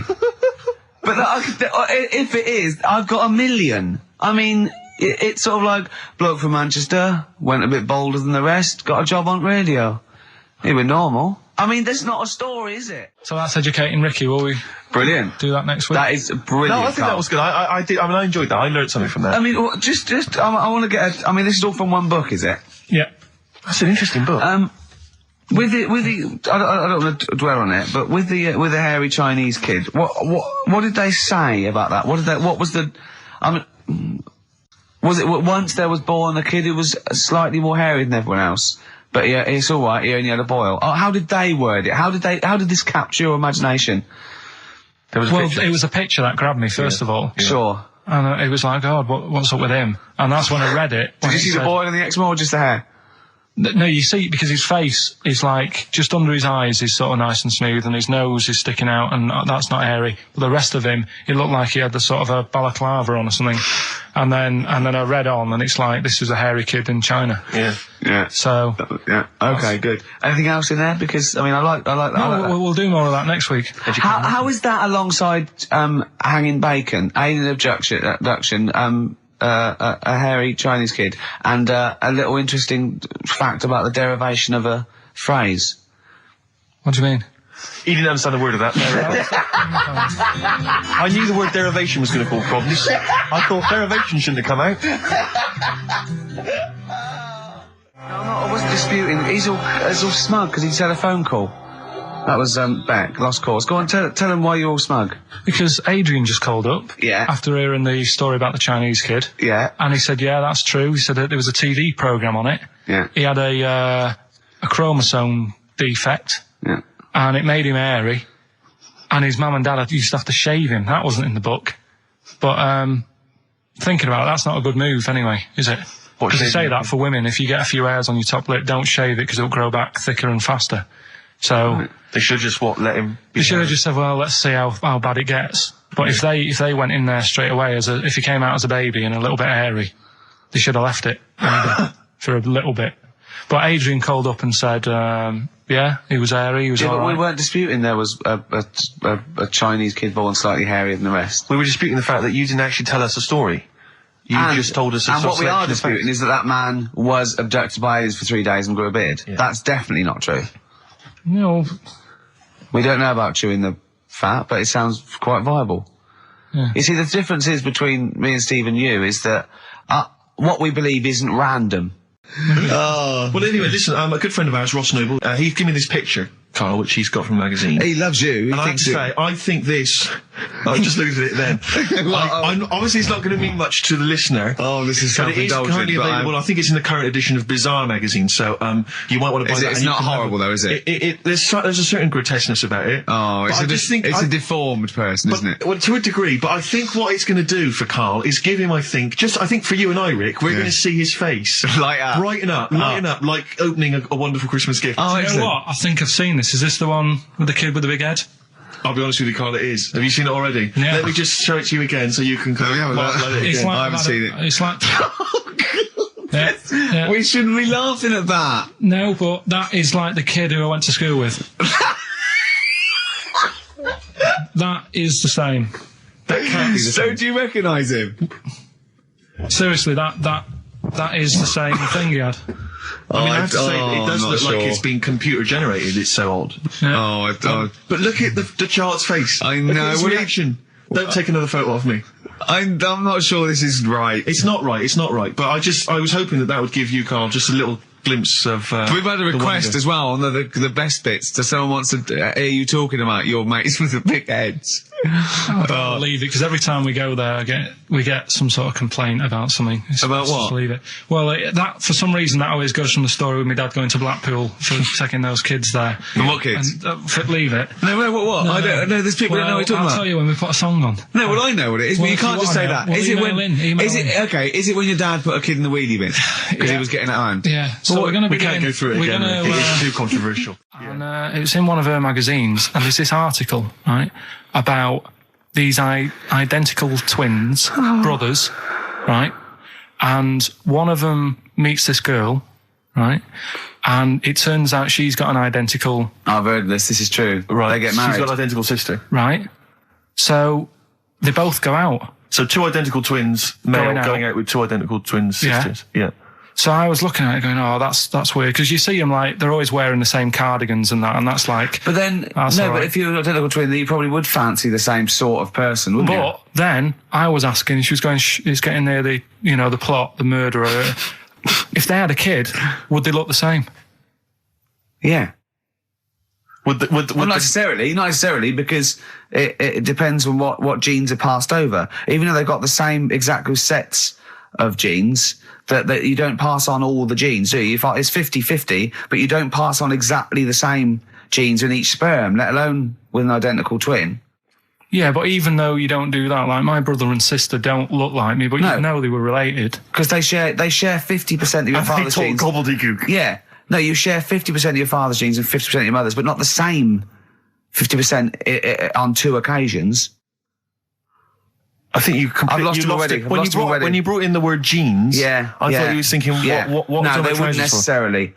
They wouldn't necessarily, no. They could do by Did Suzanne look at you like Oliver Hardy looks at Stan Laurel when he's just like nailed his hand to a wall or something? She went, ask Ricky tomorrow. And then turned up John Nettles. And then turned it up. Yeah. Oh, that is brilliant. I think I heard a story once where two sets of Siamese twins married. What if you fancied the one on the left? Yeah.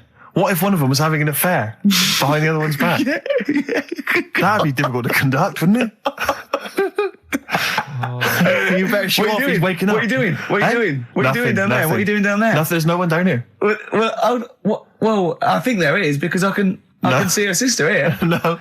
What's she doing? No, she's covering for him. What are you covering for him for? He's your husband. Is my wife down there? I read something about some Siamese twins. Go on. And one of them was saying, you know, we get on each other's nerves and that. The other one was going, we don't. I didn't know this. I've never liked you. I've never liked you. One of them was going, oh, you know, I hate doing the washing up, but I let her do it.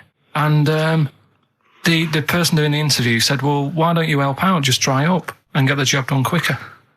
And she was like, no, I can't stand it. I prefer just to hang around there and wait for the other girl to do the washing up on her own rather than help and get the job done. Sure. Just selfish.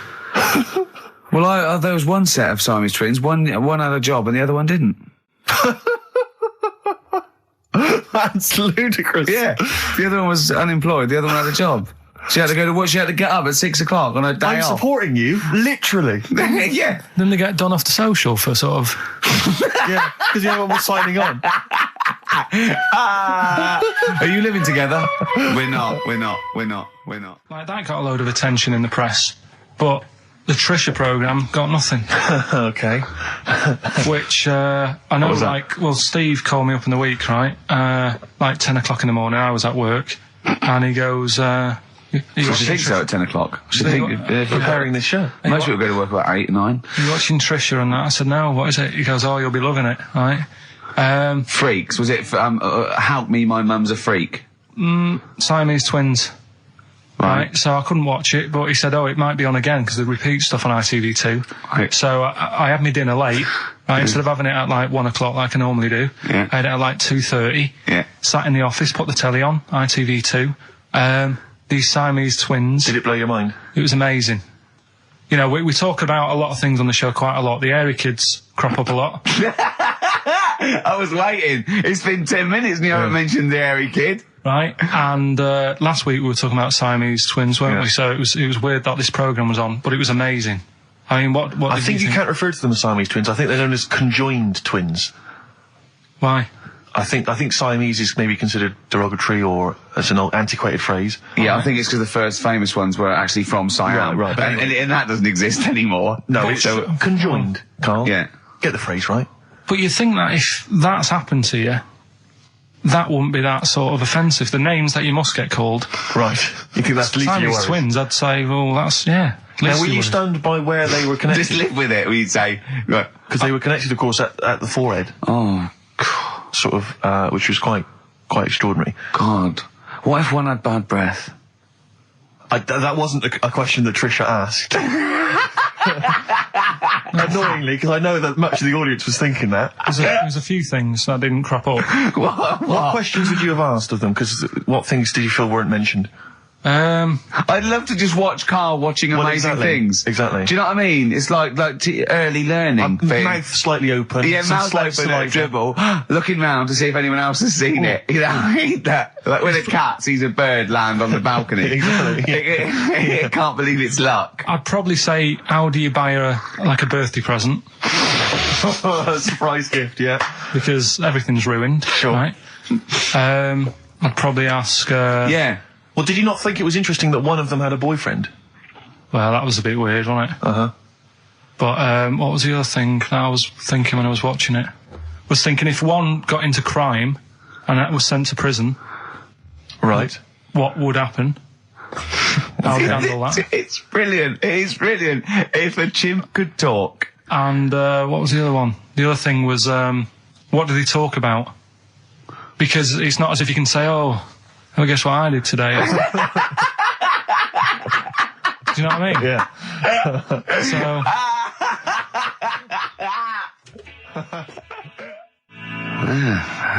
Brass in pocket, and if they're pretending to be good, they're doing a bloody good job of it. I love them. That's Ricky Gervais on XFM 104.9 with me, Steve Merchant and Karl Pilkington. Karl is still buzzing about these conjoined twins. It's just... One of them, of course, had to be... Because one of them was sort of shorter than the other and had to be sort of wheeled around on a kind of trolley thing by the other. This isn't Molly and Dolly, is it? No, they're not called... One's called Reba. I forget what the other one's called. Sheena, maybe, or something like that. Do you remember, Carl? No, I wasn't that impressed with the names. It's just... Yeah. So you immediately put them out of your mind. Those are rubbish names. Forget, Carl, forget them. They're gone. Were they British or American? Yeah, American. Oh, because I've seen some American ones. Well, bizarrely, one of them was a apparently a country music star. This is Molly and Dolly. Well, they're not called The Molly one that and joined Dolly. at the Oi. The one that joined. But they're not. I think you've made up the Molly and No, Dolly. it was on Jerry Springer. There's a little one that sits on a seat, and the other one carries it round, her around.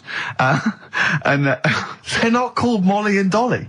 There was something like that. They're called. Well, we know that one of them's called Reba, and I forget. And one was a country and western singer or something. Yeah, and but she was saying, yeah, I've just made a movie.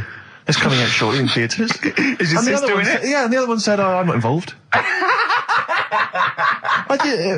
It's utterly bizarre because they live there. They work so hard to live their lives separately. Yeah, they say it's You all. know, Yeah, exactly. of course. So, Yeah. You know, they try not to.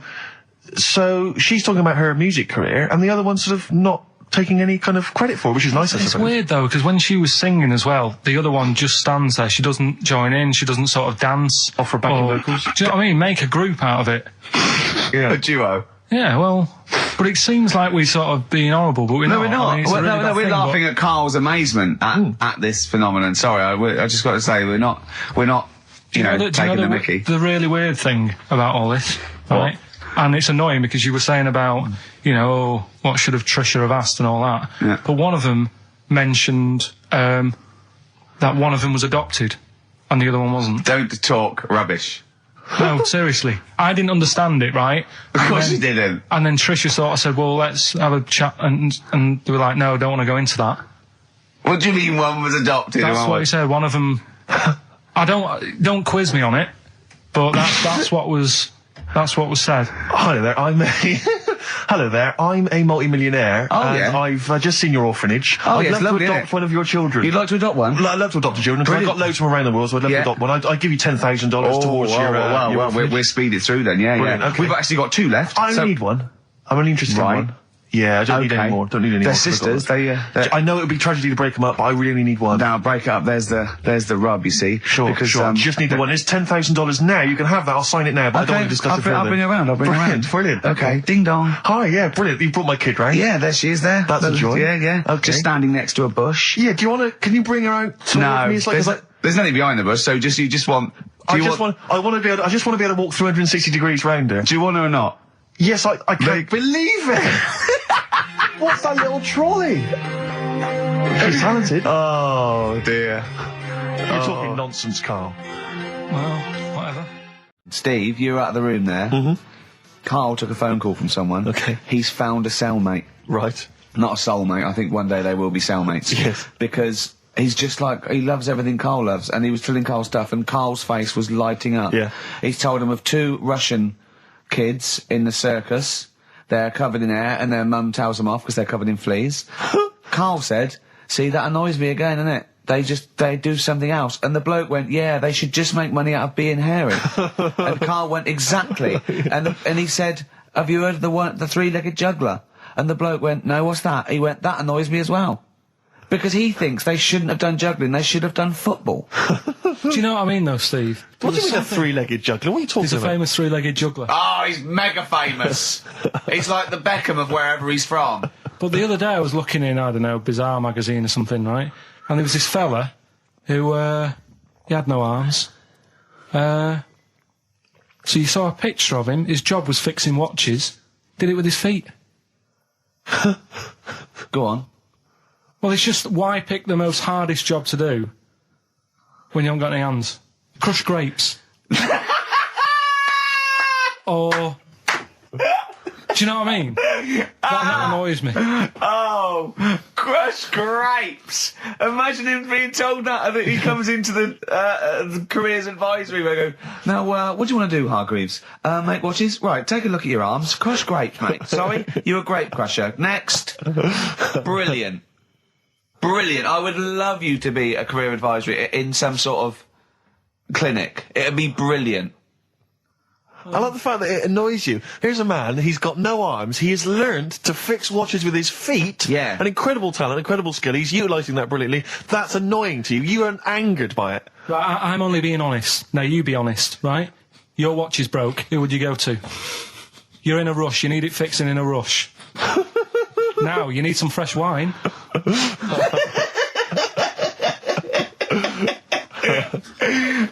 honest. Oh, you're amazing. But what's this thing that you've been talking about, this video? Freaks, right. It was a thing that was banned for like 50 years. I think it's been taken off again, but I don't know why, if it's just been deleted, right?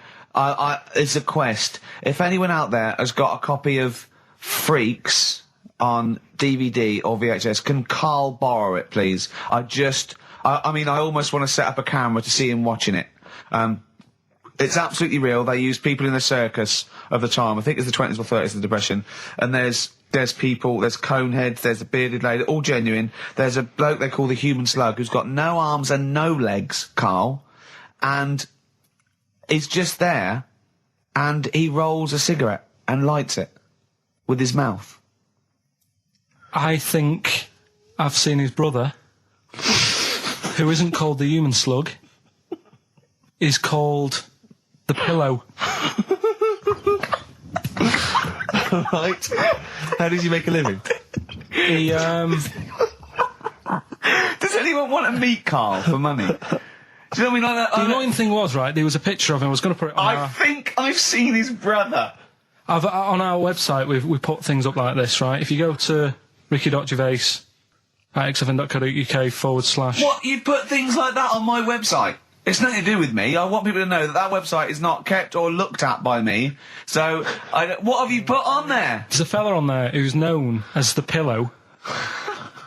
And he's, you see, I get a bit worried with things like this, because we're not sort of having a go or anything. It's just things that Fascinate me. you. Yeah. And, yeah, it's a guy, it might be the same sort of thing. What's your one? I bet you used to stare at people with goiters, didn't you, when you were little? In Tesco's? Well, just go to xfm.co.uk / Ricky, it is. What's the worst thing you've ever seen on, like, a human face? You know what it is, and I don't want to talk about it. I can't remember. Have you told me? Yeah. What is it? But go, it's not go the to, elephant lady. Go to the... Yeah. Is it the elephant lady? You talked about that, I know. Yeah, I don't want to talk about it again. Go to the website and see the Human Pillow. Why is he a human pillow? That's what annoyed me. I thought he was more of a draft excluder. Oh, that breaks all kinds of rules. Buzzcocks, harmony in the head. Now, things are flying here at XFM. People have called in. There is a video of Freaks on the way. Karl's going to see that within the week. That's exciting. That is exciting for me. Do you know what I mean? About our education of Karl. We started off trying to teach him about science and history, and now we just find that he likes pictures of hairy Chinese kids and women. Who doesn't? No, true. You've got a theory about pictures of freaks, haven't you? You see, you always bring things up that I don't want to talk about, because I'm really worried that people, if you've just tuned in for the first time, it's the first time you hear it, and we're talking about hairy Chinese kids. Yeah. Talking about the human worm. Karl, listen. People don't think that you're taking the piss out of those people. They lump you in with them. Do you know what I mean? They think that you're a freak of nature. So you can say anything you want. Do you know what I mean? Because it's honest, it's from the heart, it's genuine. So don't worry about that. Yeah, but Suzanne was saying last night that I've got a heart of stone, or whatever it is. Why? Because I wasn't crying at Comic Relief. And all I always used to say to her, get out, Elephant Man. Let me watch that for 30 minutes. I'll be crying my heart out. Why? Why do you care about that but not... Because it's... That is more real, isn't it, right? Think of John Merrick. Sorry. What, the film starring John Hurt is more real than footage of starving people in Africa? No, but what I'm saying is, think about... See, this is why I didn't want to bring it up, because people are going to just say... Well, you're allowed to cry at what you like. People can't have you for not crying at someone and crying at someone else. Imagine that, like, if you've seen the film, you know, his head's all, you know, messed up and that. Yeah. He's getting picked on all the time. Yeah. By Michael Elphick, I remember. Yeah. It's just really, really sad. Whereas, you know, we're trying to help out. But you give him a bun and he forgets it. Do you know what I mean, though? He never forgets, Rick.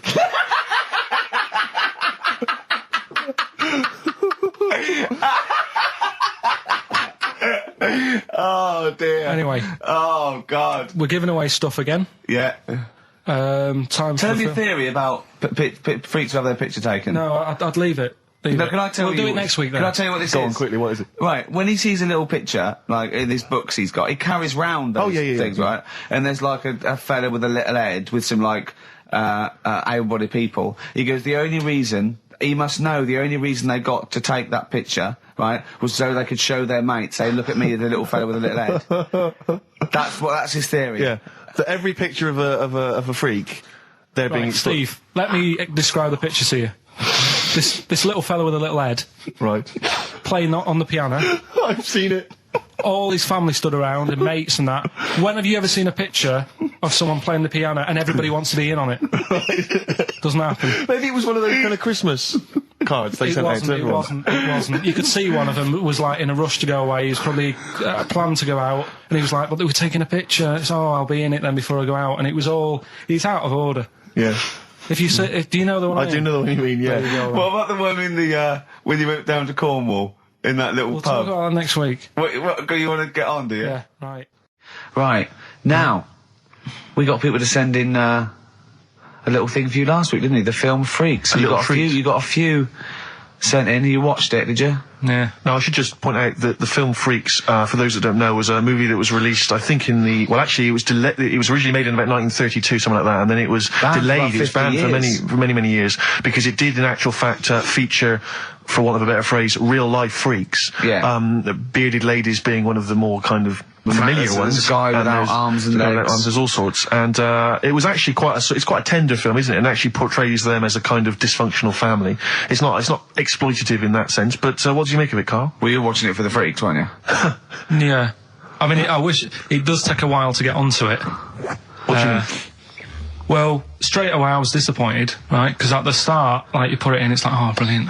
Here we go, I said to Suzanne, we'll watch this, we'll have a good night. Yeah. Have a romantic night. Yeah, that's it, her birthday. Yeah. You've got your gloves, now we're going to watch some freaks. So, put it on, and it starts off, and it's like, the following film, you think, oh, it's like following films rated 15, which means, might contain scenes of violence, bad language, and sex. Yeah. Mention nothing about pinheads. Right. So I thought they missed a trick there. Yeah. Right? So I thought, well, let's go and watch it. And what exactly is a pinhead? Oh, if you've seen it, you'd know. Okay. Right, so not the best thing in it either. So imagine that. Okay, so you're watching it. So sat there, I think, right, something comes on, and the little fella's on there, the little fella we were talking about, the Pillow Man. Right. Is it the best thing in it? Now, what's the Pillow Man again? He's a fella who years ago, he's got no arms and legs. Right. He's just a torso. Just rolls, yeah. And there's a scene where you see him sort of rolling a cigarette up, just using his mouth, and it's like he lights it and stuff. And that's weird. And then what else is on it? Smoking stunts your growth. And then there's a little fella on it who is fed up because he looks 5, but he's actually 34. Right. But there's a woman who is 42 and looked 8. So they both had the opposite thing. They were both really fed up. And I kind of thought that shows that, you always want what someone else has got. Sure. Do you know what I mean? Yeah. So in a way, there's a story there in that. No, you described the same there. No. No, it was like... No, they both, you just said, they both looked young, but they are actually both older. No. This was like a little man... Yeah. Who was 35. Who was 35. And looked 8. Yeah. And so did she. No, well, the other way around then. What? So she was an 8-year-old that looked 35? Yeah. So, maybe not then. Anyway. No. But that wasn't that weird. I kind of thought it's a slow start and that. Yeah. And then... It's not a difficult film to follow. No. Yeah, but I wasn't really listening to what it's all about, just looking at what they had. And they had like a fella who's running about on just... They had like he was shopping. They had a fella with no legs and he's running about on his hands and sort of got about on a skateboard, talking to someone about it. They said that's how E.T. was done. There's actually a little fella in E.T. Right. Who's just half of, sort of half a body. Is that true? I've no idea. I've never heard that before. Why haven't we heard that before? I've never heard that before. I don't think he would fit in E.T. Because where's the head? He's got no neck, E.T. It's a skinny little thing. There's a human neck couldn't fit in that skinny little neck. Well, you sure it wasn't Kenny Baker up to his old tricks? What are you talking about, Carl? There's a fella with no legs in E.T. In E.T. they had two fellas, right? I think they had a little, a midget fella. Right. Who did it. And then I think he was off sick and they were like, oh, what else are we going to do? So they saw a guy on a skateboard going by. And said, Do you fancy some work? Right. And he's done it. I think someone told me. I mean, it might be wrong. Exactly. Might be wrong. It might be, mightn't it? I mean, you've never been wrong before, so I don't know why you'd be wrong there. So what's the worst thing in it? Now, it's intriguing to me because here's a film called Freaks, featuring real-life freaks, and you're sort of a bit nonplussed by it. Just because it wasn't, because it's built up. If you call a video Freaks, you've got to make sure that there's some good stuff on there. Yeah. What were you disappointed about? Was it that? Because there was a few things on it, right? There was a woman who said she was half man, half woman. And it's like, well, you're not, are you? It was just like she had some makeup on. I thought, well, that's rubbish. And then there was a woman who could eat using her feet. That isn't that freaky. Do you know what I mean? If she's not hungry, she looks normal. Yeah. And that's when I was thinking, I mean, I'm not being right, Steve. You know I'm not being funny. Oh, here we go. No. But I'm just saying, if that woman wasn't eating and you were sat next to her in that film, Yeah. I'd probably be sort of drawn to you more than her. I'm not... I know you hate me saying it, but there's no point sort of pretending.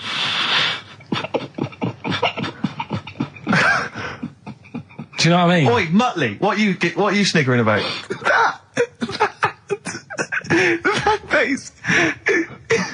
Well, you mean there were things in it that were less...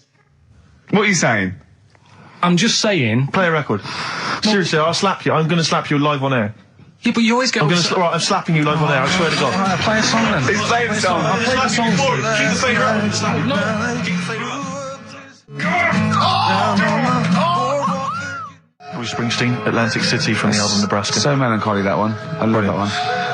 Wow. So Freaks then. All in all, not as amazing as you first hoped. It was built up too much. Do you know what I mean? Really? It's like Is that some films. is that my fault for getting you excited? I just can't believe it. I hand you this thing on a plate.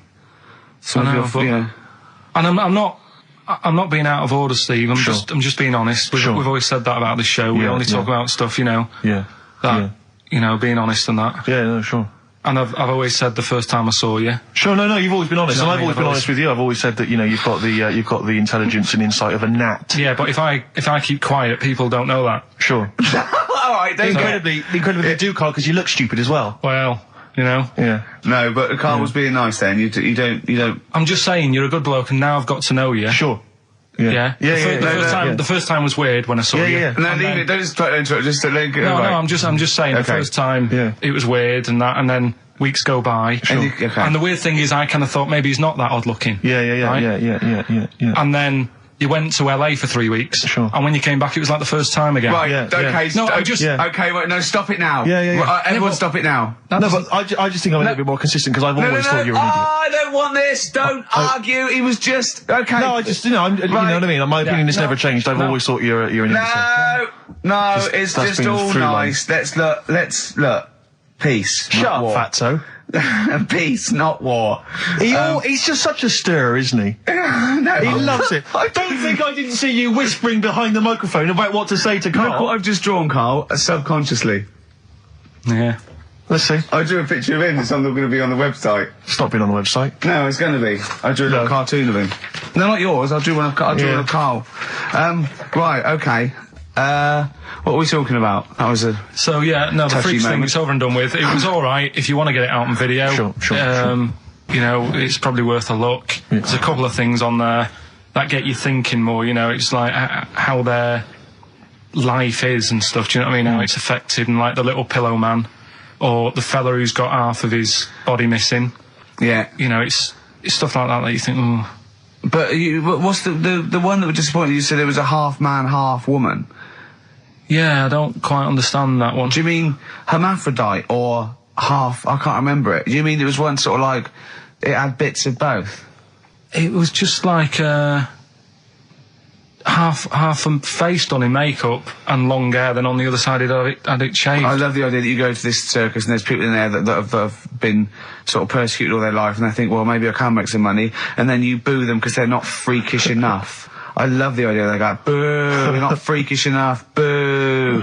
Oh, you've got bits of legs, boo. Do you know what I mean? Yeah.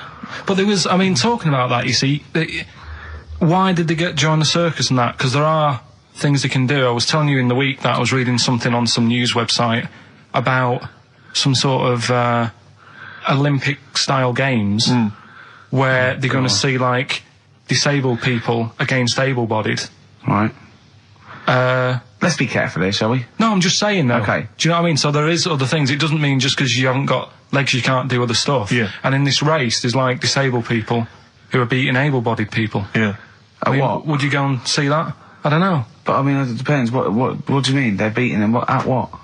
He didn't state what the little races were and that. Little races. He can't help himself. No, little races. Oh, look, there's the disabled with their little races. Yeah, they're having another little race. Oh, dear. Would you go? Would you go and watch that?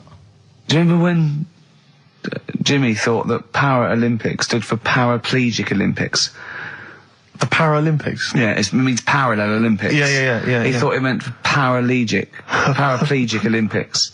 That would be a good site, wouldn't it? Mainly blow football.